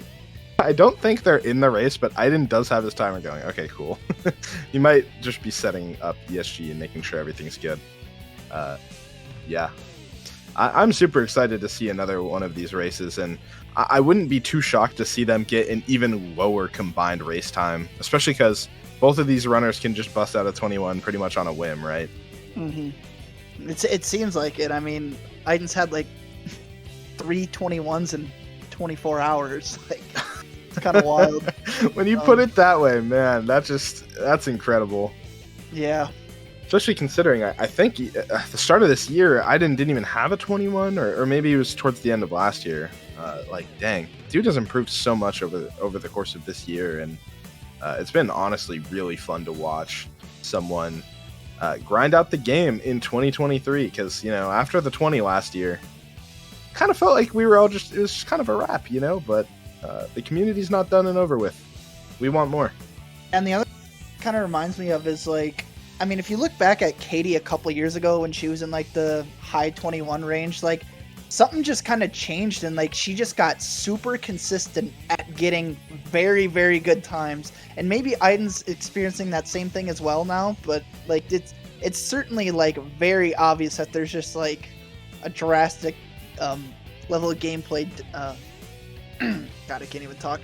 Just a drastic difference in like both skill and just consistency. And I don't know how they do it. I would have loved to have that, but I never awoke in that side of me. So yeah, the crazy part about speedrunning and just improving really at anything in general is there's a long time where you have those plateaus of like, man, I am not improving, despite putting, in this case, thousands of hours in, and you really feel as though your improvement is so marginal. And then all of a sudden you have that big jump, that spike where you're like, wait, I am exactly as good as I've wanted to be for so long now. And you just reach that peak in improvement. And it feels as though Iden is going through that right now. And Katie's trying to return to that flow state, that jam of just being in sync with the characters, being the best player that you can be. And so Iden is actually challenging Katie, pushing her to go to that point where not a lot of runners have really ever been able to do that in a tournament. Yeah, and it's Pretty just sick. like, yeah, and it's different for everyone how they break that barrier. Sometimes it's just a mental thing. Sometimes it's from playing other games. It's really never like clear, like what actually wakes someone up. But it's definitely different for everyone. But yeah, like we've been talking about, Iden is very much there. I think that this is by far. This is going to be by far the greatest grand finals we've seen, just in terms of talent. Like, I don't know. It's crazy. Like, Iden should have had like a 22-17, I think, if that fight would have gone clean. And like, I can't imagine someone losing a race with a 22-17. But had to be to Katie, of course. Yeah. Yeah, I mean, we've seen a lot of great grand finals. Like last year, we saw Katie dominating the competition, Aura putting up a good fight, but just not really being able to, fight Katie when she was just at her best. And the year before, you got me and Aura, very good match, but I don't really think either of us were at the top of the top at the time. Obviously Katie wasn't even in that tournament, so it's kind of weird. And yeah, I mean, this grand finals, I don't think we've ever seen anything like it, where we have your queen number 1 and your queen number 2 just playing at some of the peak of their abilities and showing up on the day. It's a treat. Like, genuinely, when I say enjoy this moment, this is truly a special series. So we got plenty more in store. Make sure to not miss a moment of it. Yeah, and if you look back at last year's tournament, Katie didn't lose a single game. Not in bracket, not in pools, never. And like there's certainly been a jump in not just Aiden but many runners as well, and like you can just see it showing off because she's obviously had a harder time, you know, getting wins, and you know, it's great to see because I think a lot of us just thought, you know, Katie was going to roll right through this, but you know, here she was on the loser side of the bracket even, and lost a pools match, I believe. And so this is definitely been more interesting than I thought. So I'm loving it. And like you said, just enjoy it. Yeah, definitely. I think Katie was going to go with the normal strategy of just, hey, like, I'm going to show up and play the game, and I'm just better than everyone, so I'll win. And that doesn't work anymore. Aiden is really good. A lot of other runners have improved. It looks like we're getting off Katie a bit of a delay, but yeah, that's that's all the right. Manitoba delay.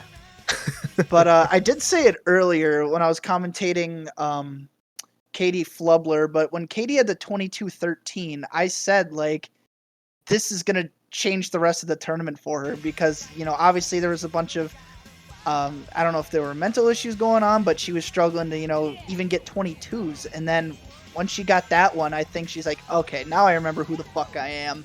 And we're seeing it. We are very much seeing it. She's back. Yeah, sometimes you need that wake-up call of like, oh yeah, I'm really sick at this game. And sometimes you just got to get that reminder. And both of these runners, I hope they both know they're sick. Ooh, Katie's going to be missing the first try. So will Aiden. Aug. I mean, at least they both missed. Oh, Ooh, Katie what's having happening? no sort of timing issues here, and I would never thought those runners would be synced up going back up for second try. Oh my god. Hey, this skip sucks. Everyone on this one can agree, I'm sure. Skip is really dumb. And Aiden hits it like fourth try. Katie's also going to get it. Sixth try. Wow, here we are talking about how great these two runners are, potentially the two best to ever play the fucking game, and we got to combine 10 tries on CE. Hey, I mean, like if I said, that's this not skip the sucks. commentator's curse of all time, I don't know what it is.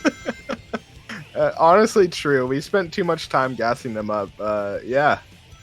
But you know what? This game is difficult. Like Soup said, I mean, it doesn't matter who you are. This game, it's going to knock you down so many times, and the best of the best can just get back up and get back on it with a clean moonwalk from both. Awesome. We're only 2 seconds apart out of there, at least. So yeah, 145, 143. These runners suck. Forget everything I said. Those are some really good skipless times right there. Honestly, a 145 with how many? I don't even know how many tries she took. I think it was 5 or 6. I don't know. And Aiden was, well, it was weird because Aiden actually had like a couple attempts. Like he had the oops, and Katie just couldn't get on the ramp. So that was just, I don't know. Yeah, Katie couldn't hit the inputs, and Aiden couldn't get the inputs off at the right part of the ramp, making for some really interesting. And they're probably both thinking, "Oh, great, I'm losing by 25 seconds." Yeah, when in fact it's like 2 to 3 seconds. That's really it. What a stage. Yeah, it's crazy that is the start of every single race in this category. Is that stage. Such a game changer. And Katie's going to be getting a pretty nice set here, actually able to see that free piece.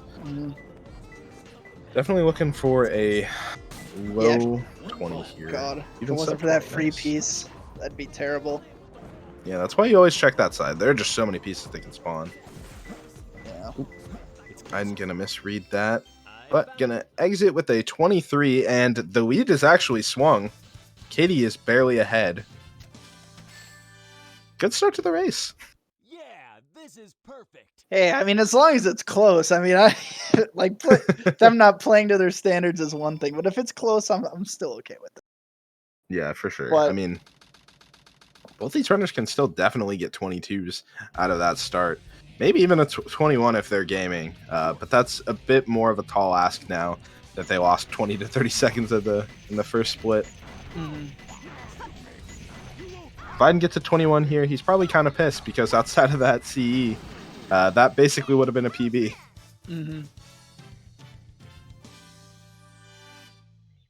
All right, Prison Lane. I expect both of these runners to play this real well. Katie's been going for the rail hop. Aiden has not, so we'll see how that looks for Katie here. Just gonna nail it. Good stuff. Yeah, I kind of anticipate, at least for the earlier game, that they're going to be even more focused, already having lost tons of time on both sides to a CE. So they're probably thinking, okay, you know, we can't really make a ton more mistakes. Like, I know who I'm going up against. They can both say that. It's a tough match either way you look at it. So, I mean, they know it has to be done. And wow, Aiden did pull that off. I thought the gate was too low, but does find a way to make it work. So. Yeah, that was really tight there. Able to bring it back. It's pretty interesting because Katie goes for the rail hop and Aiden goes for the ring route. So it ends up where both runners sort of have time swings in different parts of the stage. The question is if Aiden can make the rest of the stage fast enough that can make up for it, right? And he's on a good track for the ring route right now, and also pretty good time as well. Katie very clean. Is that going to be a sub 130? Yeah, well, wow. Nice. Yeah, it's crazy to see a 2x in your time for prison. I can't believe that. Because I mean, Aiden's gonna have a sick time too, but still losing almost 2 seconds. Yeah, I mean, like, a 130 is so respectable. I think, yeah, I didn't actually just frame tied my gold, and, you know, that I can tell you that's certainly not a gold for him. That is easily the best combined prison lanes we've ever seen in a race. This is true. There's this has no got to doubt. be true. There's no doubt. I wonder if we'll ever see a sub 3 combined. That was really close. Yeah. Must have been like a 301. All right, Metal Harbor. Katie gonna go for loop easy, missing it. At least not too big of a time loss there. But it is some room for Aiden, considering that we are less than 2 seconds apart. Ooh. Katie gonna cut that birthday gap so much. Yeah. Kind of scary. Yeah, it's always scarier when it's like not you doing it. Like, it's just too hard to trust. Yeah. But Katie knows exactly how hard she can push that, having done it so many times. Aiden with the Aiden pulley skip, you love to see it. Aiden has always been the runner who's just found, like, not necessarily that he found it, but just known for just doing so many, like, I guess, slower, consistent strats, but, like, still finds a way to do them fast, if that makes sense.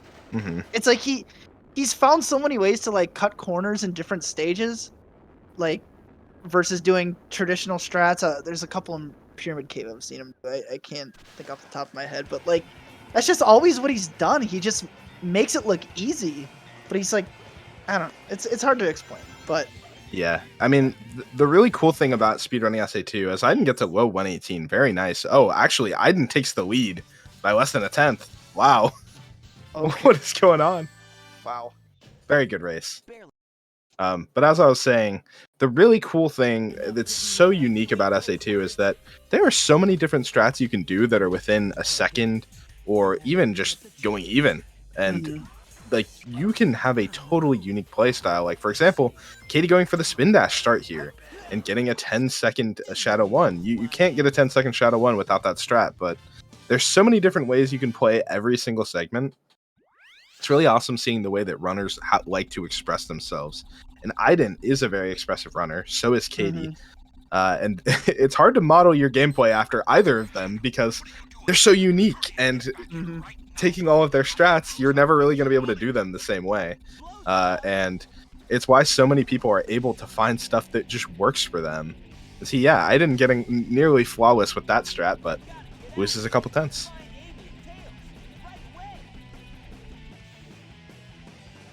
Very sick game. I mean, speaking of unique strats, Katie has some that she's going to be doing in a stage that's pretty unique to her as well. Like, I doubt she's going to LSBA, but we do have the skewed grav wall run. That thing is always really cool to watch. And yeah, I mean, Green Forest is going to be a really big swing point. Last race, both of these runners sort of had a rough Green Forest, and it didn't really end up accounting for much. But you know, if one of them nailed it and the other failed it, then that can actually be a really big deal, and we can see that happen in this race here. Yeah, Really Green big Force swing is the point. one stage I really haven't seen any like insane times in so far this tournament. At least just from what I've seen, but I mean that's just the kind of stage it is. It's tough. I would love to see Katie throw down a sub 110, but you can't really expect that in a tournament race. But Yeah, I think on this sort of pace, Katie's not going to be able to throw down a sub 110. She's going to get a 1 check, though, which is really nice. We're probably going to see a mid 110 here. Unfortunate. Yeah. Still very respectable time, but, Katie's probably not too happy with it. ooh, does get Air Jordan against Flubler. She didn't even go for that, and then failed it against Deku. So. Oh, that's so unfortunate. Oh no.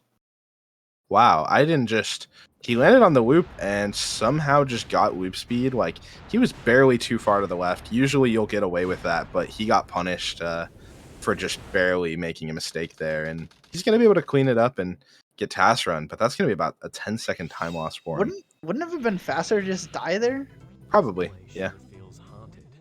Or, like, you could even do the Matt Merps and try to reset up the wall run, you know? Oh, Matt has a very special brain. He had so many ideas about this game. It was interesting to watch him play.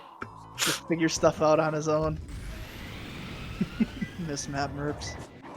Yeah. Yeah, Aiden losing a lot of time to Katie. So Katie having the first double-digit second lead of this match. What was it? Sleep with the Dead. Yeah, let's see what this last piece is. Sad-Eyed Pumpkin all the way across the world. Oh, yeah. Well, oh, no, this is not confirmed. I know with Lonely Tombstone that it confirms Sad-Eyed, I believe it is. But that was Sleep with the Dead. Different type of Tombstone. Yeah, you got me on those confirmed sets. The few I knew, I don't know anymore, so... Real easy to forget. Yeah, that's why I got my sheet. I can kind of remember them, you know? I'm like, oh, I think that's confirmed. And then I look and I'm like, oh, yeah, it is. So what did Katie get? Like a 42? Yeah, pretty bleh time. Not going to be super happy with that. Aiden's still going to save a little bit of time here. Katie's going to be watching a bit of cutscenes here. And the reason for that is that Aiden's ESG didn't work. So Katie's just been building up a RTA lead. So she's just chilling. It does make sense. Man, I haven't seen this cutscene in so long. It's just easier to not even do ESG, man. Yeah. But, I mean, I guess it does make sense since they have to play, like, potentially 5 matches. Or 4, sorry. 4's the max, given and the I think game both lead. of these... Yeah, exactly. 4 matches, I mean, it's going to take a long time, especially if they want breaks in between. Which both of these runners seem like they really took a short break. But we'll see as the stress builds. Oh my god, I mean, I'll never forget HST23 when... Oh, yeah. I mean, you had to play, like, 10 games straight. I commentated 10 matches straight, and my throat was just done, and everyone was just done with SA2 for a few days after that. We were so burnt. And now we break it up a lot better. Yes, absolutely. I like to say we have Sacer labor laws now. Yeah. Went on strike after HST21. Oh my god, I think we did like... Oh, Aiden still gets it. I think we did top 16 all in one day. Yeah, like it was... that. We were still very new to the process, and things are a lot better. I mean, even Katie's playing a lot of matches today, but it's still much better than it used to be. Yeah. But yeah, we'll have to see how the rest of this shakes out. I mean, Katie's looking on decent track to just hit it up with a quick 3-0, but I'm sure Aiden's going to have more to say about it than just leaving it at that. I mean, definitely honestly, feel like Aiden's going to take a game, but yeah. There's only this opportunity and next one potentially if Katie keeps rolling, so... Yeah. Oh, half second. Look at his... That was pretty confusing. That is a face of depression right there. Oh man, I don't think I've ever seen Aiden make that face. It's just a funny video game, man. It is a funny video game for sure. This stage definitely could have been an email. Shout out to Melters. Yeah, that was, oh my god, one of the greatest tweets ever. Sometimes Melters just says things. Melters does say a lot of words really good and really interesting in great ways. If only he was here to give us a Massachusetts fact. Yeah. But yeah, I mean, Aiden's definitely kicking himself on that. It's just like, of all the spots to lose time, it's, you know, the routine Mission Street. It sucks to see, but Katie's going to, after losing a bit of her lead, gaining some back here. Going to be about 20-second lead for Katie now. Yeah, it's kind of crazy looking at these paces because I'm just sort of realizing and thinking about it. Like, if you just knock like 20 to 30 seconds off this time, they're on a pretty nice pace, actually. Like, the run has been good outside of that city escape. Katie's getting really unlucky, though. Oh, but now here comes a banger set. Everyone stay tuned. Ooh, maybe. Oh, okay. I didn't even see 3 fans. Never mind. Yeah, this is good. Aiden also getting rolled right away. Strong looking green ping here, though. Sign number 2. That was going to be a little bit better, but whatever. Yeah, we really don't like entrance to the abyss, though. Ooh, interesting set for Aiden. Yeah, that is really interesting, actually. I don't think I've ever seen that. Aiden having trouble with the hints right now, though. Like, definitely holding him up quite a while. Chase is full. I feel like it was pretty obvious that was going to be a ghost room piece, but still, I guess safer to check. Yeah. Yeah, might be smart to go over there and wall run, but, you know, it is what it is. Yeah, so Aiden losing more time. Katie's lead's got to be... Yeah, 22 seconds. Nearly 23. Well, now it's going to be 30 seconds, I believe, right? Oh, no. Okay. So, yeah, I keep forgetting that Aiden got half cycle. Oh, yeah. Cycle. That was kind of throwing my times off. This is true. All right. Both really great runners at Route 101 here. You know, sometimes this stage can be boring to watch, but they're both very good at it, so it's kind of interesting to see how tight they can take their lines. Mm-hmm. I'm mentally preparing myself for Desert again, because if it's anything like last time, oh man, it's just watching these 2 runners in Desert is just eye candy. Like, both of them got sub 140 hidden base last time. Then they both got low 120 pyramid caves. It's just like, stuff of dreams. Yeah, and that was probably the best combined pyramid cave we've ever seen too. This is true. Maybe even hidden base. I wouldn't be shocked with a 137 and a 139. Mm-hmm. But yeah, let's see if we can keep breaking those records in this race, because like, what is going on? They're just gaming. And I'm definitely glad that they both woke up on the day ready to play and play well. Mm-hmm. Not easy to do very consistently. I mean, this is Katie's, like, what, 4th Hero Story run of the day, no reset? Yeah, it's a lot. Yeah, even when we break it down more than we used to, it is still a lot of Sonic. Yeah, the best of 5, especially when you don't know how many games it's going to be, it's just so menacing, because especially watching Katie here, like, from her end, she wants to win 3 games, but that means you're playing at least 4 more races, you know? Yeah. Like, you gotta play at least 3 to 4. It's a lot. Yeah, the real incentive to win all your matches in the grand finals is that so you don't have to play more. It's like, oh no, I just lost, so that means we at least got to do 1 more than I expected. Yeah, and I'm sure Katie wants to win this. You know, Katie wins the series in 4. You know, would make sense with her namesake, and would also mean she got a 3-0. So, be pretty cool. And Katie again, no pause hover off of this. Gonna go a little less far to the left this time to preserve a bit more height. Wow, that's crazy that she was dropping her hover there. That was kind of scary. Yeah, she's doing all kinds of scary stuff, but it just keeps working. Yeah, I mean, she knows what she's doing. I definitely will not doubt her, but especially there, it's a massive time loss if anything happens. So 48 check, very nice. Hopefully she gives us a clean last section because she's one of the few people that do it with no pause hovers. So it's really smooth to see. Hopefully we can get that. Aiden bailing out a pole hop. I didn't really see what happened. He got on, but then I guess just didn't have the height or something. So redirects himself to Axel. Okay, here we go. Let's see if Katie does it. It's nice and clean. No pause hovers. Very nice. Yeah.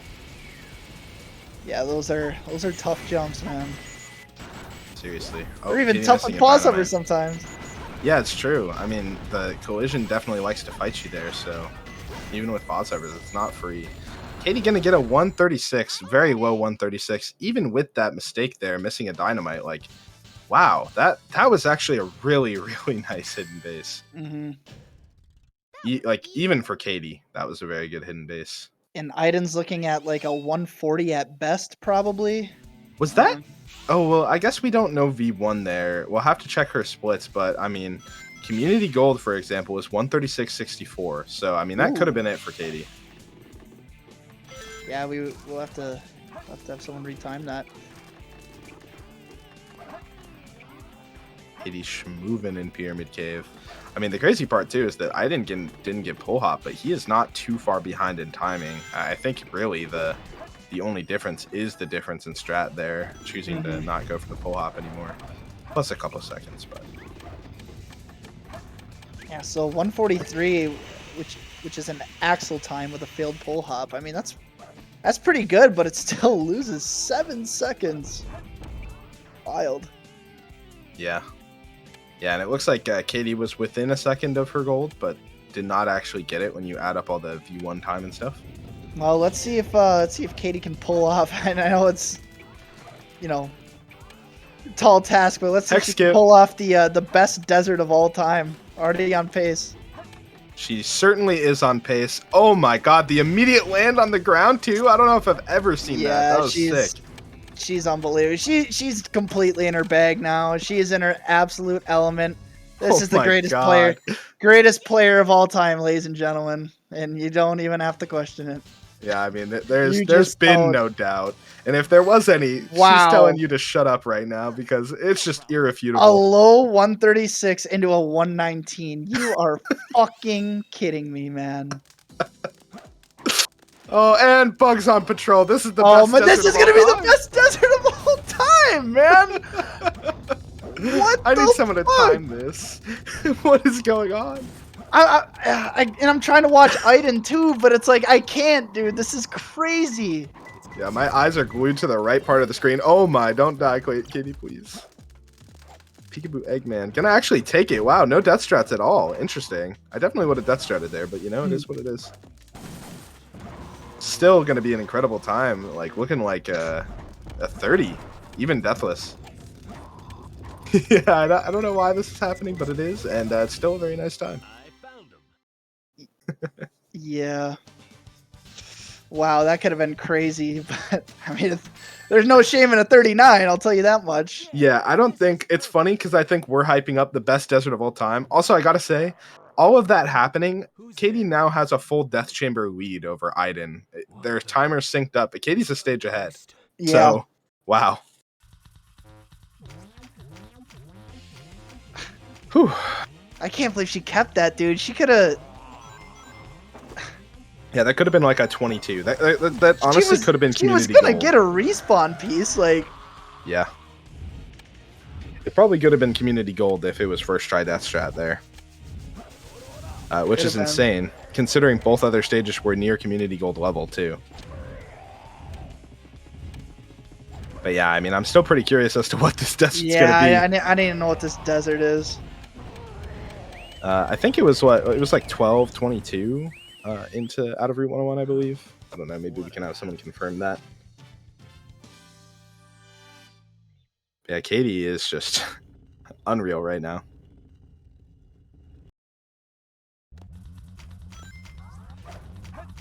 Aiden gonna take the death. Unfortunate desert here for Aiden. Is she gonna She Oh my nailed all God. 3, dude. What is going on? She fucking nailed all 3. Alright. What Dude. the hell did we just see? I know. We just saw the best desert ever. Was Are that you a 440 desert? Are you actually kidding me? Wow. This is still 21 pace. Even with a skip with CE time. Like, what?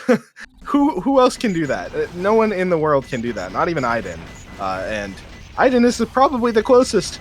So, I don't know. I think it's doomed for the rest of us, everybody. KD4 is in her bag right now. I can't believe that. That is... and she's just like, whatever. Like, she's just kind of playing. She's not, like, overreacting. I'm overreacting. A lot of us are. Yeah, I just... Like I said, we're watching something special. Enjoy this moment while you're in it, because it's not going to last forever. A 4-3X. Wow. Wow. 439.99? Is that actually the number? That's kind of hype. Yeah, I mean, it doesn't get much better than that. It really doesn't.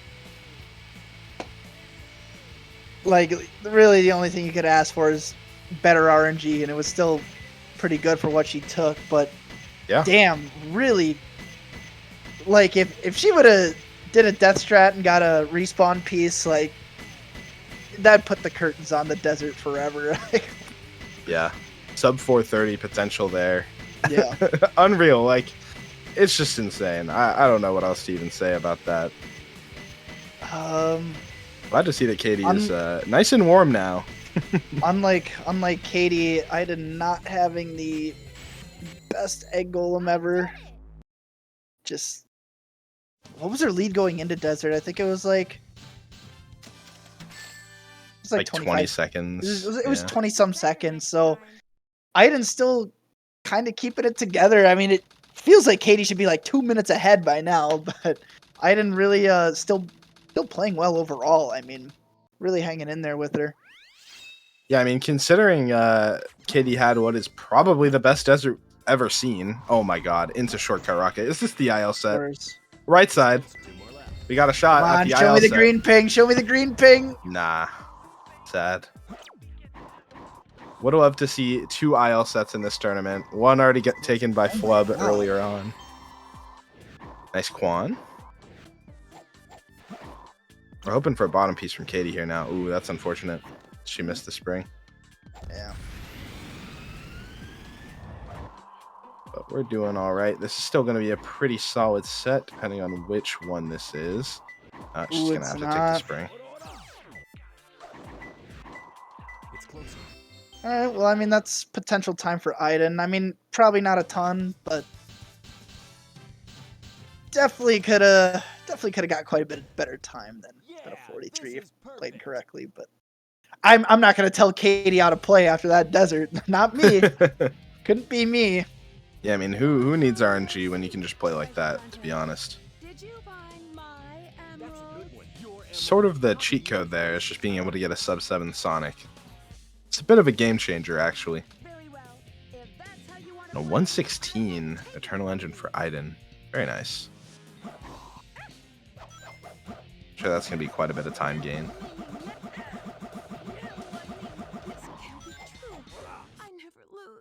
Yeah, that was a chunky save there, looking at the deficit, but...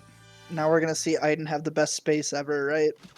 Is that how it works? Aiden has been having really good spaces. It is a really big part of why he's been able to improve his PB so much recently. But yeah, I mean, a lot of that's going to come down to this RNG right now. This piece is super hit or miss. Yeah, we're getting 3 tanks. Don't worry. It is very common with this piece. I think it's right there. Ah, just kidding. That would have been sick though. I wanted to believe. Nice gameplay from Aiden. Not gonna do any checks, which may go to bite him, but we'll see. It's always weird with that piece because you're right there, but like, it takes so long to do it. And yeah, it did bite him a bit.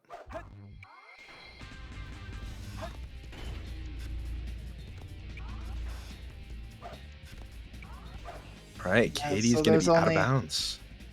There's only a little time for Aiden to save there anyway. Doesn't make or break, but 47 it is.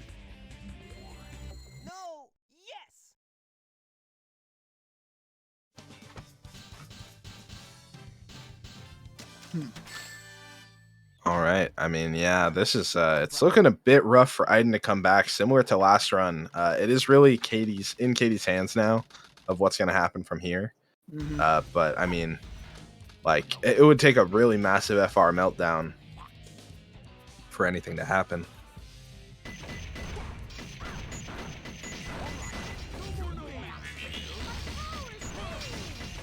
And yeah, ESG difference is becoming pretty apparent right now. Yeah, we're a little off. Given I get Katie does have a variant 1 time of a minute faster right now, but still should be a little closer RTA wise. It is what it is. Yeah. All right, Katie in the final stage of the run. Let's see if these IRLs go better this time. They do.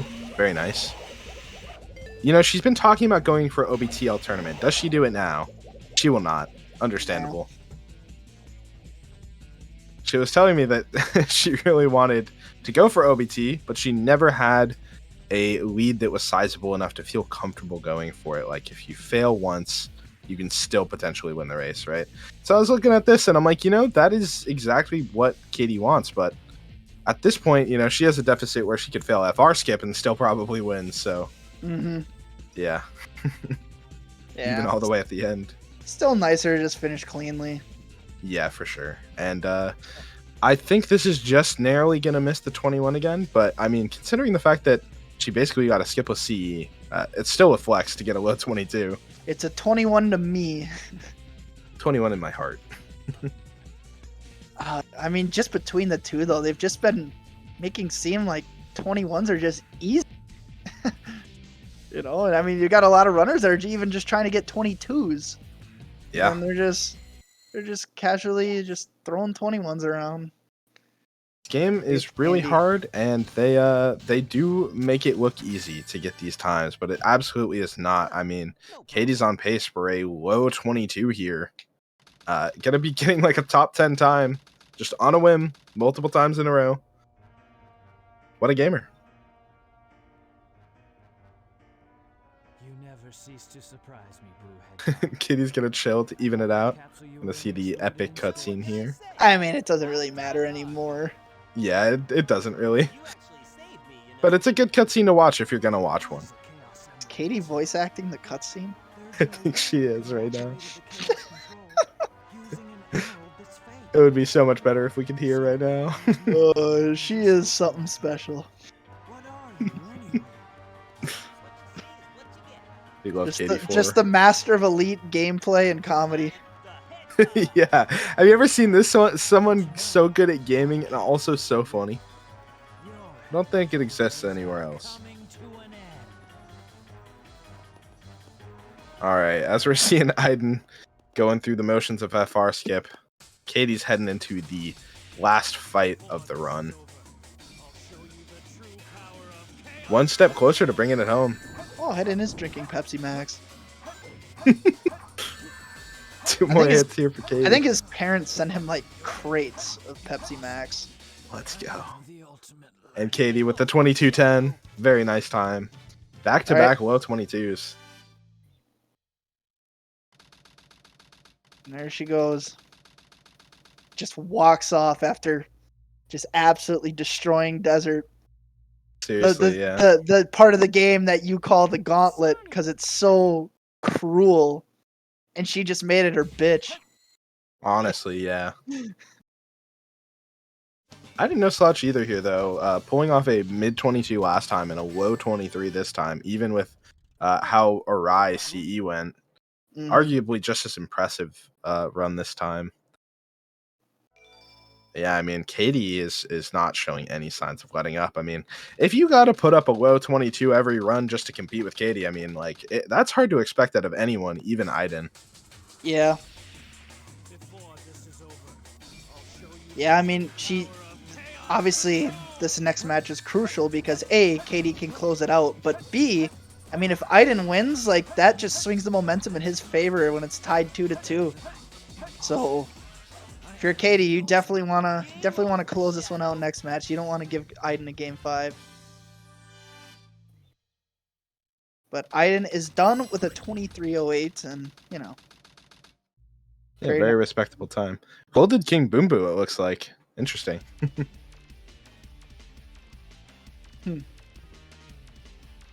All right. Look at those desert times. I know. Katie certainly popped off. This is quite a race. I mean, like, especially considering, like, you might look at this race time and be like, oh yeah, it's slightly worse than Katie's last run. You can even see the comparison there, plus about 2 seconds.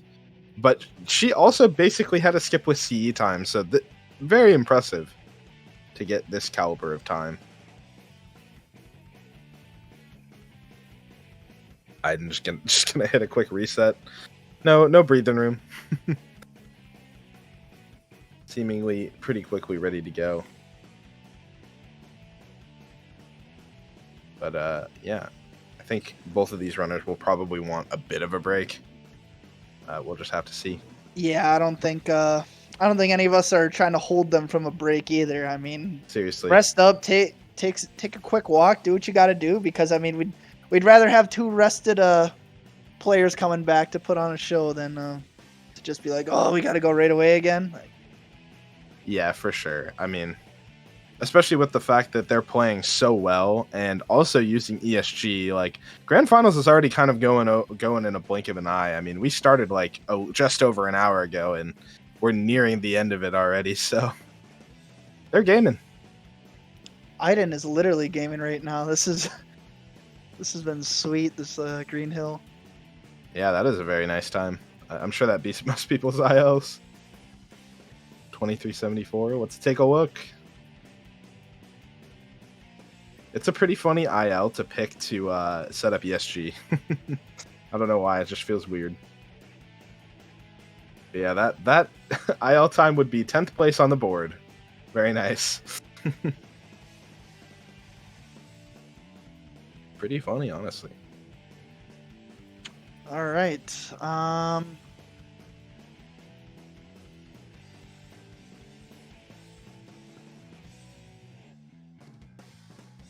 Think Aiden's gonna get his ESG fixed so it works this time, so we won't have that RTA disparity. So definitely apologize for that, but I mean it was still very entertaining. Like we got everything we wanted out of that one.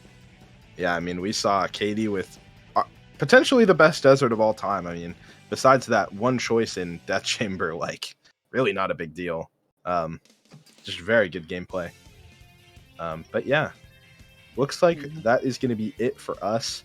I've said this plenty of times, but seriously, treasure this series. It is a banger. Thanks for commenting with me, Garrett. It's a fun time. Yeah, and even if Katie 3-0s this, that doesn't take anything away from Aiden, and even last year Katie 3-0'd against Aura, but still, like, they're just good matches. It's not always about the record in the finals. You just got to look at each race. So I'm expecting another good one. We will have Savick and Aura taking over on comms. My goats. Yeah, so that'll be fun, and so I will be signing off on commentary for the tournament. On just a quick thank you to the co-commentators today with me, and obviously all the mods for putting on this final day of Grand Finals. It's been fun. Also, yeah, this isn't even over yet, but like, big shout out to the Sacer crew. Y'all are sick. This whole thing has been awesome. Since I won't be here for the end. Yeah, it blows my mind every single time they put on stuff like this. It's just crazy, all the time and effort, and it really shows in the final product. So thanks. Yeah, like Soup said, this is the culmination of nearly a year of competition and effort from the community. So don't miss the end. It's gonna be a banger. All right, we'll see you guys shortly.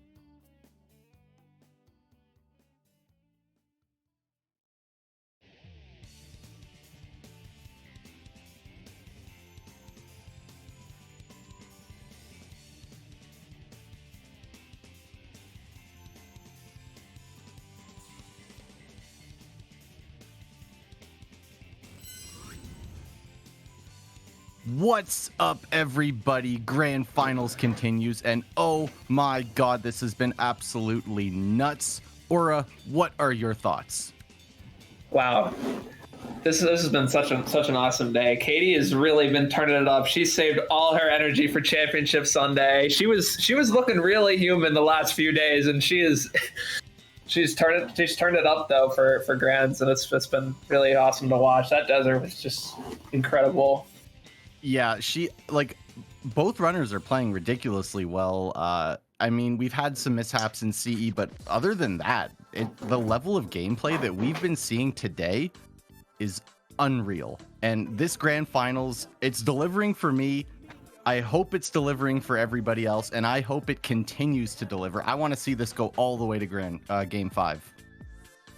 I think everyone here needs a Game 5. That would just really be the icing on the cake here. But yeah, Aiden's gonna have to play pretty well because what was it, 22:08 and 22:10 were the two races Katie's put up so far? Yeah, that's she's cooking. Yeah, Aiden's proven this so far in the tournament already that he can beat those times, but it's a pretty big ask, especially if he's going to be getting a 143 in City Escape. I mean, I wouldn't count him out. He does have the fastest run of the tournament so far, the only person to actually get a 21. He got a 21 today before winners finals, a 21, I believe, 35. So I think that's right, yeah. Aiden's cooking too, and really, if anyone's going to give Katie a run for her money, it's Aiden. Yeah, Aiden's been in crazy good form recently too, so I wouldn't even count him out from being able to pull up another 21 in the tournament. I'm just, the one thing that I really want to see, I want a race where both runners get a 21. Just please give me this. That's going to be Game 5. Game 5, absolutely. That would be perfect. Yeah, they're gonna. This is gonna be the spaghetti race. Katie's. It's gonna be the 24. No, I don't want to see that. I mean, I'll accept it if it means we get a double 21 for Game 5. Mm-hmm. All right, Katie's setting up ESG, of course, using the Aquatic Mine Mission 3 because it's very, very fast. It's very easy, as you can tell. You guys can just boot up the game and do that strat on your first try. Yeah. I bet. It's so easy to clip through that corner. It's like the developers just wanted you to. Exactly. Okay. Oh, we got a character theme. Secretary. I wonder setting up the secretary. Okay. I wonder if Aiden's ESG is gonna work, because I had actually not known that the setup could fail, and like in practice runs for this tournament, I had the ESG setup just not work, even though I was pretty sure I did it correctly. Oh, so yeah. I don't know if I didn't do the setup, so I don't know if he just forgot or if he did what I did and just did the setup and it just didn't work for some reason. Can't believe it. Aiden's so good at the video game, but couldn't even set up ESG. What's going on?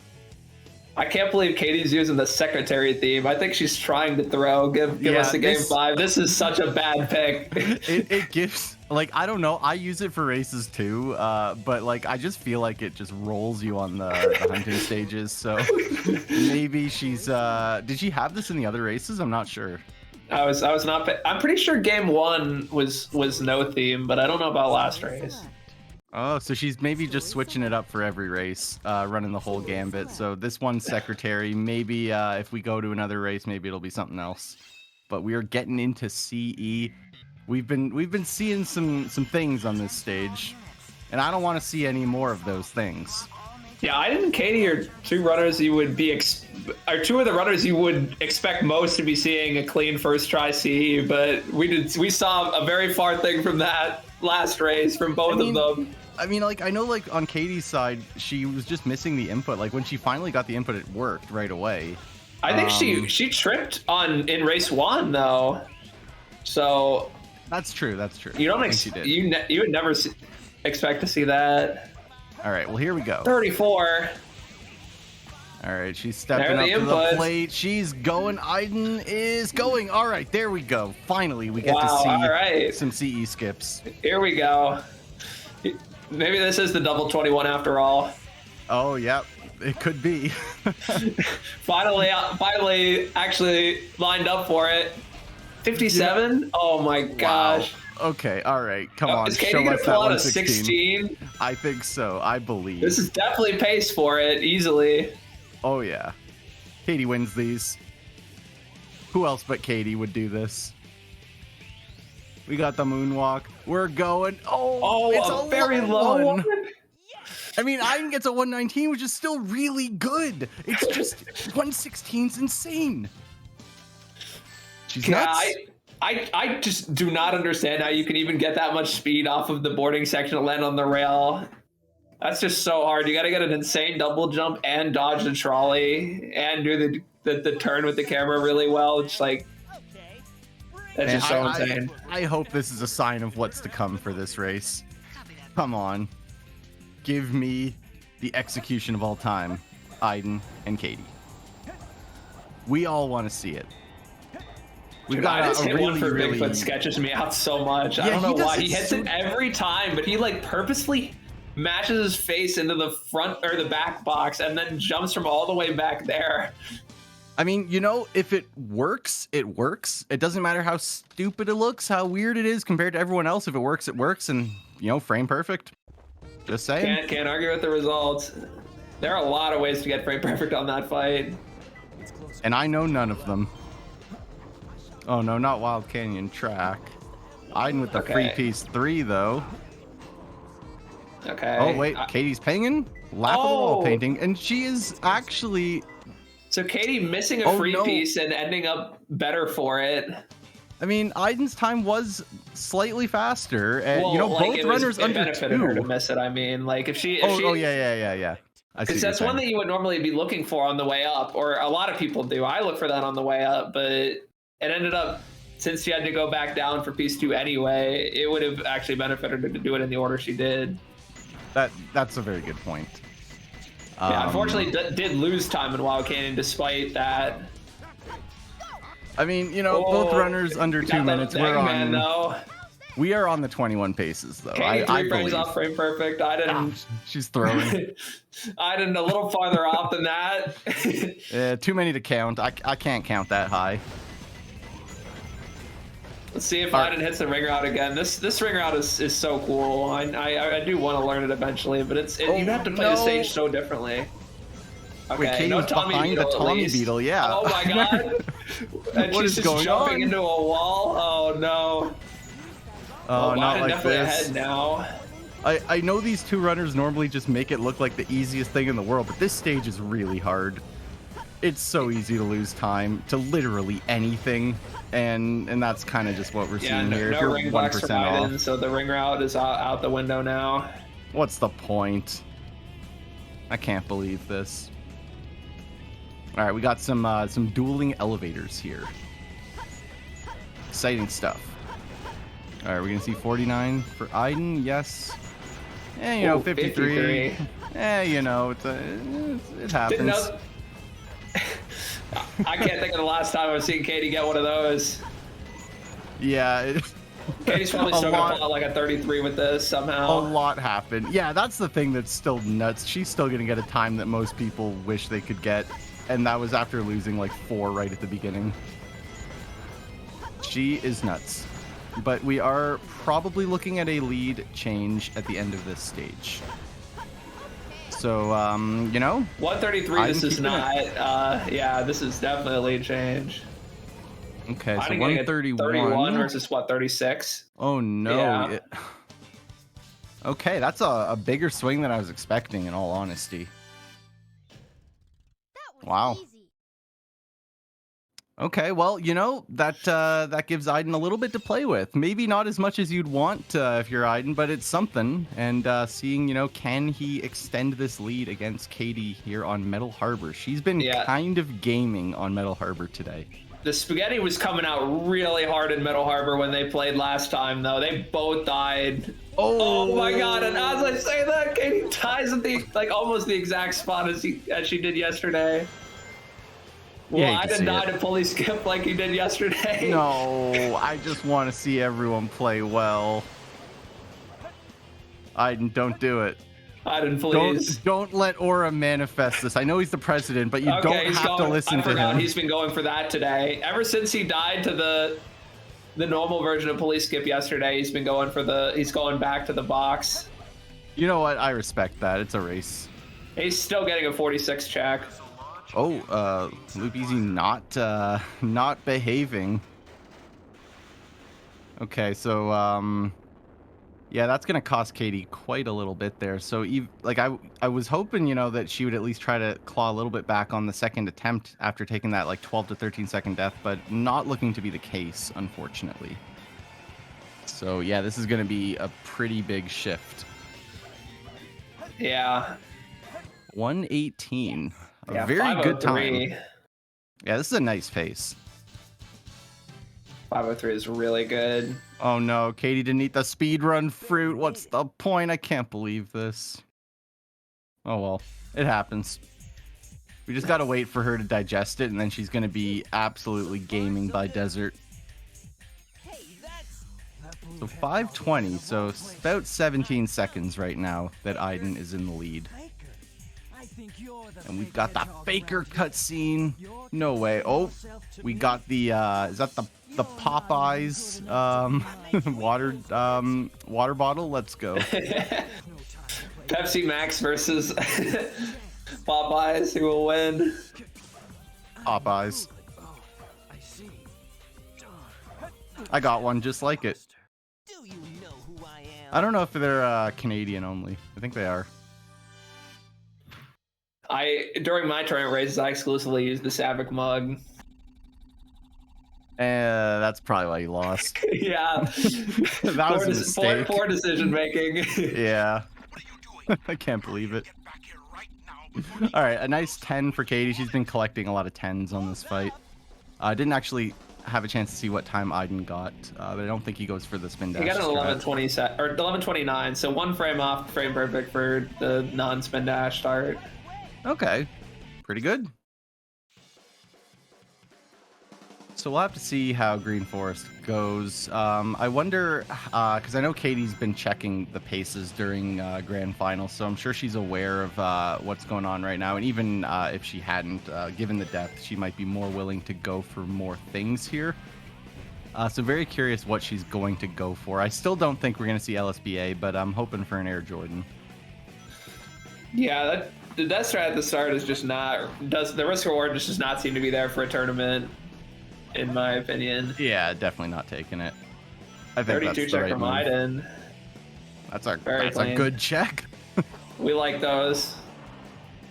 I don't know. I've never seen one of those before. Okay, so let's see. Aiden stepping up to the plate for a TAS run. He's on Very the low tree. again, but gets on the right panel to do TAS run. This looks good. Jumps super high. Okay. Super safe. Let's go. Got We that got the speed shoes. Okay. I see you, Aiden. Katie with a 47 check to Aiden's 46. Much She's better also on landing the spot, tree. though. We Oh, got the much skewed lower gravity. dismount. Nice. Very clean.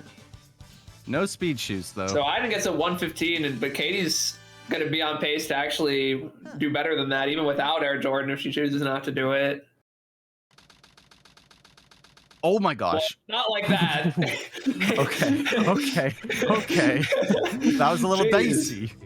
That was one of the weirdest Air I've Jordan seen fails so ever. many Air Jordan deaths in this tournament. I don't know how, after watching any of that, you would have the confidence to be going for Air Jordan. She simply does not care. That's what it takes to be the best sometimes. You just do it. Oh, not Lonely Tombstone. Huh, is he going to take the spring? This is... Oh, yeah. Interesting. I like that route. That's cool. Yeah. And then takes the spring. Nice, yeah. Taking all the springs. Oh, Tombstone by some grass. Interesting. Into under Oh, the he takes tracks. this rocket. I don't know. I'm just assuming this is going to be a ridiculously good set because it's got under the tracks, which is like always good. But I don't know. Mm-hmm. Terrible. It's terrible. Oh, that's not the glide reset. That's not how you do that. I mean, this should still save a little bit. Yeah, surely. Is that gonna Not too hit? high? Okay. Wow. All right, so saves a bit there. That's what Katie needs to keep us close. And now, I wonder what the mission streaks will be. Yeah, I didn't got half cycle last race, so. Oh yeah, he made the most crazy face when he got half cycle. I was actually like looking away during the race last time for a little bit, and then I looked back and I was doing a pause hover in place right around where the cycles are, and I should have gone back to see how he ended up in that position. You know, shout out to the old IGT era where anyone who ever missed the weight hop at the beginning of the stage would just start spamming pause hovers right after. Obviously, we don't do that anymore. It's literally time loss, but shout out to that era. We got some IGT fans on the comms here. I miss IGT. I miss IGT too. I can't believe this race is not IGT. Oh, we killed the gold beetle.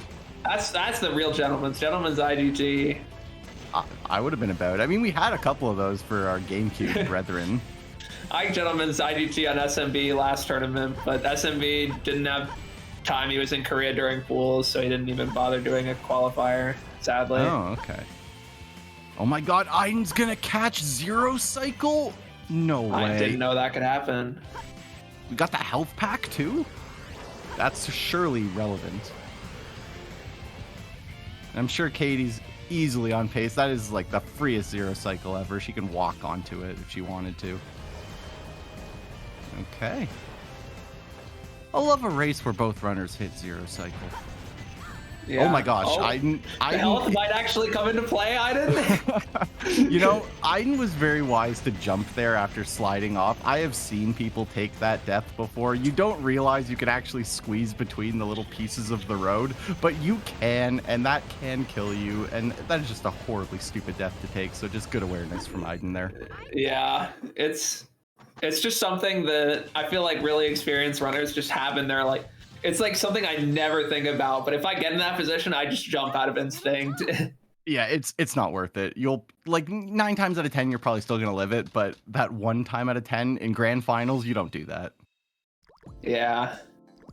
All right, what is the Aiden RNG? Did Deku pay us a visit? I still can't believe I got a 12 yesterday. Yeah, he wasted it. He needed it for this race. Tied my gold split. So what? That's skull pulley, right? That's God. Oh, okay. I didn't see it. Okay, wait. This set is gonna be good. God, I didn't double main room again. Ghost room? Probably ghost room. Yeah. Wow. Oh my gosh. Oh, and Katie opts to reset that late for that. I mean, hate that piece, but I do not like resetting that late. And she gets it again. Yeah, pretty much. I mean, slightly better as a piece 2. Well, yeah, the piece 2 version, but she does have to go at the exact same spot. It's kind of funny. You know, this is not horrible. I mean, she does lose time because of that really late reset. I think that reset did end up saving her time, but I don't think that reset would save her time on average. No.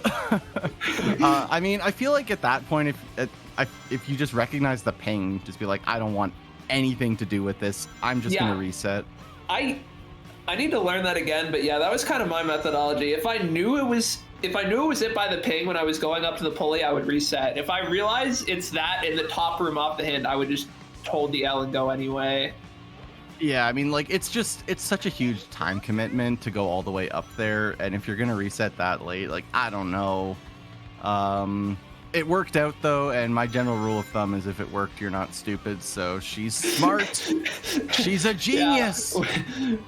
We love results bias. Such a good way to think about things. Results-based analysis, ladies and gentlemen.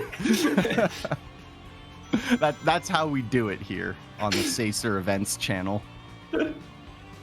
You know, we've got number crunchers, but like, they got their facts and theories. None of it matters if you don't get those sets. Anyway, we're in Route 101, a nice 118 lap 2 for Aiden. So Aiden is schmoovin'. That is out of the boost standard. right now. He's supposed to be boosting right now, but doesn't have it. Aiden is not schmooving right now. I stand corrected. So I think he might have done like the geek route, but just barely been short on rings and had to burn the pit stop balloon boost immediately, which I think is the call if you're in that position. But you are short 1 boost for lap 3 though. Yeah, Which that's, doesn't lose that's that fair. much time, but yeah, he if he had the boost, this would be a 13, but I think it's going to be a 14 instead. Okay, well, Katie's also schmoovin right now, and actually schmoovin, not that fake schmooving. Exactly. Yeah, and Only I'm the saving real the last schmoovin. boost to be a little safe. So, yeah. I mean, it feels so bad if you hit something after you boost there, especially if it's a car. Yeah, the low 14, I always say the low 14 pace for that last car is the worst. If you're on like 15, it's so easy to dodge him late. And if you're on a 213, it's actually pretty easy to beat the car. But the exact pace I was on is just so awkward.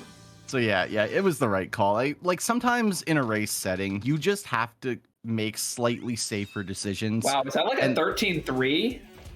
Oh, we're about to find out. Let's see as we wait God, for this that takes card so to show long. up. No, 13-2. You're just completely wrong, Aura. Yeah, I was off by so much. That's that inexperience. I can't believe we got such an inexperienced commentator for grand finals. All right, so Aiden got the IL pull hop, I believe. We'll have to see if Katie can match. She's Katie 4.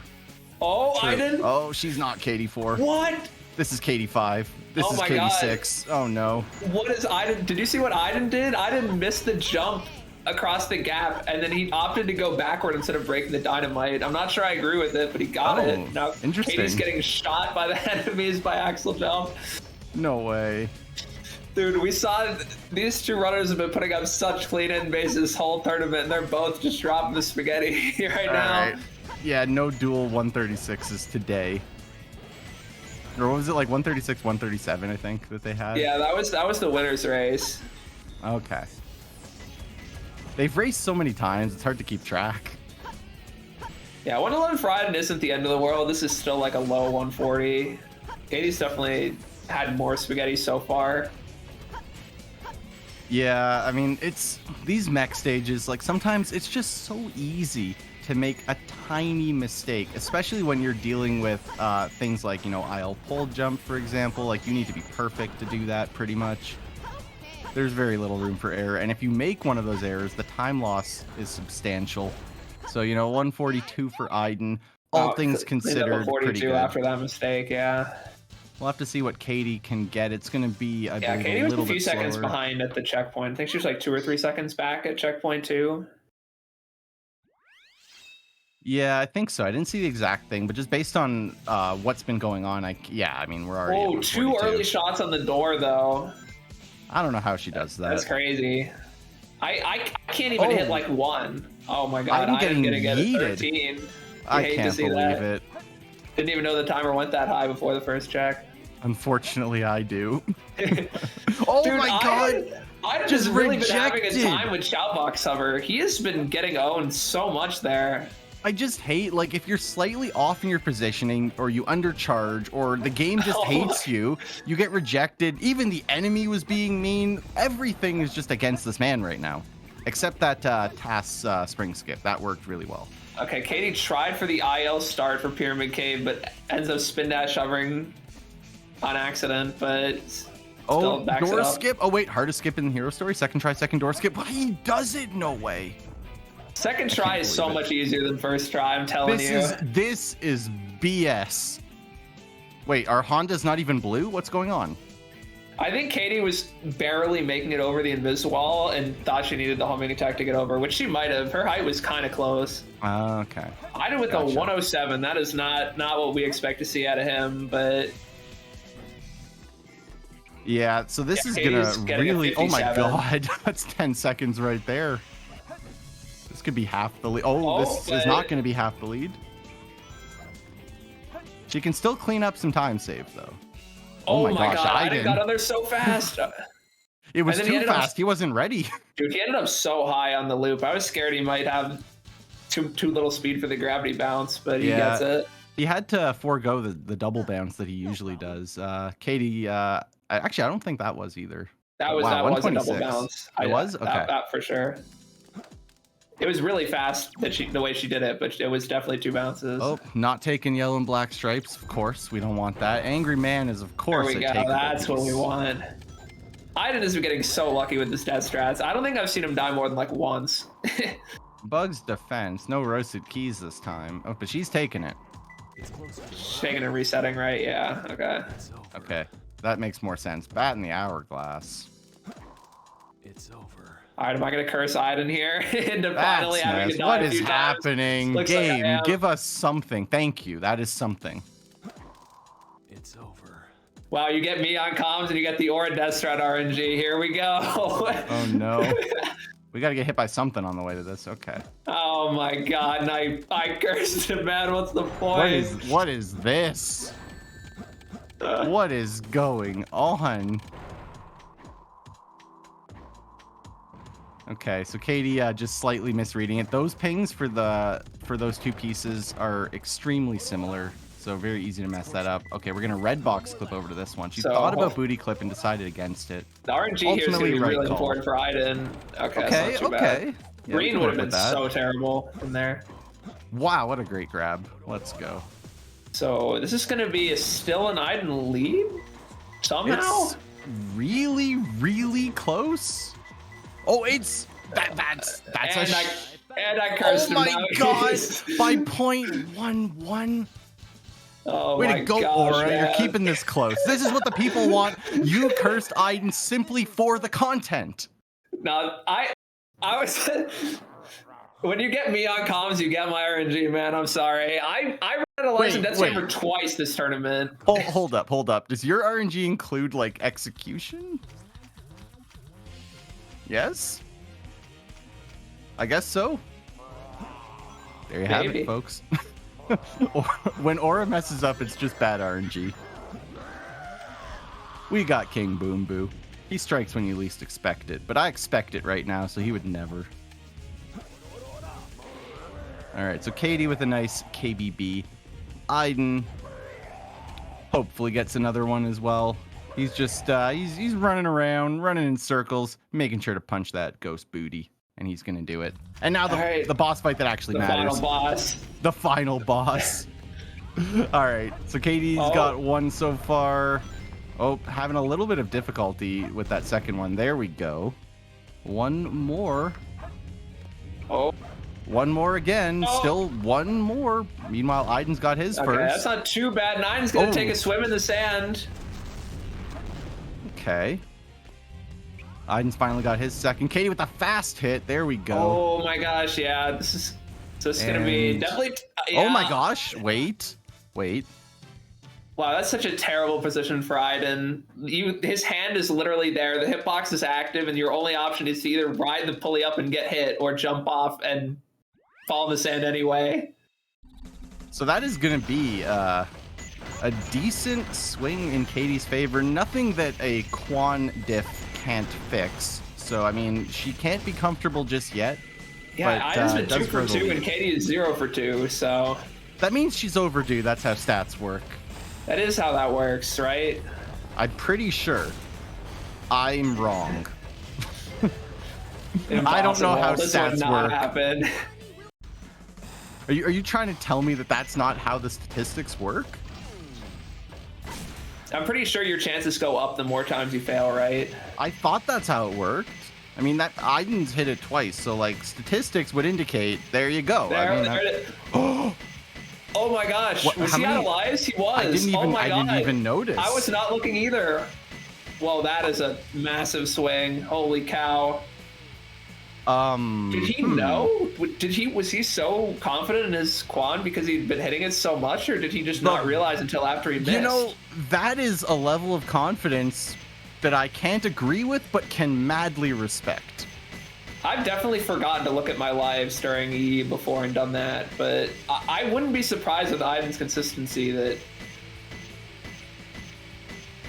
Wow. Okay. Well, that's a swing. Quite a swing, in fact. Yeah, so that's like 20 seconds, but he did hit first try afterward, though. So I guess it's only like 10 seconds left. I mean, it does soften the blow slightly, but like, I mean, it's still worse. I gotta do better next time. His first miss all tournament, and it happened in grand finals. Are you kidding me? That is rough. I'm pretty sure I've seen him miss it. Am I crazy? I don't know. Don He missed would it in never lie. He missed it in his PB today. I know that much. Fair enough. All right, we got Meteor Herd coming in. Storage area, that's got a high chance of something being free. All right, well, we didn't get the first one. Please. Yeah, Aiden's been getting these 116, 117s constantly. Just showing the power of that out-of-bounds route. Twin stars. Okay, maybe look for an exposed piece 3. Don't see it, so she's going down. It's all right. Katie gets powerless by itself here. Yeah, this is pretty big. No, and it's God. Oh, I think he can save a lot here. Oh my God, in the floating containers. Wait, that's like the best piece one in the stage. You gotta be kidding me. Aiden might be getting a serious pop-off set. Twin stars definitely check. Gosh. Oh, Are we gonna get dueling mid-bottom tops? No, it's gonna be mid. Yep. Yeah. Okay. You check with this piece one. It's gonna be there. And this is the one that's like. Is this the one that's like 80% or? This is the one that's 80%. I always forget whether it's the one that's in or in between. Long time no see, treasure hunter. Wow, that's a really good dig. Yeah, that's a really hard dig to snipe. If you're slightly off, you just don't dig, or you hit the spring, and they're both terrible options. So that is going to help Aiden's chances for this race, because that just took away like half of that deficit. Yeah, they're like one CG attempt apart pretty much. I mean, still though, going into only a few stages left, and you're up against the greatest of all time, the best to ever do it, Katie 4. Aiden's got his work cut out for him. He can do it though. But she's gonna have to mess up if he wants to get back in this. I don't think there's enough time to just out execute her. Yeah, I mean, if he knew, he could go for FR or fast FR, but he's not a stream watcher. Oh, that would be so hype. At least he hasn't been. Imagine if Aiden does that. I'm the biggest Aiden fan ever. Yeah, Come Katie on, almost getting a 21 checkpoint. That was so crazy. Okay, Katie just has to hit CGSS here. She's out of bounds. She's out. Okay, of course, Katie going for bad cam, so she has to rely on the background to make sure that she's lined up well. I think that should be looks good. good to me. Yeah. Okay. Very nice. Oh, I'm having a with little the bit of checkpoint. trouble. All right, so 24 check to Katie's 22. Really, really nice hit on that switch. Wow. What the heck? What? He's living? What the heck was that? What? What? My brain broke. Did he bounce the homing attack? I don't know, but he lived. It doesn't matter. He lived. He landed on the rail. Aha. Oh, we I can't see. hear. Yeah, we do not be hearing. Oh, Katie messed up the fight a little bit, and her mess up apparently is a 15, so she's still nuts. Yeah, Wow. that was pretty close on the health though. The bullet, she traded with Eggman's bullet for the last hit and barely lived. So Aiden can potentially save about a second here, going for the same explosion manip here. And yep, 14.32. Katie a little bit off on her IL rails there, but still really good at 12 check. She's off with a bounce this time. Yeah. I was so surprised with the rail switch from race 1. It was really scary. I was genuinely not even sure you could do rail switch from down there on the rail. I mean, I figured it was possible, but I'd never tried it. Hey, no kill plane. This could be curtains. A little bit of a funny bounce there for Aiden, but should be totally fine. Yeah, now we wait for that stage to load in. She should be golden on height. We'll find out in just a moment. I can't call it like Dawn did, but there it is. That is good. For She's got so sure. much height. She's just chilling way to the right. She doesn't care. She wants no chance of hitting that kill plane. And what are we getting? Is this a 117? It is a 117. Wow. Jeez. The Okay, IL rail well, is just so strong. I still can't believe that she would be pulling out in grands. she doesn't care. Okay, Aiden's gonna veer to the right to make sure he doesn't get kill planed there. And now that he's confident, he's out of the way. He's still not confident. All right, now he's feeling good. And now he's gonna line up. That second adjustment, I don't know what he was doing. All right, all that stands in the way of Katie and absolute glorious conquest is this final fight with Shadow 2. Here we go, 2 hits left, 1 hit remaining, and that's gonna do it. 22-39. Look at that. She's got a pop off. She's pointing at the camera. She's shooting and taking a. Oh, she's got the microphone out. Let's go. Wow, what a crazy race to end that tournament on. Wow. What a crazy showing from Aiden too. He's gonna get another 22 and still be losing the race. That's crazy. What a performance from him too. Yeah, nothing to be super sad about. Both runners getting 22s. It's just that at this level of gameplay, a 22 just isn't enough sometimes, and that's just how it is. Katie wins by 13.70.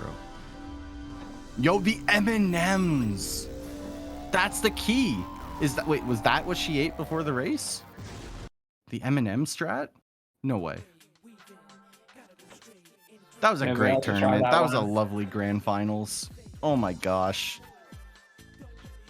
Shout out to Sacer for putting this on. I'm sure that the runners are going to be coming in momentarily. But while we wait, I will say thank you for a lovely event. I didn't cater in watch party. Is that? Should I just? They're in drag a them watch in? party. They're watching and they're partying. Oh, there's Katie. Where's Aiden?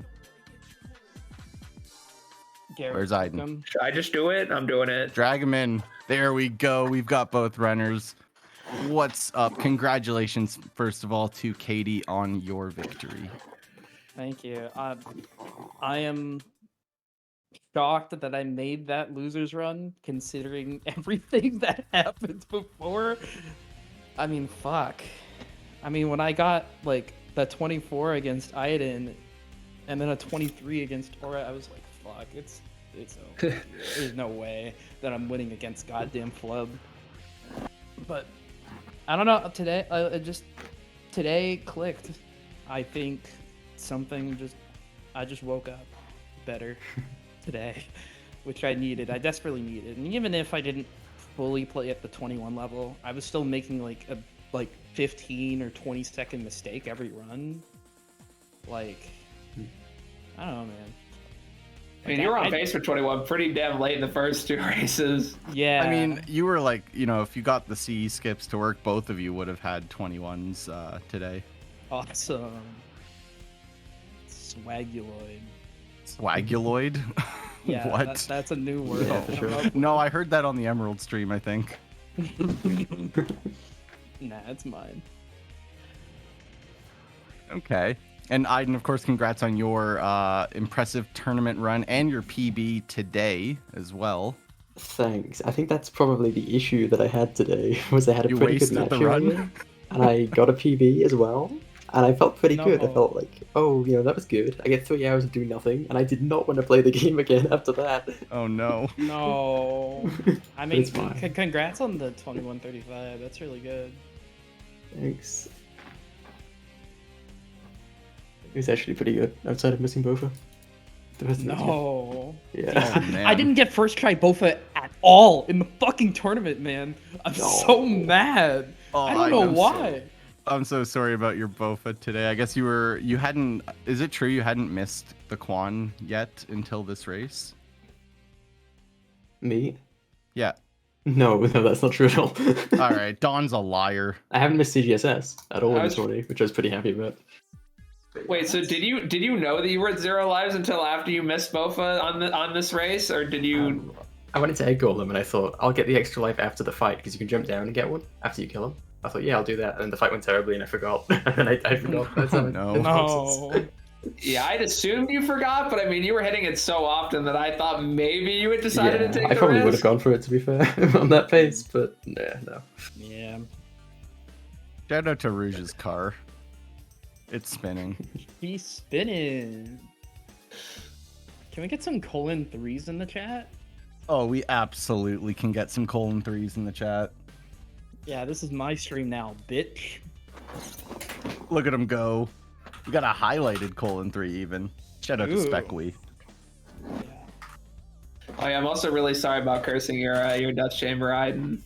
Oh my god, that was ridiculous. I can't happened? believe you even nothing. I was just talking about in your death chamber how I swear you get your death strat on like your first and second try every race, and then you die like 5 times with nothing. No. With the blue piece, yeah. Yeah. Yeah, because that's the me curse, man. I ran out of lives in death chamber twice in the tournament off of decent pieces, and then here you are. I got like the poop meteor herds of all time today. Or at least I'm pretty sure I did. I'm sure I've had one good one. I always forget. Yeah, that was mid bottom top this race. I definitely remember that. The sacred combo. Yeah, but, I felt good. I played well, and it just lined up that Aiden played terribly. But I don't think I played terribly. I mean, I did think that when I was playing, but like in reality, I didn't play that much better on average in the other matches of the tournament. It's just like the standards are so different in these matches. Yeah, true. Actually, Like, that's getting a high mid 22 is like pretty good in any other match, but then this one, it's like, oh, my balls are crushed. Yeah. It's like you kind of have to bet that I'm on a bad day, which is Yeah. what was happening every other day of this race or at this tournament. But it just didn't happen today. Thank God I didn't catch the day virus. Yeah, that's cool. Yeah. But I'm proud. I mean, you made it this far. I mean, that's fucking sick. Good shit, dude. And you're like, you got like a mid 21. I mean, back in the Stone Age, which was 2022. I mean, fucking nobody had it. So that's Yeah. sick, dude. I mean, Thanks. like I said, your consistency has gotten way better. Everyone's consistency has gotten way better. This has been a hype tournament. It's been difficult for me, but overall, it was a hype-ass tournament. I'm glad to have made it this far and to put on a good showcase, at least for championship someday. Me too. It's especially nice seeing a lot of runners get somewhere close to their PV a lot. Not just like close to their PV necessarily, but not making huge mistakes like dying at throwing an E, stuff like that. Just didn't really happen much. Yeah, It was nice. You'd kind of expect what the race was going to be like before watching it. Nah, we cured Ligma, ladies and gentlemen. Yeah. True. Drum might have some words to say about that, but That's true. He's British. They're behind on everything. Yeah, the British healthcare system. I can So probably have some what words is? to say. Oh, Wait till you guys wait. out. Yeah, I Wait. could have some words to say just because He's here? It's the end of the tournament. We normally do this, don't we? Like we normally get me on. Oh yeah. Absolutely. Go for it, Drum. Yeah, so this tournament has been sick. And so we've done a lot of things differently. Obviously we've had the summit. We haven't had a huge tournament this time, like kind of a festival where everyone enters. It's just been an invitational. And the goal of it was, to make it easier for us as organizers so we don't have to do some 23-day marathon. And that means you have to cut something out. And so we cut out the lower runners essentially for this. So it was just like a all-star tournament. And to be fair, I think we've achieved that goal really well. This tournament has been amazing, and I think the 9 days, this has been a success. It's not been like overbearing, it's not been short and sweet. I think we're sufficiently full with Hero Story.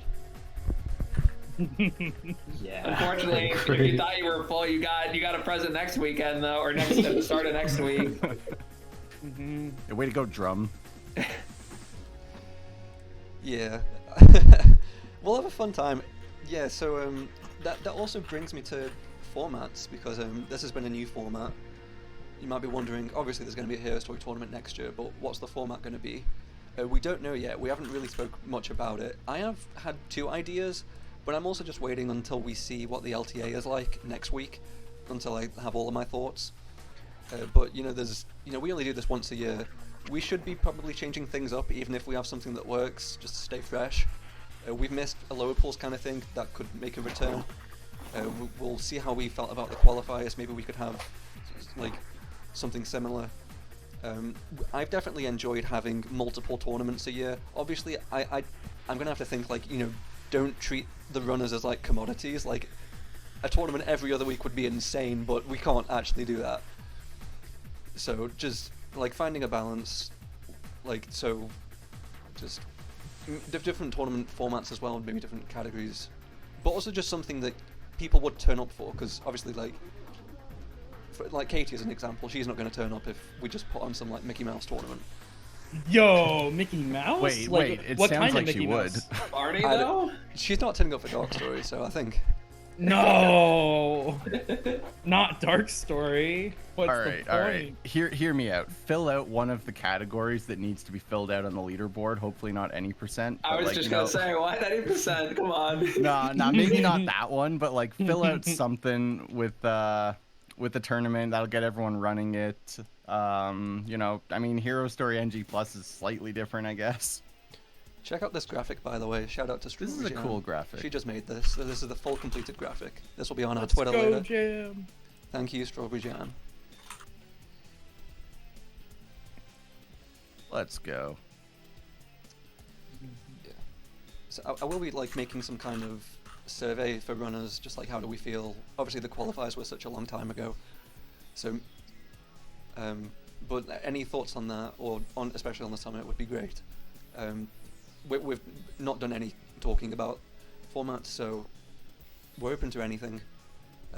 Always keeping things fresh is good, and I guess looking at people in the chat, Champo's reminding me, I got to give some shout outs to people that have made this work. Obviously I went 5th in this tournament, so I couldn't restream as much as I initially intended.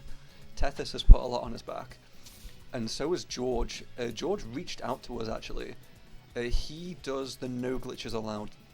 He like helps to run that. I think he was like a founder or something for that marathon, and he's just like addicted to running events essentially.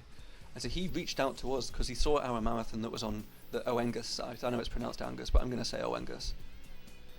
And so he's come on board as a restreamer, and he just can restream at any hour of the day basically. He's great. We've had Drywall helping us out. Superior, we had no one to restream from 9 PM till 11 PM. So I pinged Superior, do you want to learn how to restream? And he said yeah, so he saved us. While Deku and I were restreaming and Drywall was sleeping. And so was Tethys. It was like 2 AM for him. Champo has been doing commentary management. If you're a runner in here, you've definitely had a few DMs from Champo. I think Champo's done a brilliant job, and he reached out to me before the spring qualifier saying he wanted to help. So he's like doing this all because he wants to do it. And he's done a brilliant job, just letting him through with it, just having good rapport with everyone. I think he's done a brilliant job. Always shout out to Tethys and Jam for making what you see, all the layouts and the graphics. JW made the SA2 Hero Story Tournament logo, and I love that logo. Chandler made the Sacer Events logo, which is insanely good. Tethys makes every layout under the sun. Seafood made the live split layouts, and yeah, Jam with the graphics. So just a lot like we're very well oiled at this point. I think I've said this the past few years, but we're just constantly more oiled, and we have these super sexy layouts. Now I look at the autumn qualifier or just the last Hero Story tournament and think, my god, these layouts, they're just horrible. Oh my god, these new ones we've got, just spit in the face of them. They're so beautiful. Tethys really hit it out of the park with these, and we've never had to change it for 6 months. I think we came up with this in December, and it still looks insane. I think that's enough gushing for me. I don't think I can think of anything else. Oh, I guess Dawn actually. Dawn was helped a lot with creating the format for this entire year, the qualifiers and the summit. This was mainly the conversations for the format were between myself and Dawn. So thank you so much to Dawn for helping bring the summit to a reality and conceiving it. I know he definitely wanted a summit kind of thing, and I was yearning for the smaller tournament or breaking it up, so we were able to meet there. People doing the draws, it's always Tethys or me or Mikey doing the draws and just generally helping with organization stuff. I guess I do restreaming and scheduling, but of course I do. I'm the tournament guy. Gotta do all the work. Thank you to everyone who's participated. Look at this bracket. This is insane. Thank you to everyone who has signed up. Yeah, go on, Savik. Yeah, so I've got a question for you, Drum. Let's say that I'm a new viewer to the Sacer Events Twitch stream, and I liked what I saw today. What do I have to look forward to on this channel in the coming months? So, you'll be able to. You'll have seen it actually on the break screen. On our left, the bottom left, we have a revolving billboard of things that are coming up. But I'll read some out. Let me go to the Sacer calendar that we have. The next event on here is a Silver Project 06 tournament, and we know what that looks like because we just saw it a couple hours ago. That is a weekend tournament on July 8th and 9th. That's obviously, the category's only been real for like 2 months, so if you want to pick that up right now, you're probably going to get world record. I'm not sure anyone's ran it yet. So you can participate in that. And after that, we have Amy's Story Tournament at the end of July, which is the 26th through to August 1st. And then we have, for the people in this call, the big one, the Sonic Heroes Team Chaotix LTS tournament running all the way through August. You're going to be seeing a lot of Chaotix action. I can't wait for that one. I need to hit the bench. I'm going to be drowning if I don't. Hit the bench, hit the bench. Let's get it, Drum.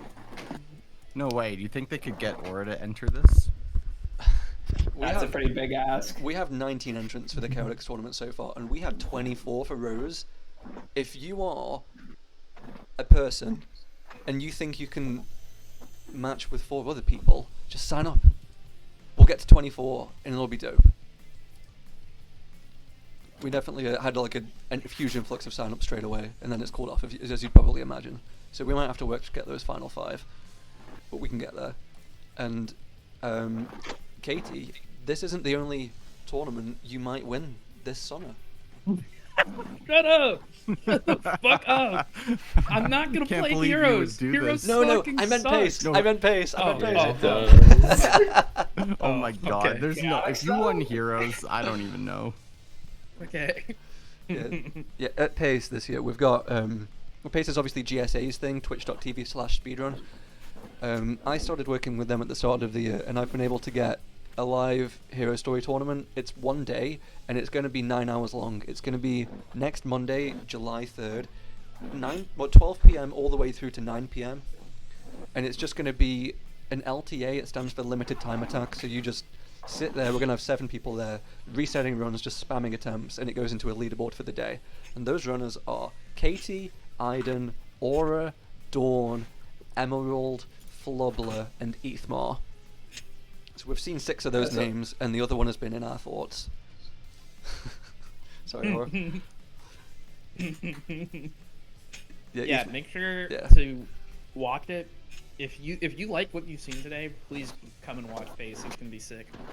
Yeah, it'll be sick, and there's gonna be a prize pool for it. It's a $1,000 prize pool. I'm pretty sure that first place takes $400.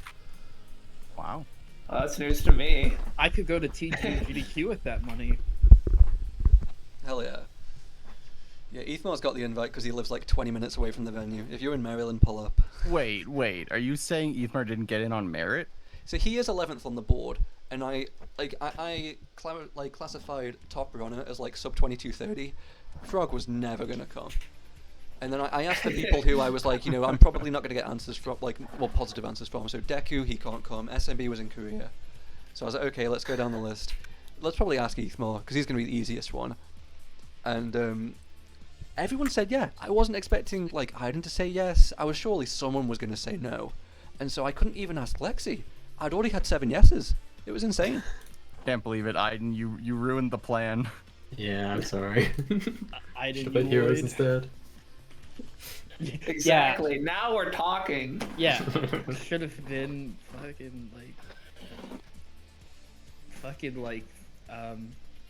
what's any percent at Pace actually? I think at SA2 any percent would be lit. LTA. Oh no. You should just switch to Dark Story at the last second.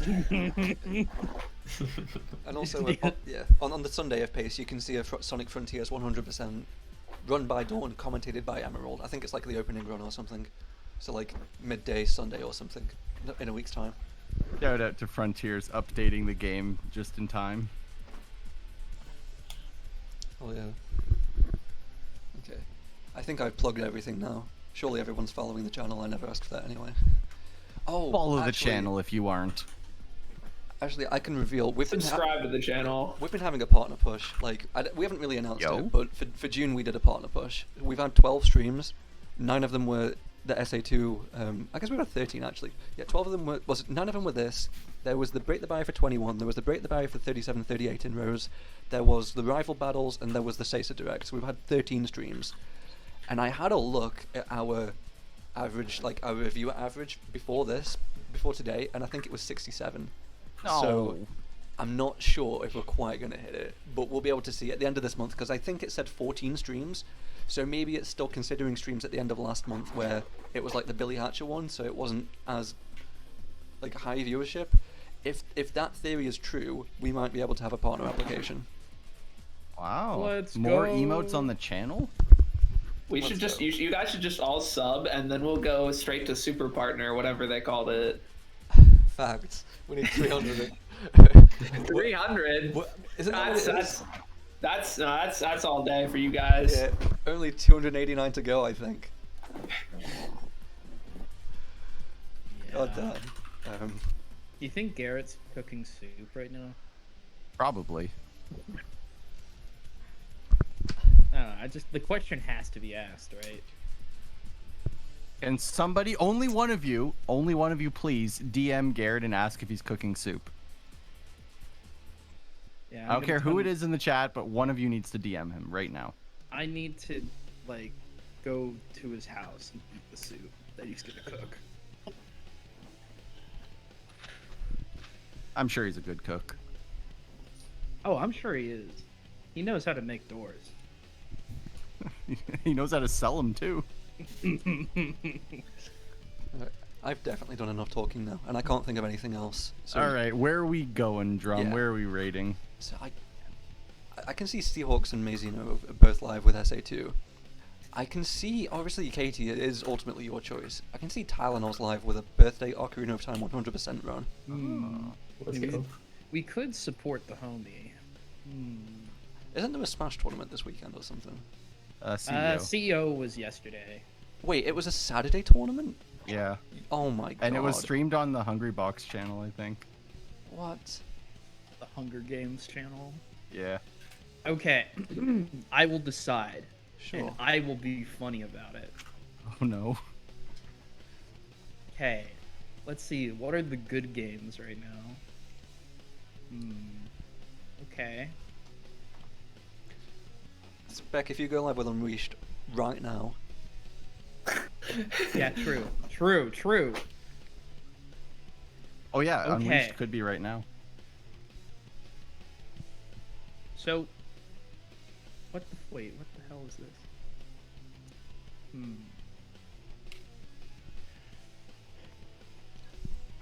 Oh, so you're telling me we all got to go to Spec's house? We've all got to go to Indiana. Yeah, I mean, I could have gone to Spec's house. Instead, Spec came to me. It was really funny. Oh, well, let's go. Yeah, remember when I said Spec drop like Tuesday? That did happen. It was fun. It was cool. Nice. Anyway, I think we will go with, and perhaps the perspective is Mazino. Let's go with Mazino. Hey, sure. We have a raid message for her. Yeah. Did we raid May at the end of last tournament? Like HT23? I feel like this is a common one. I feel like at the very end of tournaments. I mean, it's either May or Tylenol. Yeah. Raid message has to be :3, right? Yeah. Okay.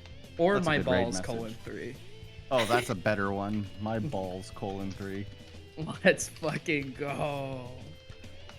See, this is why Seisu is so awesome. You can say my fucking balls and it's okay.